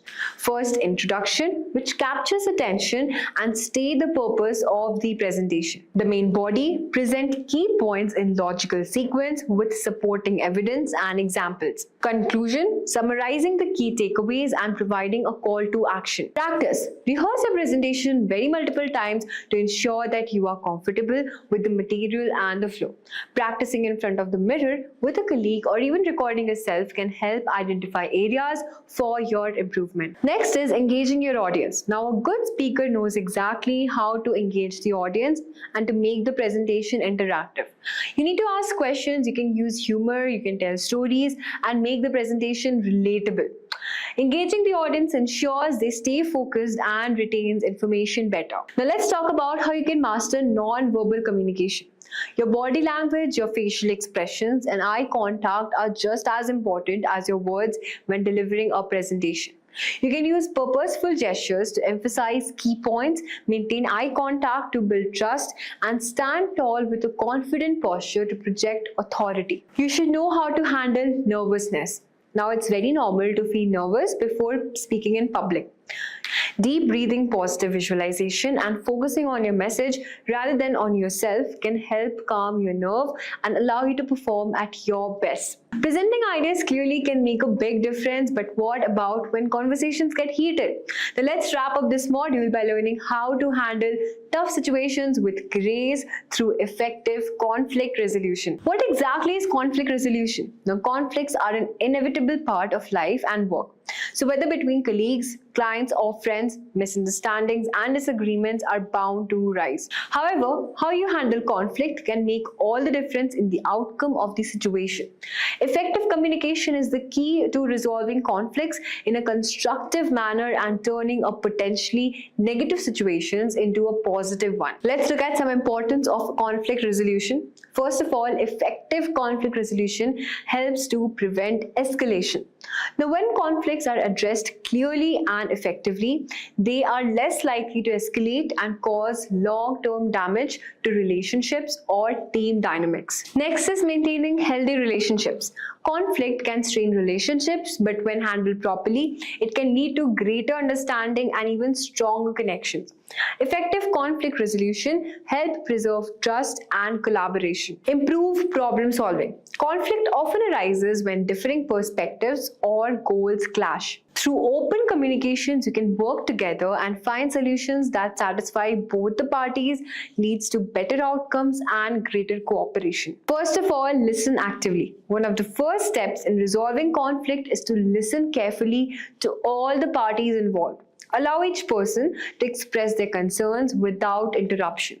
Now, this ensures that everyone feels heard and valued, which can reduce defensiveness. Next up is acknowledging emotions. Conflicts often involve strong emotions. Now, you need to acknowledge these emotions and empathize with the other person's perspective. Validating emotions can help create an atmosphere of understanding as well as respect. Next, identify the issue. Clearly define the issue at hand. This involves understanding the root cause of the conflict and clarifying the needs and concerns of each party. Avoid getting sidetracked by peripheral issues or personal attacks. Collaborate on solutions. Encourage open dialogue to brainstorm potential solutions rather than just approaching the conflict as a zero-sum game. Work collaboratively to find a resolution that satisfies everyone involved. This may require compromise and flexibility on both the sides. Maintain a calm tone during conflict resolution. It's very important to maintain calm and composed tone. Avoid raising your voice or using hostile languages, as this can escalate the situation. A calm demeanor can help diffuse tension and promote more productive conversation. Next is follow-up. After a resolution has been reached, follow up with the involved parties to ensure that the solution is working and that no further issues have arisen. Ongoing communication can help prevent future conflicts and ensure that relationships remain intact. So in this module, we have explored 3 critical aspects of communication in different settings: professional communication, public speaking and presentations, and even conflict resolution. Now, each of these settings requires unique approach to communication, but all rely on the fundamental principles of clarity, empathy, and respect. Mastering professional communication allows you to navigate the workplace effectively, while public speaking and presentations provide opportunities to influence and inspire audiences. Conflict resolution, on the other hand, helps preserve relationships and resolve disagreements in a constructive way. Now, by owning your communication skills in these areas, you can enhance effectiveness in both personal and professional settings, strengthening your relationships and contributing to more positive and productive environment. Communication is an invaluable skill, and the ability to adapt your approach to different contexts is key to becoming a more effective communicator in all the aspects of life. So guys, let's start with the first fundamental question, that why do companies conduct market research? So guys, market research is a process of gathering, analyzing, and interpreting information about a market, including its customers, competitors, and overall industry dynamics. It involves collecting data from various sources such as surveys, interviews, observations, and secondary research also, and using that data to gain insights into market trends, consumer preferences, and competitive landscape. The primary objective of market research are: first, understanding the consumer needs, preferences, and behavior. Second one we have is identifying market opportunities and potential threats. Third one we have is assessing the feasibility and viability of new product or services. Now let's move on and try to understand what are the major categories of market research. Here are top 4 major categories of market research. The first one that we have all over here is quantitative research. This category focuses on collecting numerical data from a large sample size to quantify consumer behaviors, preferences, and attitudes. It involves methods such as surveys, online polls, questionnaires, and experiments, which allows for statistical analysis and generalization of findings. Next one we have all over here is qualitative research. Qualitative research aims to gain deeper insights into consumer motivations, perceptions, and attitudes through non-numerical data collection methods. Techniques such as interviews, focus groups, ethnographic studies, and observations are commonly used to provide rich, descriptive insights into consumer behavior. Third one we have all over here is primary research. Primary research involves collecting first-hand data directly from the target market using methods such as surveys, interviews, and observations. This type of research provides customized and up-to-date information tailored to the specific research objective of the project. And finally we have is secondary research. Secondary research involves gathering and analyzing existing data and information that has already been collected by other sources. This can include industry reports, government publications, academic studies, market intelligence reports, and data from online databases. Secondary research is often used to supplement primary research findings, provide context, or validate research hypotheses. Now let's move on and try to understand what are the benefits of using marketing techniques. So guys, using market research techniques offer numerous benefits, including few of them are, the first one that we have all over here is understanding customer needs. Market research techniques allows businessmen to gain insights into customer preferences, behaviors, and needs. By understanding what drives their target audience, businesses can develop products and services that better meet customer expectations, leading to increased customer satisfaction and loyalty. Second one we have is identifying market opportunities. Through market research, businesses can identify new market trends, niches, and opportunities for growth. By analyzing market data and consumer insights, businesses can uncover unmet needs or underserved segments, which allows them to capitalize on emerging trends and gain a competitive edge. Third one we have all over here is informed market decision. Market research techniques provide valuable feedback that can be used to inform product development efforts. By gathering insights from customers through surveys, interviews, or focus groups, businesses can identify product features, functionalities, and improvements that align with customer preferences and market demands. Next one we have all over here is measuring ROI.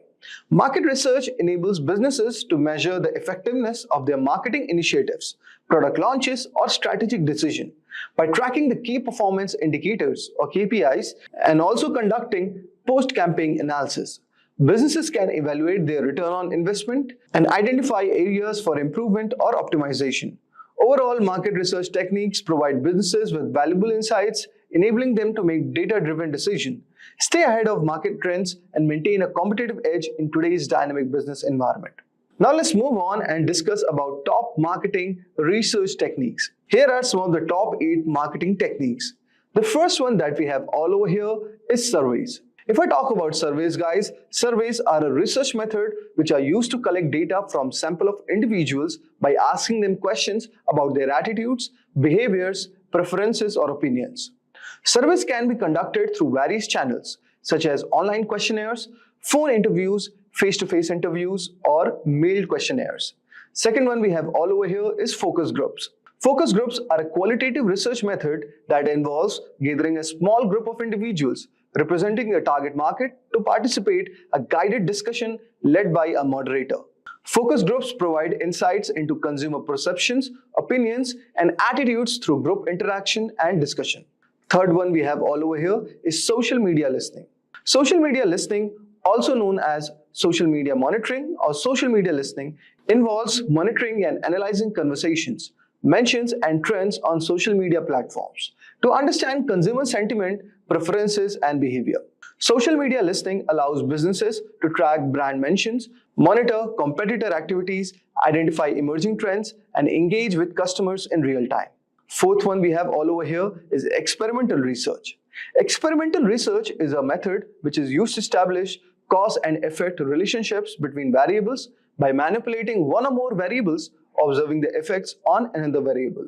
Experimental research involves control experiments conducted in laboratory or real-world settings to test hypotheses and draw conclusions about the effects of interventions or treatments.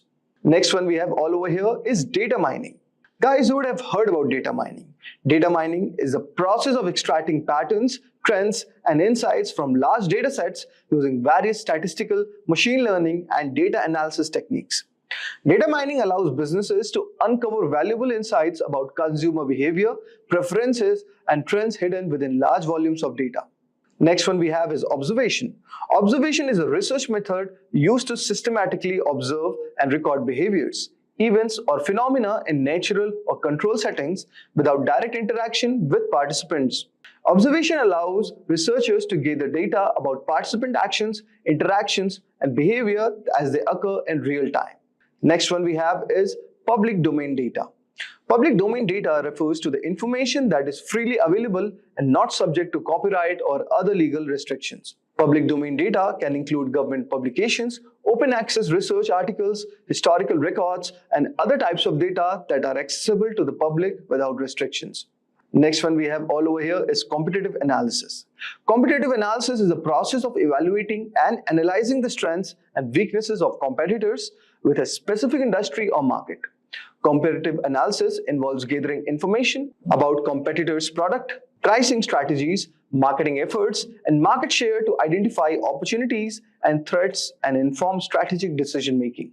So guys, I hope so you would have got an idea regarding what are the top 8 marketing techniques that you can apply for your business. Now let's move on and discuss a case study of Apple, where we are going to discover how their market research made one of the most successful product, which is known as iPod. So guys, in the early 2000s, Apple revolutionized the music industry with the introduction of iPod, a portable digital music player.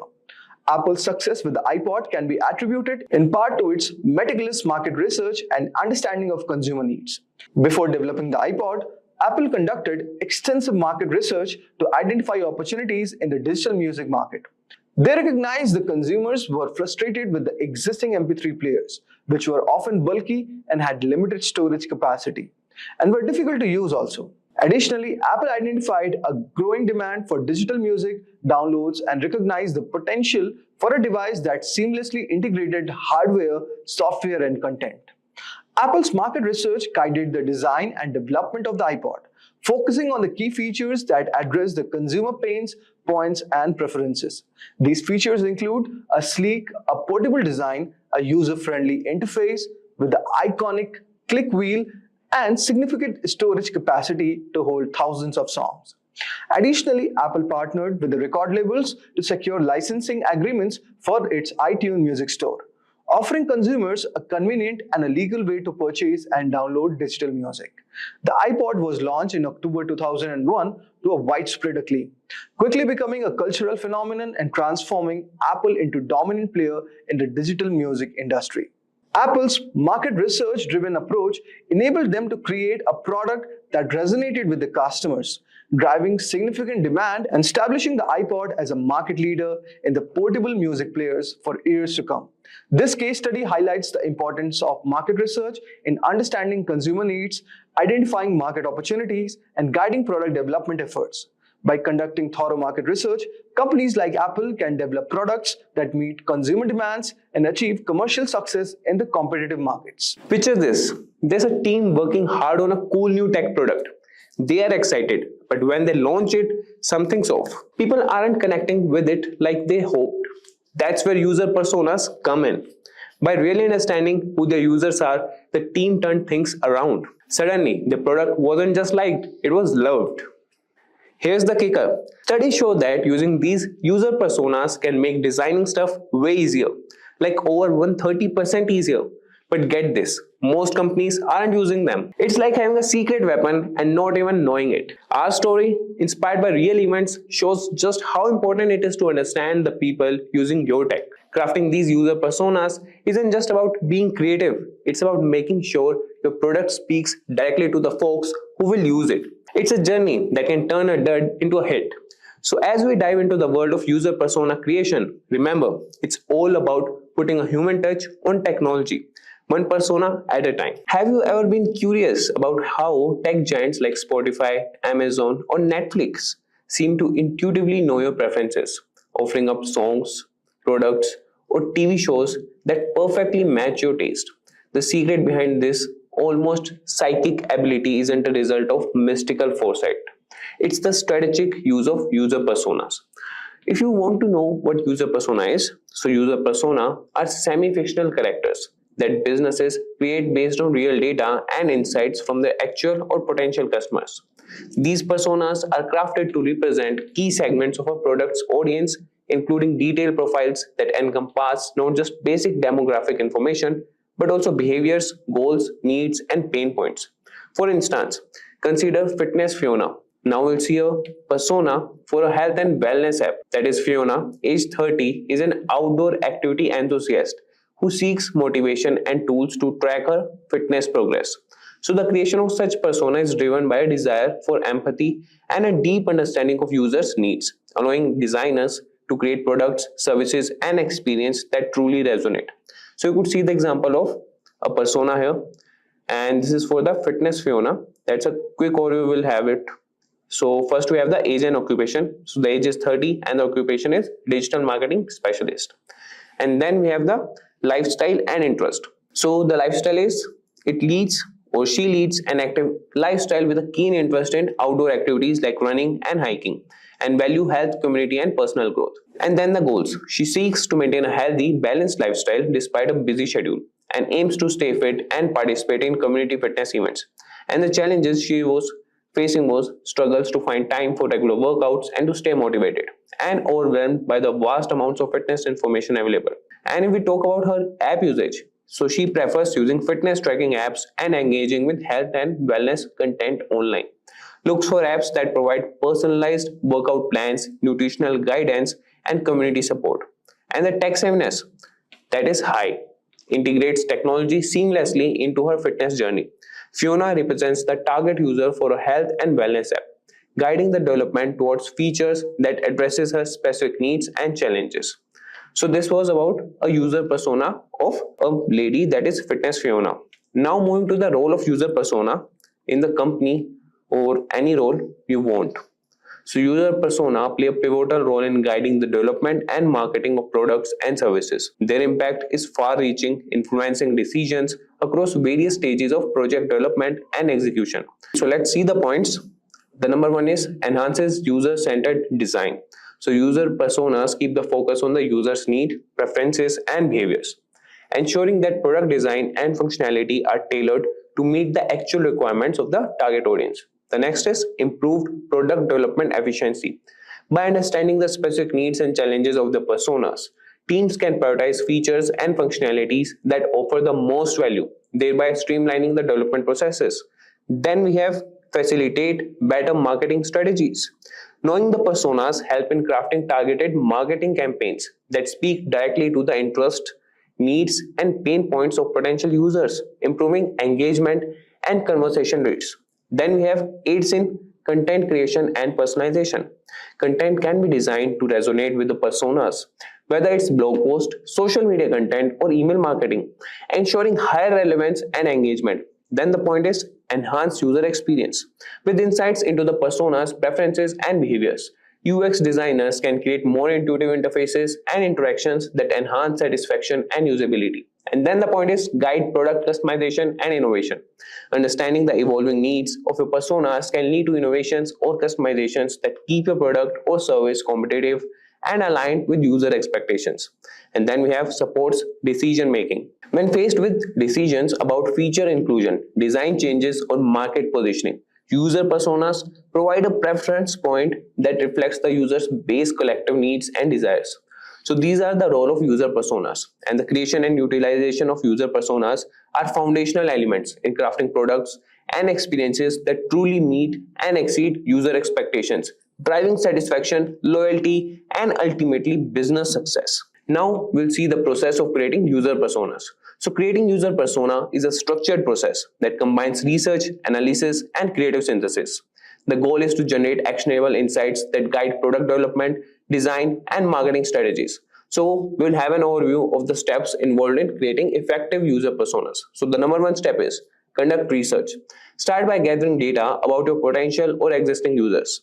This can include qualitative methods like interviews, focus groups, and ethnographic observation, as well as quantitative methods such as surveys and analysis of user behavior data from analytics platforms. So let's understand this with an example. So let's consider a scenario. The development team for the EcoStay app starts by collecting data. They conduct online surveys targeting travelers interested in sustainable living. They also analyze forum discussion on ecotourism websites and interview frequent travelers to understand their preferences and concerns. So the next step or the process would be analyze the data. Look for patterns and commonalities in the data collected. This might involve segmenting users based on demographics, behaviors, preferences, or goals. The aim is to identify meaningful groups of users who share specific characteristics or needs. And the findings we have from here is, from the research, the team notices, like we are again back to the example. So from the research that was done, that was the conducting the research. So the team notices patterns. Many respondents prioritize sustainability but also express concerns about cost and the authenticity of eco-friendly claims. They identify three main segments: budget eco travelers, luxury eco tourists, and eco conscious families. So these were the findings, analyzing the data. And then we have create draft personas, the next step. So based on your analysis, start drafting your personas. Each persona should represent a significant segment of your audience. Include demographic details, behaviors, needs, goals, challenges, and any other relevant information that defines the persona. So you could start drafting the persona. That could be for the budget eco traveler and any name Beth. Then you can have her age, occupation, goals, what challenges she is facing, and then the next step that would be refine and validate personas. Refine your personas by gathering feedback from stakeholders and comparing the personas against actual user data when available. So this step may involve revisiting your research to fill in gaps or clarify aspects of the personas. And for example, the team that was the app team that shares Beth's persona with ecotourism experts and real travelers fitting Beth's profile for feedback. Adjustments are made based on suggestions such as emphasizing the importance of community reviews in Beth's decision-making process. So this was about the refine and validate personas. Now moving to the next step, that is develop scenarios and goals. For each persona, outline key scenario or task they need to accomplish with your product or service. This helps in understanding the context in which your personas will interact with your offerings. So let's consider a scenario with an example only. So Beth, for which the persona was created. So Beth is planning a 2-week backpacking trip across Costa Rica. So she uses EcoStay, that app person was making. So she uses EcoStay to find budget-friendly, verified eco lodges and hostels. So key features she looks for include sustainability certifications, user reviews, and easy booking options. So this was about her. So now moving to the next step, that is apply personas. So use the persona to guide decision making in product development, design, and content strategy and marketing. Personas should inform features, user interface design, and the overall user experience, as well as targeting and messaging in marketing campaign. And if we talk about the example, so the EcoStay app, so that development focuses on features like a verification badge for accommodations with authentic eco certifications, a budget filter with a sustainability rating, and a community review section. So this was about apply personas. Now moving to the next one. Or the marketing campaign highlights stories from budget travelers like Beth, showcasing the app's ability to combine affordability with sustainability. Now moving to the next, that is review and iterate. So user persona should not be static. As your product evolves and you gather more data about your user, revisit and update your persona to ensure they remain accurate and relevant. And about the iteration, so after the app's launch, user feedback and usage data are analyzed. The team finds that eco-conscious families are also using features designed for budget travelers. So the personas are updated to reflect their crossover, leading to the development of family-friendly features and content. So throughout this process, it's crucial to remember that personas are tools for empathy and understanding, designed to keep the user at the heart of product development decisions. While the exact details and depth of each persona can vary depending on people's scope and the available data, the fundamental goal remains the same: to create a product that resonates with and meets the needs of your target users. So now moving to the next topic, that is applying persona to product development and marketing. Certainly, applying user personas effectively streamline both product development and marketing, ensuring efforts are closely aligned with user needs.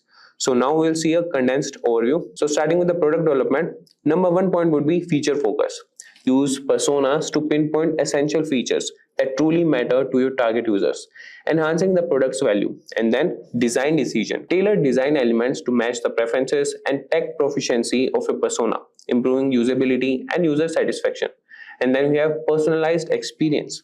Leverage insights from personas to customize user experience, meeting diverse needs within your user base. Now coming to the marketing team, so the points are tailored messaging. Craft messages that resonate deeply with each persona, addressing their specific interest and pain point for more effective communication. And then we have content strategy.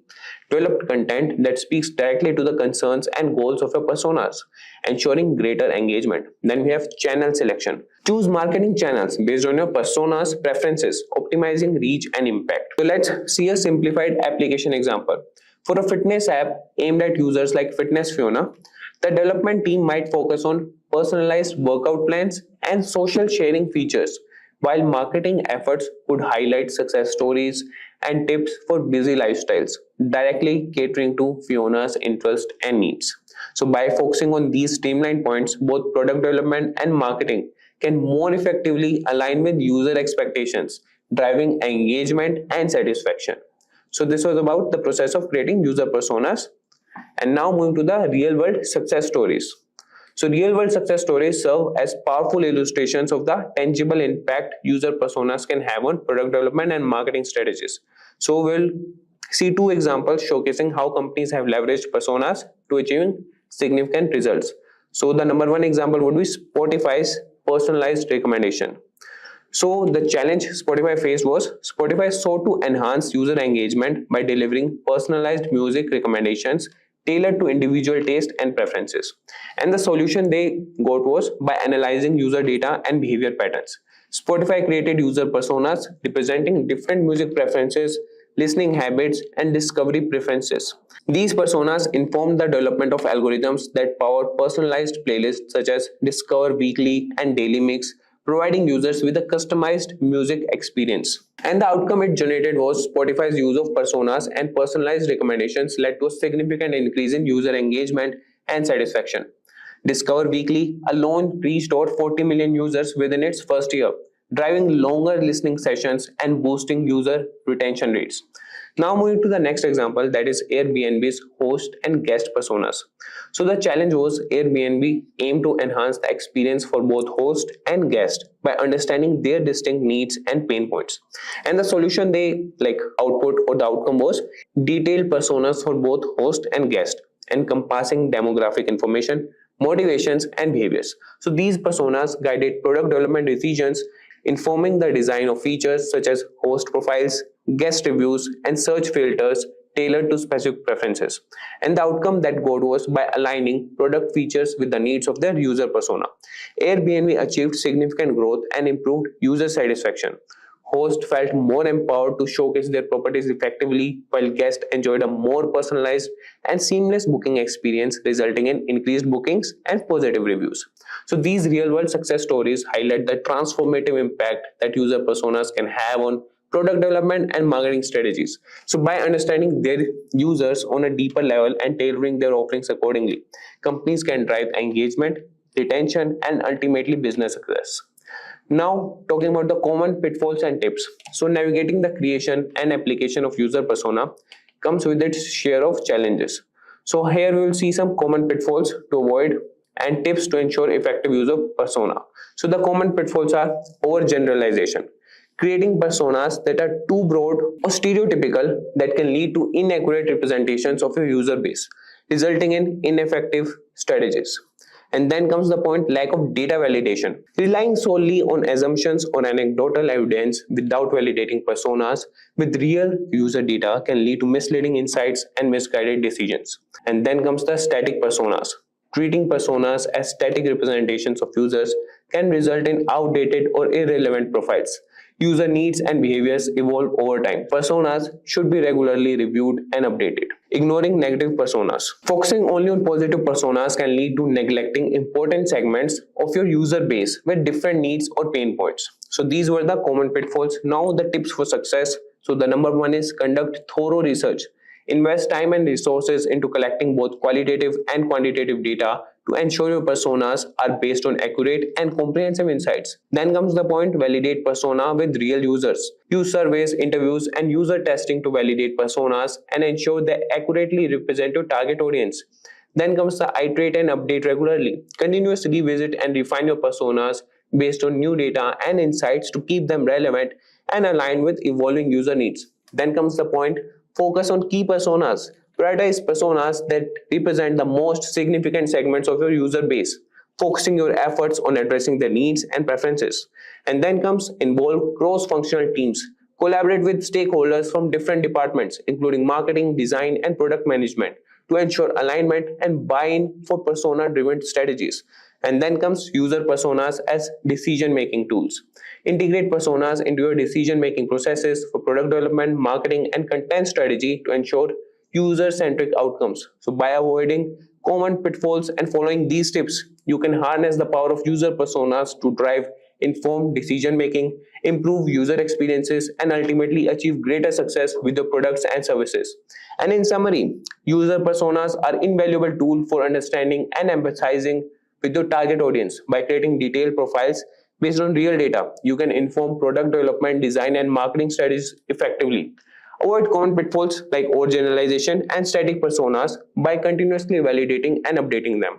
With user personas, you can prioritize features, make informed decisions, and tailor experiences that resonate with users, ultimately driving engagement and business success. Hey there, fellow entrepreneurs. So picture this, you have got this killer product idea, right? And naturally, you want it to be like totally flawless before you launch it out into the world. But here's the thing, no matter how much you sweat over it, there's always going to be some hiccup or snag along the way. It's just the way the cookie crumbles, you know. But fear not, my friend, because there's a game changer known as MVP. But what exactly is MVP and why does it matter? Well, let's start with numbers. Did you know that 42% of startups fail because there's no market need for their product? Shocking, right? That's where MVP swoops in as a game changer. By focusing on the core features and functionalities, MVP allows companies to bring a product to the market quickly and test its viability with real users.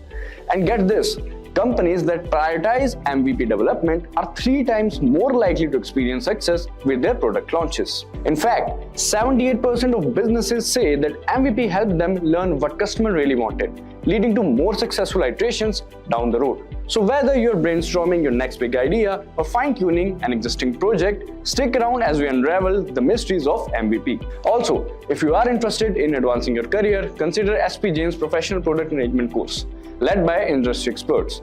This comprehensive program equips you with essential skills and insights to excel as a product manager. Dive deep into the latest industry trends and advancements through live sessions, from strategic planning to product development and marketing. Gain a thorough understanding of the field.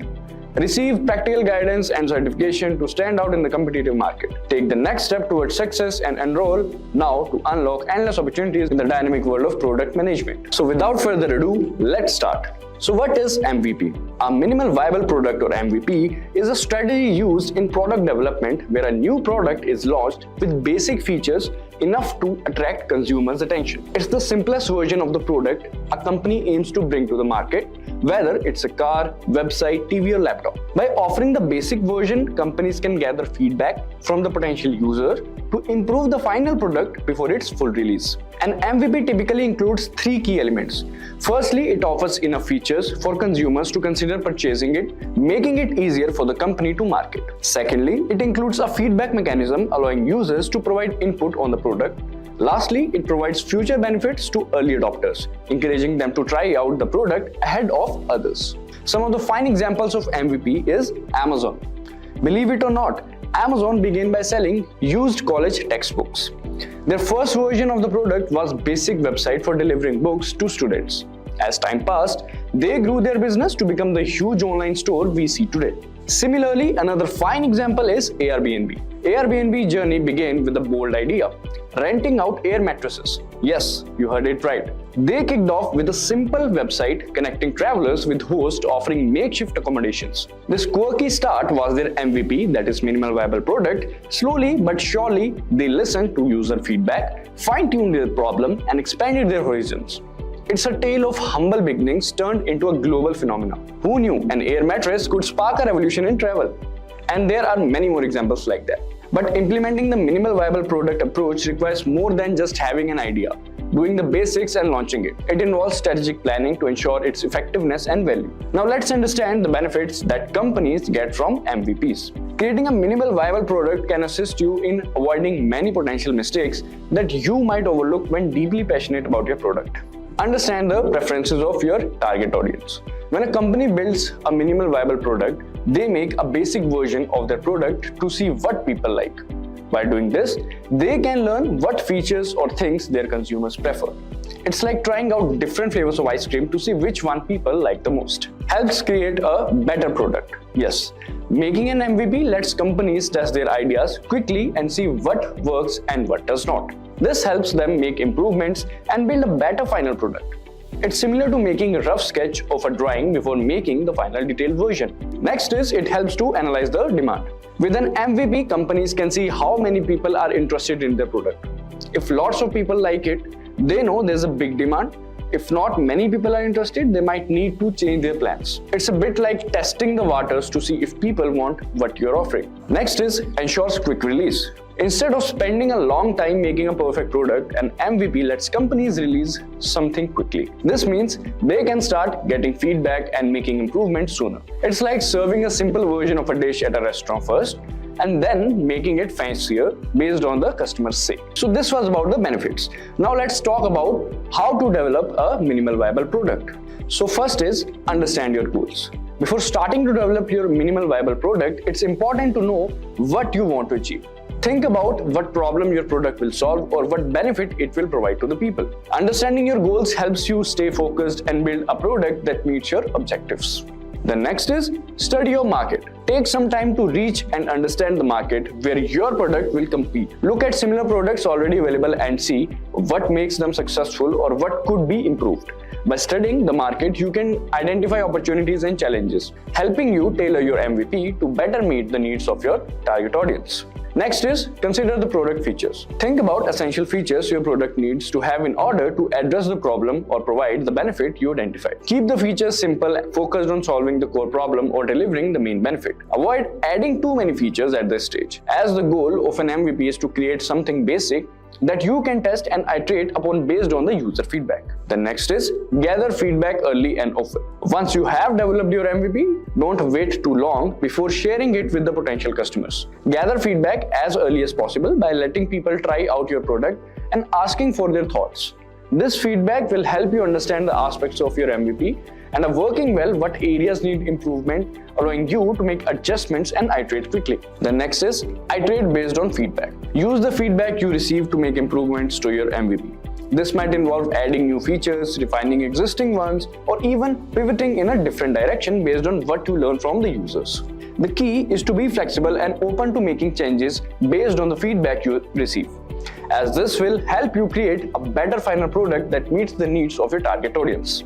By following these steps, you can develop a minimal viable product that efficiently addresses a specific problem or need in the market, while also allowing you to gather valuable feedback and iterate towards a more refined and more successful product over time. So guys, let's start by understanding what is product market fit. Guys, product market fit refers to the moment when company's product resonates deeply with its target customers. It's when customers not only buy the product but also use it regularly and recommend it to others, helping the product gain attraction and sustain growth over the time. This concept is critical for any business that wants to achieve long-term profitability and also success. Entrepreneurs and venture capitalists like Mark Anderson, who is widely credited with popularizing the idea, describes product market fit as finding a good market and creating a product that meets the needs of that market. It's not just about launching a product, it's about ensuring that the product satisfies a significant demand within the chosen market. Without this alignment between the product and market, growth will be significant and demand will be chosen within the market. So guys, without this alignment between product and market, growth will be stunted and profitability will be difficult to achieve. Dan Oslin, a renowned product management expert, developed a framework known as the product market fit pyramid, which helps basically companies navigate the process of achieving this alignment. Now, let's try to move ahead and understand why product market fit is important. So guys, Alex Schulz, Facebook's Vice President of Growth, has emphasized that one of the common issues he observes in the company that he advises is misconception around product market fit. Many companies believe that they have achieved it when they actually haven't. Why does it matter so much? Why do venture capitalists frequently require evidence of product market fit before investing in a company? And why do Mark Andersons divide the startup journey into two distinct phases, before product market fit and after product market fit? The answer is pretty simple, guys. Until you confirm that your product has a large enough market of customers willing to pay for it, your company shouldn't focus on scaling other strategic objectives like upselling. And before product market fit, these efforts are premature and potentially counterproductive. For example, guys, spending money on advertising or expanding sales team doesn't make sense if you haven't first proven that there's sufficient market for your product. Achieving product market fit means that your product has demonstrated enough value that a significant number of people want it. It's at this point that the business can begin focusing on growth strategies. But before reaching this stage, the primary goal is to validate that the product solves a real problem for the market. In short, guys, product market fit is the foundation for long-term growth. Without it, even the best of the sales and marketing efforts are likely to fall short. So guys, as you can see all over here, so there are certain reasons like product market fit is important, like I have mentioned, sustainable growth, resource efficiency, investors' confidence, customer loyalty, and competitive advantage. So these are some of the main reasons why product market fit is important. But now the question arises, who is responsible for the product market fit? While product market fit is often associated with the roles of product managers and marketers, the reality is that it's a company's wide responsibility. Every team from sales to customer support and finance plays a role in helping the company reach this milestone. The product team may be at the forefront of creating a product, but customer feedback from sales and support teams can provide invaluable insights. The finance department also plays a key role by tracking key metrics that indicate invaluable insights and also whether the company is making progress towards product market fit or not. In essence of achieving product market fit, it requires collaboration across all the departments. It's not just about developing the right product, it's also about making sure that the entire organization is aligned and focused on meeting the needs of customer. Now, let us talk about a very important question, that how to measure the product market fit. So guys, there's no definitive metric to tell a company that it has achieved product market fit. However, several indicators can signal that you are on the right path. Andrew Chen, a venture capitalist, offers some useful guidelines for assessing the product market fit. The first one is customer feedback. Like, are customers showing a willingness to switch to your product? When your potential customers try your product, do they express a preference for it over other competitors? Market differentiation. Like, have customers who previously rejected other solutions now turn to your product? Are you offering something distinct that captures their interest, like the competitive grouping? Do customers intuitively understand which other products yours competes with? If they place your products in the same category as leading alternatives, it indicates you are playing right in the market. So guys, as you can see all over here, now let us try to understand some of the other measures. The next reason is product understanding. Like, do customers clearly grasp what sets your products apart? If they can easily identify your product's unique selling points, then you are on the right track. Next, we have the retention rates. Like, how do your metrics such as customer retention rates compare to those of your competitors? Strong retention is a good sign that you are providing value to your customers. These signals encompass both qualitative and quantitative measures, reflecting that product market fit is just not about numbers, but it's also about customer perception and behavior. So guys, now let us discuss about some of the qualitative measures. For example, we have first one, that is word of mouth.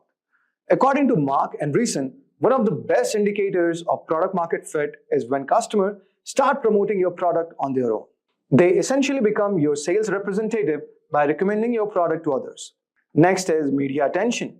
Like, you get increased call from media outlets and analysts suggest that your product is gaining visibility and credibility in the industry. Frequent media coverage can indicate growing market interest in your offering. By tracking both qualitative and quantitative metrics, company can better understand where their products stand and on the path toward product market fit. Now, the biggest question arises, how to achieve product market fit? So guys, there is no universal formula for achieving the product market fit. The Dan Olson's book, The Lean Product Playbook, provides a 6 framework that helps team towards this goal. So guys, the first is determine your target customer. First, identify who your product is for. This involves understanding the demographic, psychographic, and behavioral characteristic of your ideal customer. Without a clear target audience, it's difficult to design a product that meets the real needs. Next is identify the underserved needs. It means that you have to assess the unmet or poorly met needs of your target audience. By identifying the gaps in the existing products, you can tailor your solutions to address those areas. This step is very crucial for differentiating your product from the competitor. Next is define your value proposition.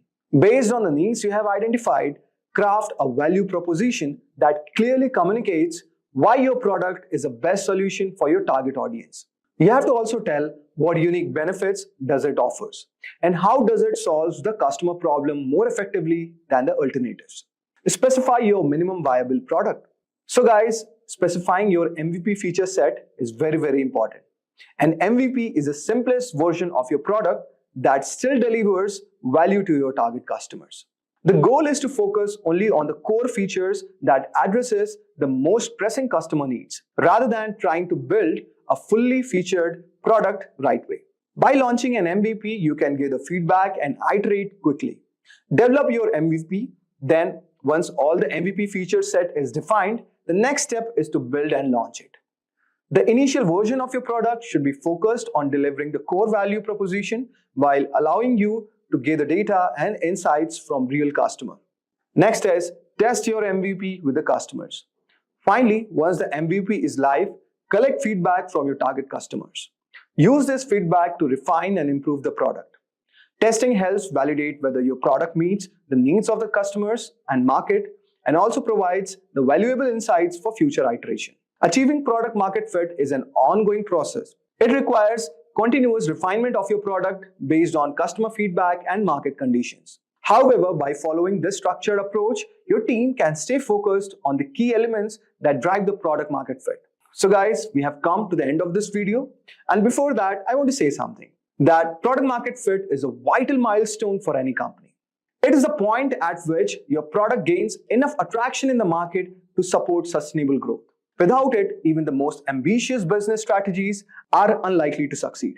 The journey to the product market fit is often challenging, and it requires both a deep understanding of the customer needs and willingness to iterate on your product.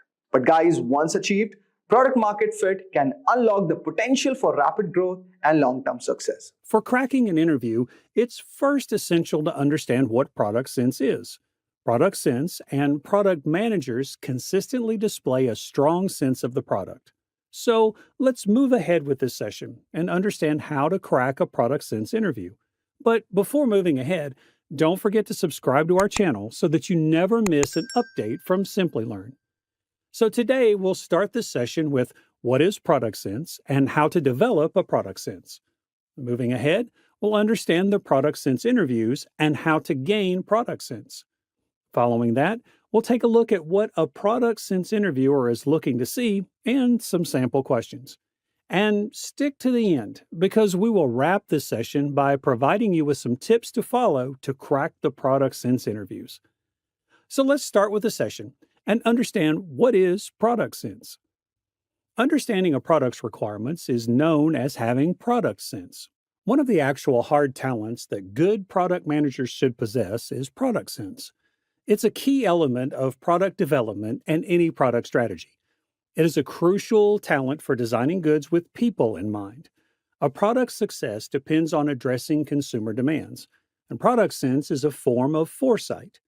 Many businesses prioritize product sense while choosing individuals for PM positions. True product sense goes well beyond the design and user experience of the solution. One of the components of the product sense equation is anticipating the downsides and trade-offs of each product decision, and knowing which ideas to reject is also included in it. Understanding why a product would or wouldn't function is necessary, and product sense helps you identify the issues your product resolves and how to add new features that work similarly. The ability of PMs to understand products has long been mysterious. Now let's understand how to develop a product sense. Strong product sense is a quality that product managers consistently exhibit. They also provide value that meets client requirements while updating such items. Most product management use scenarios have this goal in mind. Though it is sometimes simpler said than done, improving revenue and profit margins may mean sacrificing these objectives. Product managers and leaders may improve this ability and develop their intuitive sense of user demands in a variety of ways. There are three components that make up product sense. Number one, compassion. This is the capacity to mimic several distinct personalities who are not like you in terms of their thought processes. Having the ability to state that in this circumstance, this sort of user will respond in this way, or to assert that our business partners would react in a certain way, or even that our rivals will see our move in a certain way. One crucial aspect of product sense is the ability to honestly do that well. Going above and beyond to get into users' shoes, into their thinking, and into their problems helps you develop a strong product sense. Talking to various people and partners is a definitive technique to increase your empathy. Don't just converse with them and accept what they tell you as you go about doing this. The most crucial component of developing this empathy is to try to understand why they are saying what they are saying. Although you won't always have the user in front of you to ask what would work, you may accurately forecast it by knowing why they feel or act the way they do. Number two, originality. The ability to think creatively and generate fresh solutions to a given circumstance or challenge is the most elusive but significant component of product sense. It is the responsibility of the product manager to specify the construction process. You may develop the key talent of creative thinking to do this. It might be a force multiplier to be able to come up with novel solutions to consumer issues. In addition to providing sensible answers, the top product managers also inspire innovation. After all, nothing has ever been constructed before without the use of creativity. Setting strategy, prioritizing new ideas, and putting them into practice all need creativity. And number three, domain knowledge. When you have a deep understanding of the industry you work in, ideas for what kind of product to create and how to create it will automatically come to you better and more accurately. To be more precise, I'd advise putting your attention on understanding your users and consumers, the competitors and what they're up to, and any opportunities or constraints presented by technology. Functional expertise is concerned with the product management process, whereas domain expertise is focused on the market. I contend that this is distinct from talents. The art of influencing is one such. Influencing is a crucial ability for PMs since they have a lot of responsibility and limited control over other people. The market, consumers, industry, opponents' products, and etc. are all part of the domain experience. Yes, some technical expertise is required, but the market is still the major concern. Otherwise, you run the risk of becoming technology-driven, missing market possibilities, or misinterpreting client wants. Now, let's move on to the basic detailing of the product sense interview. Product interviews not only attain questions based on the product sense, but also analytical questions and case studies. In most cases, the product sense interviews hold on to the questions like, which is the product you like the most? Why do you like it? And what kind of improvements do you want to make to it? Or the interviewer can ask you about a particular product, maybe just like Google Maps. The interviewer can ask about how you would improve Google Maps and its services. The questions about actual products are occasionally included in the product sense interviews. A product's design and strategy might also be the basis for these inquiries. For example, what design principles would you use to create a YouTube clone app that runs in the background? Regardless of whether a product is digital or physical, the solutions for its design or marketing tactics always stay the same. PM interviews evaluate three key competencies: product sense, execution, and behavioral competencies. Every employer has a unique interview process, but they all assess the same fundamental competencies. Hard as it may be to admit, most interviewers need rapid thinking and responses. Quick thinking is facilitated by frameworks. Your interviewer for the execution is searching for if you can quantify what matters and apply analytics to make data-driven judgments, If you can identify and balance various trade offs to make wise product selections, and if you can efficiently use your limited time and resources to have the greatest impact. Now let us understand what the interviewer is trying to see in you or trying to judge you on. The interviewer mostly asks you about the four things based on a product: context, prioritization, creativity, metrics. Context. The interviewer will ask you about the context of the problem statement. Do you get the context of the problem? Are you able to empathize with which context the product is going to be used? Who will be the users of the product? And what will be the difficulties the users will face with these particular products? How can we resolve such difficulties? And many more. Prioritization. Are you able to prioritize from all the major points, segments, and use cases you have developed, the appropriate collection of segments and pinpoints, supporting your decisions with logic and data? Such questions are asked by the interviewer. Creativity. The interviewer will always want you to provide a creative solution for the problem statement, because this is where your ability to think of a creative solution to the problem and your ability to design comes into being. Metrics. The interviewer may ask if you can come up with the metrics against which you will judge your product intervention. Well, these are the four primary aspects around which the product sense interview will roam. The interviewer is going to check your ability to think, design, strategize, and create. The interviewer doesn't expect you to come up with a solution that will change the whole face or the product. They are typically trying to find out if you have the structure of the product based on the problems and their solutions in your mind. Before moving ahead, here's a question for you all. What is your favorite product and why? Do let us know in the comments below. Now let's know what makes a product manager gain a thriving product sense. Designing products training. Good PMs are familiar with design, and an MBA is beneficial. The subjects of product design and innovation are two of the favorites of usual PMs. Some used to create stuff and get feedback throughout several rounds. It might be challenging to take criticism on the job seriously and promptly. Case studies in marketing. Academically speaking, marketing includes products. Product, pricing, location, and promotion are the 4 Ps. The MBA program is a marketing masterclass, and in the case of study simulations, you compete against other teams, and in that way, you pick things up much more quickly. Hard skills. Great PMs need to influence without being in charge. These frequently involve knowledge of corporate operations, research techniques, and best practices in product management. Here, hard skills are crucial. Clubs, happy hours, and corporate outings make up half of the MBA. Your social abilities will significantly advance as a result. Network. In the field of product management, networking generally entails locating decision makers, significant stakeholders, influencers, and other experts and forming productive connections with them.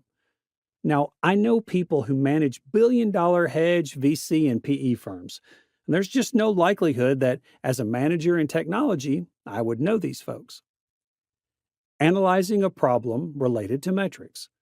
Choosing the appropriate metrics to track and examine results in better informed choices being made throughout the product development process. These metrics provide the business with tangible proof of the components of the product or customer experience that are not connecting with customers. This data-driven knowledge may be used by the product, marketing, and sales teams to better understand the drivers of their consumer profiles.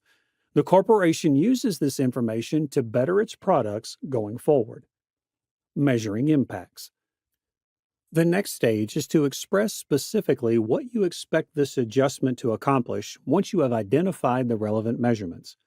Goals that are SMART, or MT if you prefer, and make it obvious if they were achieved are good goals. Moving on, let's know what your product sense interviewer is looking to see. Can you clearly articulate who you are building for, why, and how it fits into the meta mission? Can you provide thoughtful reasoning for why Meta should or should not focus on specific aspects of the broadest possible product opportunity at hand? Can you provide a thorough vision for your desired MVP experience to test out your hypothesis, as well as your desired end state for this product, say 3 years out? This comes down to concretely defining priorities and goals. Can you zoom out from your personal user needs and think about how this product could scale and provide maximum value to Meta's global user base of over 3 billion people? Product Sense interview questions will typically be in the form of one very deep hypothetical, what would you build for X, with a series of follow up questions to understand your thought process. Let's now have a look at a few sample questions. The interviewer may ask you, how would you improve Instagram stories? Build a Facebook product for travel. How would you build Facebook Birthday if it weren't there? How can we improve Google Maps? Create a photo sharing app for Google. Build a music app for Facebook. Moving on, let's have a look at the tips that you may follow to crack the Sense interview. Knowing what the interviewer can ask, you should understand what aspect the interviewer is looking for in you. Adhere to the framework. The Product Sense interview is all about following the structural framework to provide an ethical and practical solution to the problem given to you. It's not every time about creativity. The solution should be more practical. The interviewer is majorly looking for your structural approach to provide the solution. Questioning. The approach is your interviewer's main area of emphasis. You are not required to respond as soon as you hear the question from the interviewer. It's acceptable to take a break and ask the interviewer a clarifying question if you're having trouble comprehending what is being asked of you. This will help you realize exactly what the interviewer needs to know. Even if you think you understand the question, you should nevertheless paraphrase it to make sure you're not missing any important details. Reiterate the structure you're going to use after a brief pause of 10 to 20 seconds. And give a layout while responding to the question so the interviewer can see your response more clearly. Research the firm and become acquainted with its main offerings. It's the firm that's hiring you, so at least they are going to ask you about their concerned product as well. Being familiar with their products will give you a vision of what exactly the company wants from you, and you will be able to structurize your opinions. So, before going for the interview, you must go through the company's background, its workings, and its products. Be versatile. Most interview discussions don't go as expected, so never impose a framework. By checking in with the interviewer regularly and stopping, you may make the dialogue casual and free-flowing. Define the product goal. Instead of using a statistic, define the product goal in terms of the customer problem. Metrics are only a way to measure progress. They are not the driving force behind product development. People's issues are resolved through products. For instance, Google Maps' objective is to assist users in navigating the world, not to boost the volume of route searches. What quality of a product makes it good or bad as per your experience with the products? Do let us know in the comments below. Let me ask, have you ever been in an interview where they threw a tough question at you? Like, how would you solve this product problem? It can feel pretty overwhelming. Well, don't worry. Today, I'm going to help you out to figure how to answer these product management case study questions easily. These are the kinds of questions where you have to solve real business problems, like deciding what features an app should have or how to launch a new product. Let's say you're asked to improve the onboarding process of a food delivery app. Sounds tricky, not if you want to know how to break it down. In this video, I'm going to show you how to handle these kinds of questions step by step. First, I'll explain you how to listen carefully and ask the right questions, like what's the biggest issue users are facing or what's the main goal here. Understanding the problem is the first step. Next, I'll show you how to organize your answer.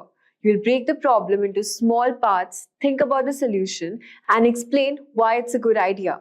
For example, if you're asked to improve a grocery delivery app, you would think about making it easy to use, keeping customers happy, and standing out from the competition. Finally, I'll teach you how to explain your thinking process. The interviewer wants to see how you can think and make decisions, not just the final answer. So by the end of this video, you'll know how to confidently solve these case study questions and show the interviewer that you are ready for the job. So let's get started. So the first thing you want to do is to listen carefully and take notes. When you're given a case study question, it often includes a lot of information, sometimes too much. Your goal here is to understand the key details, whether the case is about prioritizing features for a new app or creating a go-to-market strategy. It's crucial to capture the most important points. Let's say the interviewer asks, how would you prioritize features for a new music streaming app? Right away, you want to note down things like the target audience, who will be using this app, is it designed for a casual listeners or music professionals? Then we have business goal. Is the company looking to grow its user base or increase engagement or something else? You'll also look into the challenges. What are the key problems, what they are facing? Maybe users are dropping off after the first month or aren't spending much time in the app. So writing these points will help you break down the problem and make sure you don't miss anything when you're ready to give your answer. Remember, case studies can have multiple layers of information, so taking good notes help you organize your thoughts and approach the question logically. The second step is to ask clarifying questions. Don't hesitate to ask clarifying questions. Interviewers want to see how well you dig into the problem. If something is unclear, ask. It shows how you're thinking critically and want to fully understand the challenge before you jump into solving it. For example, let's say you're asked to improve a product features for a food delivery app. You could ask questions like, what are the main points for users during the delivery process? Is it related to the speed, user interface, or something else? What's the company goal with this feature improvement? Are we focusing on reducing order time, increasing customer satisfaction, or something else? Asking questions like these will not only help you gather more details, but also demonstrate the interviewer that you have a thoughtful and precise in your approach. It's not just about solving the problem, it's about solving the right problem. The next step is to pause and think. Now, take a moment to pause and think. Don't rush your answer. It's tempting to jump right in, but giving yourself time to process everything will help you approach the case study with a clear mind. Reflect on the problem and consider how it ties into the broader goals of the company. For example, if you're tasked with designing a feature for a food delivery app, think beyond the feature itself. Consider the user experience, market positioning, and the long-term impact on the business. Let's say you're asked to improve the sign-up process for a food delivery app. You don't want to just think about making the process shorter. You also want to consider how the sign-up flows into the overall experience. Is it simple and intuitive for the users? Does it create a seamless transition into the rest of the app or not? Also encouraging users to place an order right away. Taking a moment to pause allows you to think through different aspects of the case and gives you a chance to identify any connections that might not be immediately obvious. The next step is to structure your answer. Now that you have gathered your information and asked clarifying questions, it's time to structure your answer. A clear and well-organized response will show the interviewer that you can handle complex problems in a logical way. Here's a framework that works well. The problem. Start by clearly relating the business challenges or opportunity. For example, the food delivery app is facing high cart abandonment rates during checkout, which is impacting conversation. Your approach should be explaining how you would approach the problem. This might involve analyzing user behavior, conducting market research, or benchmarking against competitors. For instance, you could say, I would start by analyzing data or user behavior to identify the exact point where customers are dropping off during checkout. I would also look at competitors' app to see how they streamline their checkout process. Then propose a solution. For example, to solve the cart issue, I would simplify the checkout process by introducing one-click checkout option for returning users and offering payment options that are most popular in the target region. Finally, mention the key metrics you would track to measure success. For example, you would track the cart completion rate and the average time spent in the checkout flow as key indicators of success. Additionally, you would monitor customer satisfaction rates post-purchase. This structured approach helps you provide a comprehensive answer without missing any important details. Let's say the case study asks you how you would enter a new market for a rideshare app. You could structure your answer like this. Problem: entering a new city and competing with established players. Your approach should be studying the city's public transport habits and competitors' offerings, identifying what users in the city value most, the price, speed, or convenience. Your solution should be like launching a pilot program with ride incentives for early adopters and offering personalized ride suggestions based on their previous trips. For metrics, you should know how to track customer acquisition, ride frequency, and average ride distance to measure success. The next step is explaining your thought process. As you explain your answer, don't just jump into the final solution. Walk the interviewer through your thoughts step by step. This helps the interviewer understand how you would arrive at your solution and what factors you consider along the way. For example, if you're designing a feature for an e-commerce platform, you might say, I start by analyzing the customer journey and finding out that many users abandon their carts during the payment stage. Based on user feedback, you would learn the customers want more payment option. So you decide to implement PayPal or one-click checkout feature for logged-in users. So this approach not only shows that you're thinking critically, but also demonstrates that your solution is grounded in user needs and business goals. Remember, interviewers want to see how you think, so explaining your process step by step gives them insight into your problem-solving abilities. Now the next step is to pivot and check in with the interviewer. Here's an important step: pivot and check in with the interviewer after you have explained your approach. It's a good idea to pause and ask, does this align with what the company is aiming for?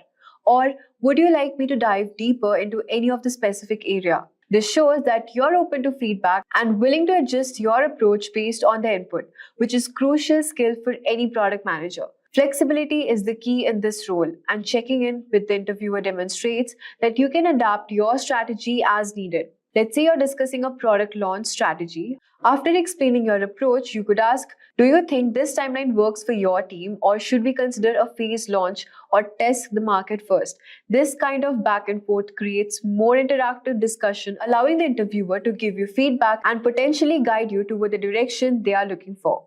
The next step is to summarize your answer. Before wrapping up, it's important to summarize your answer.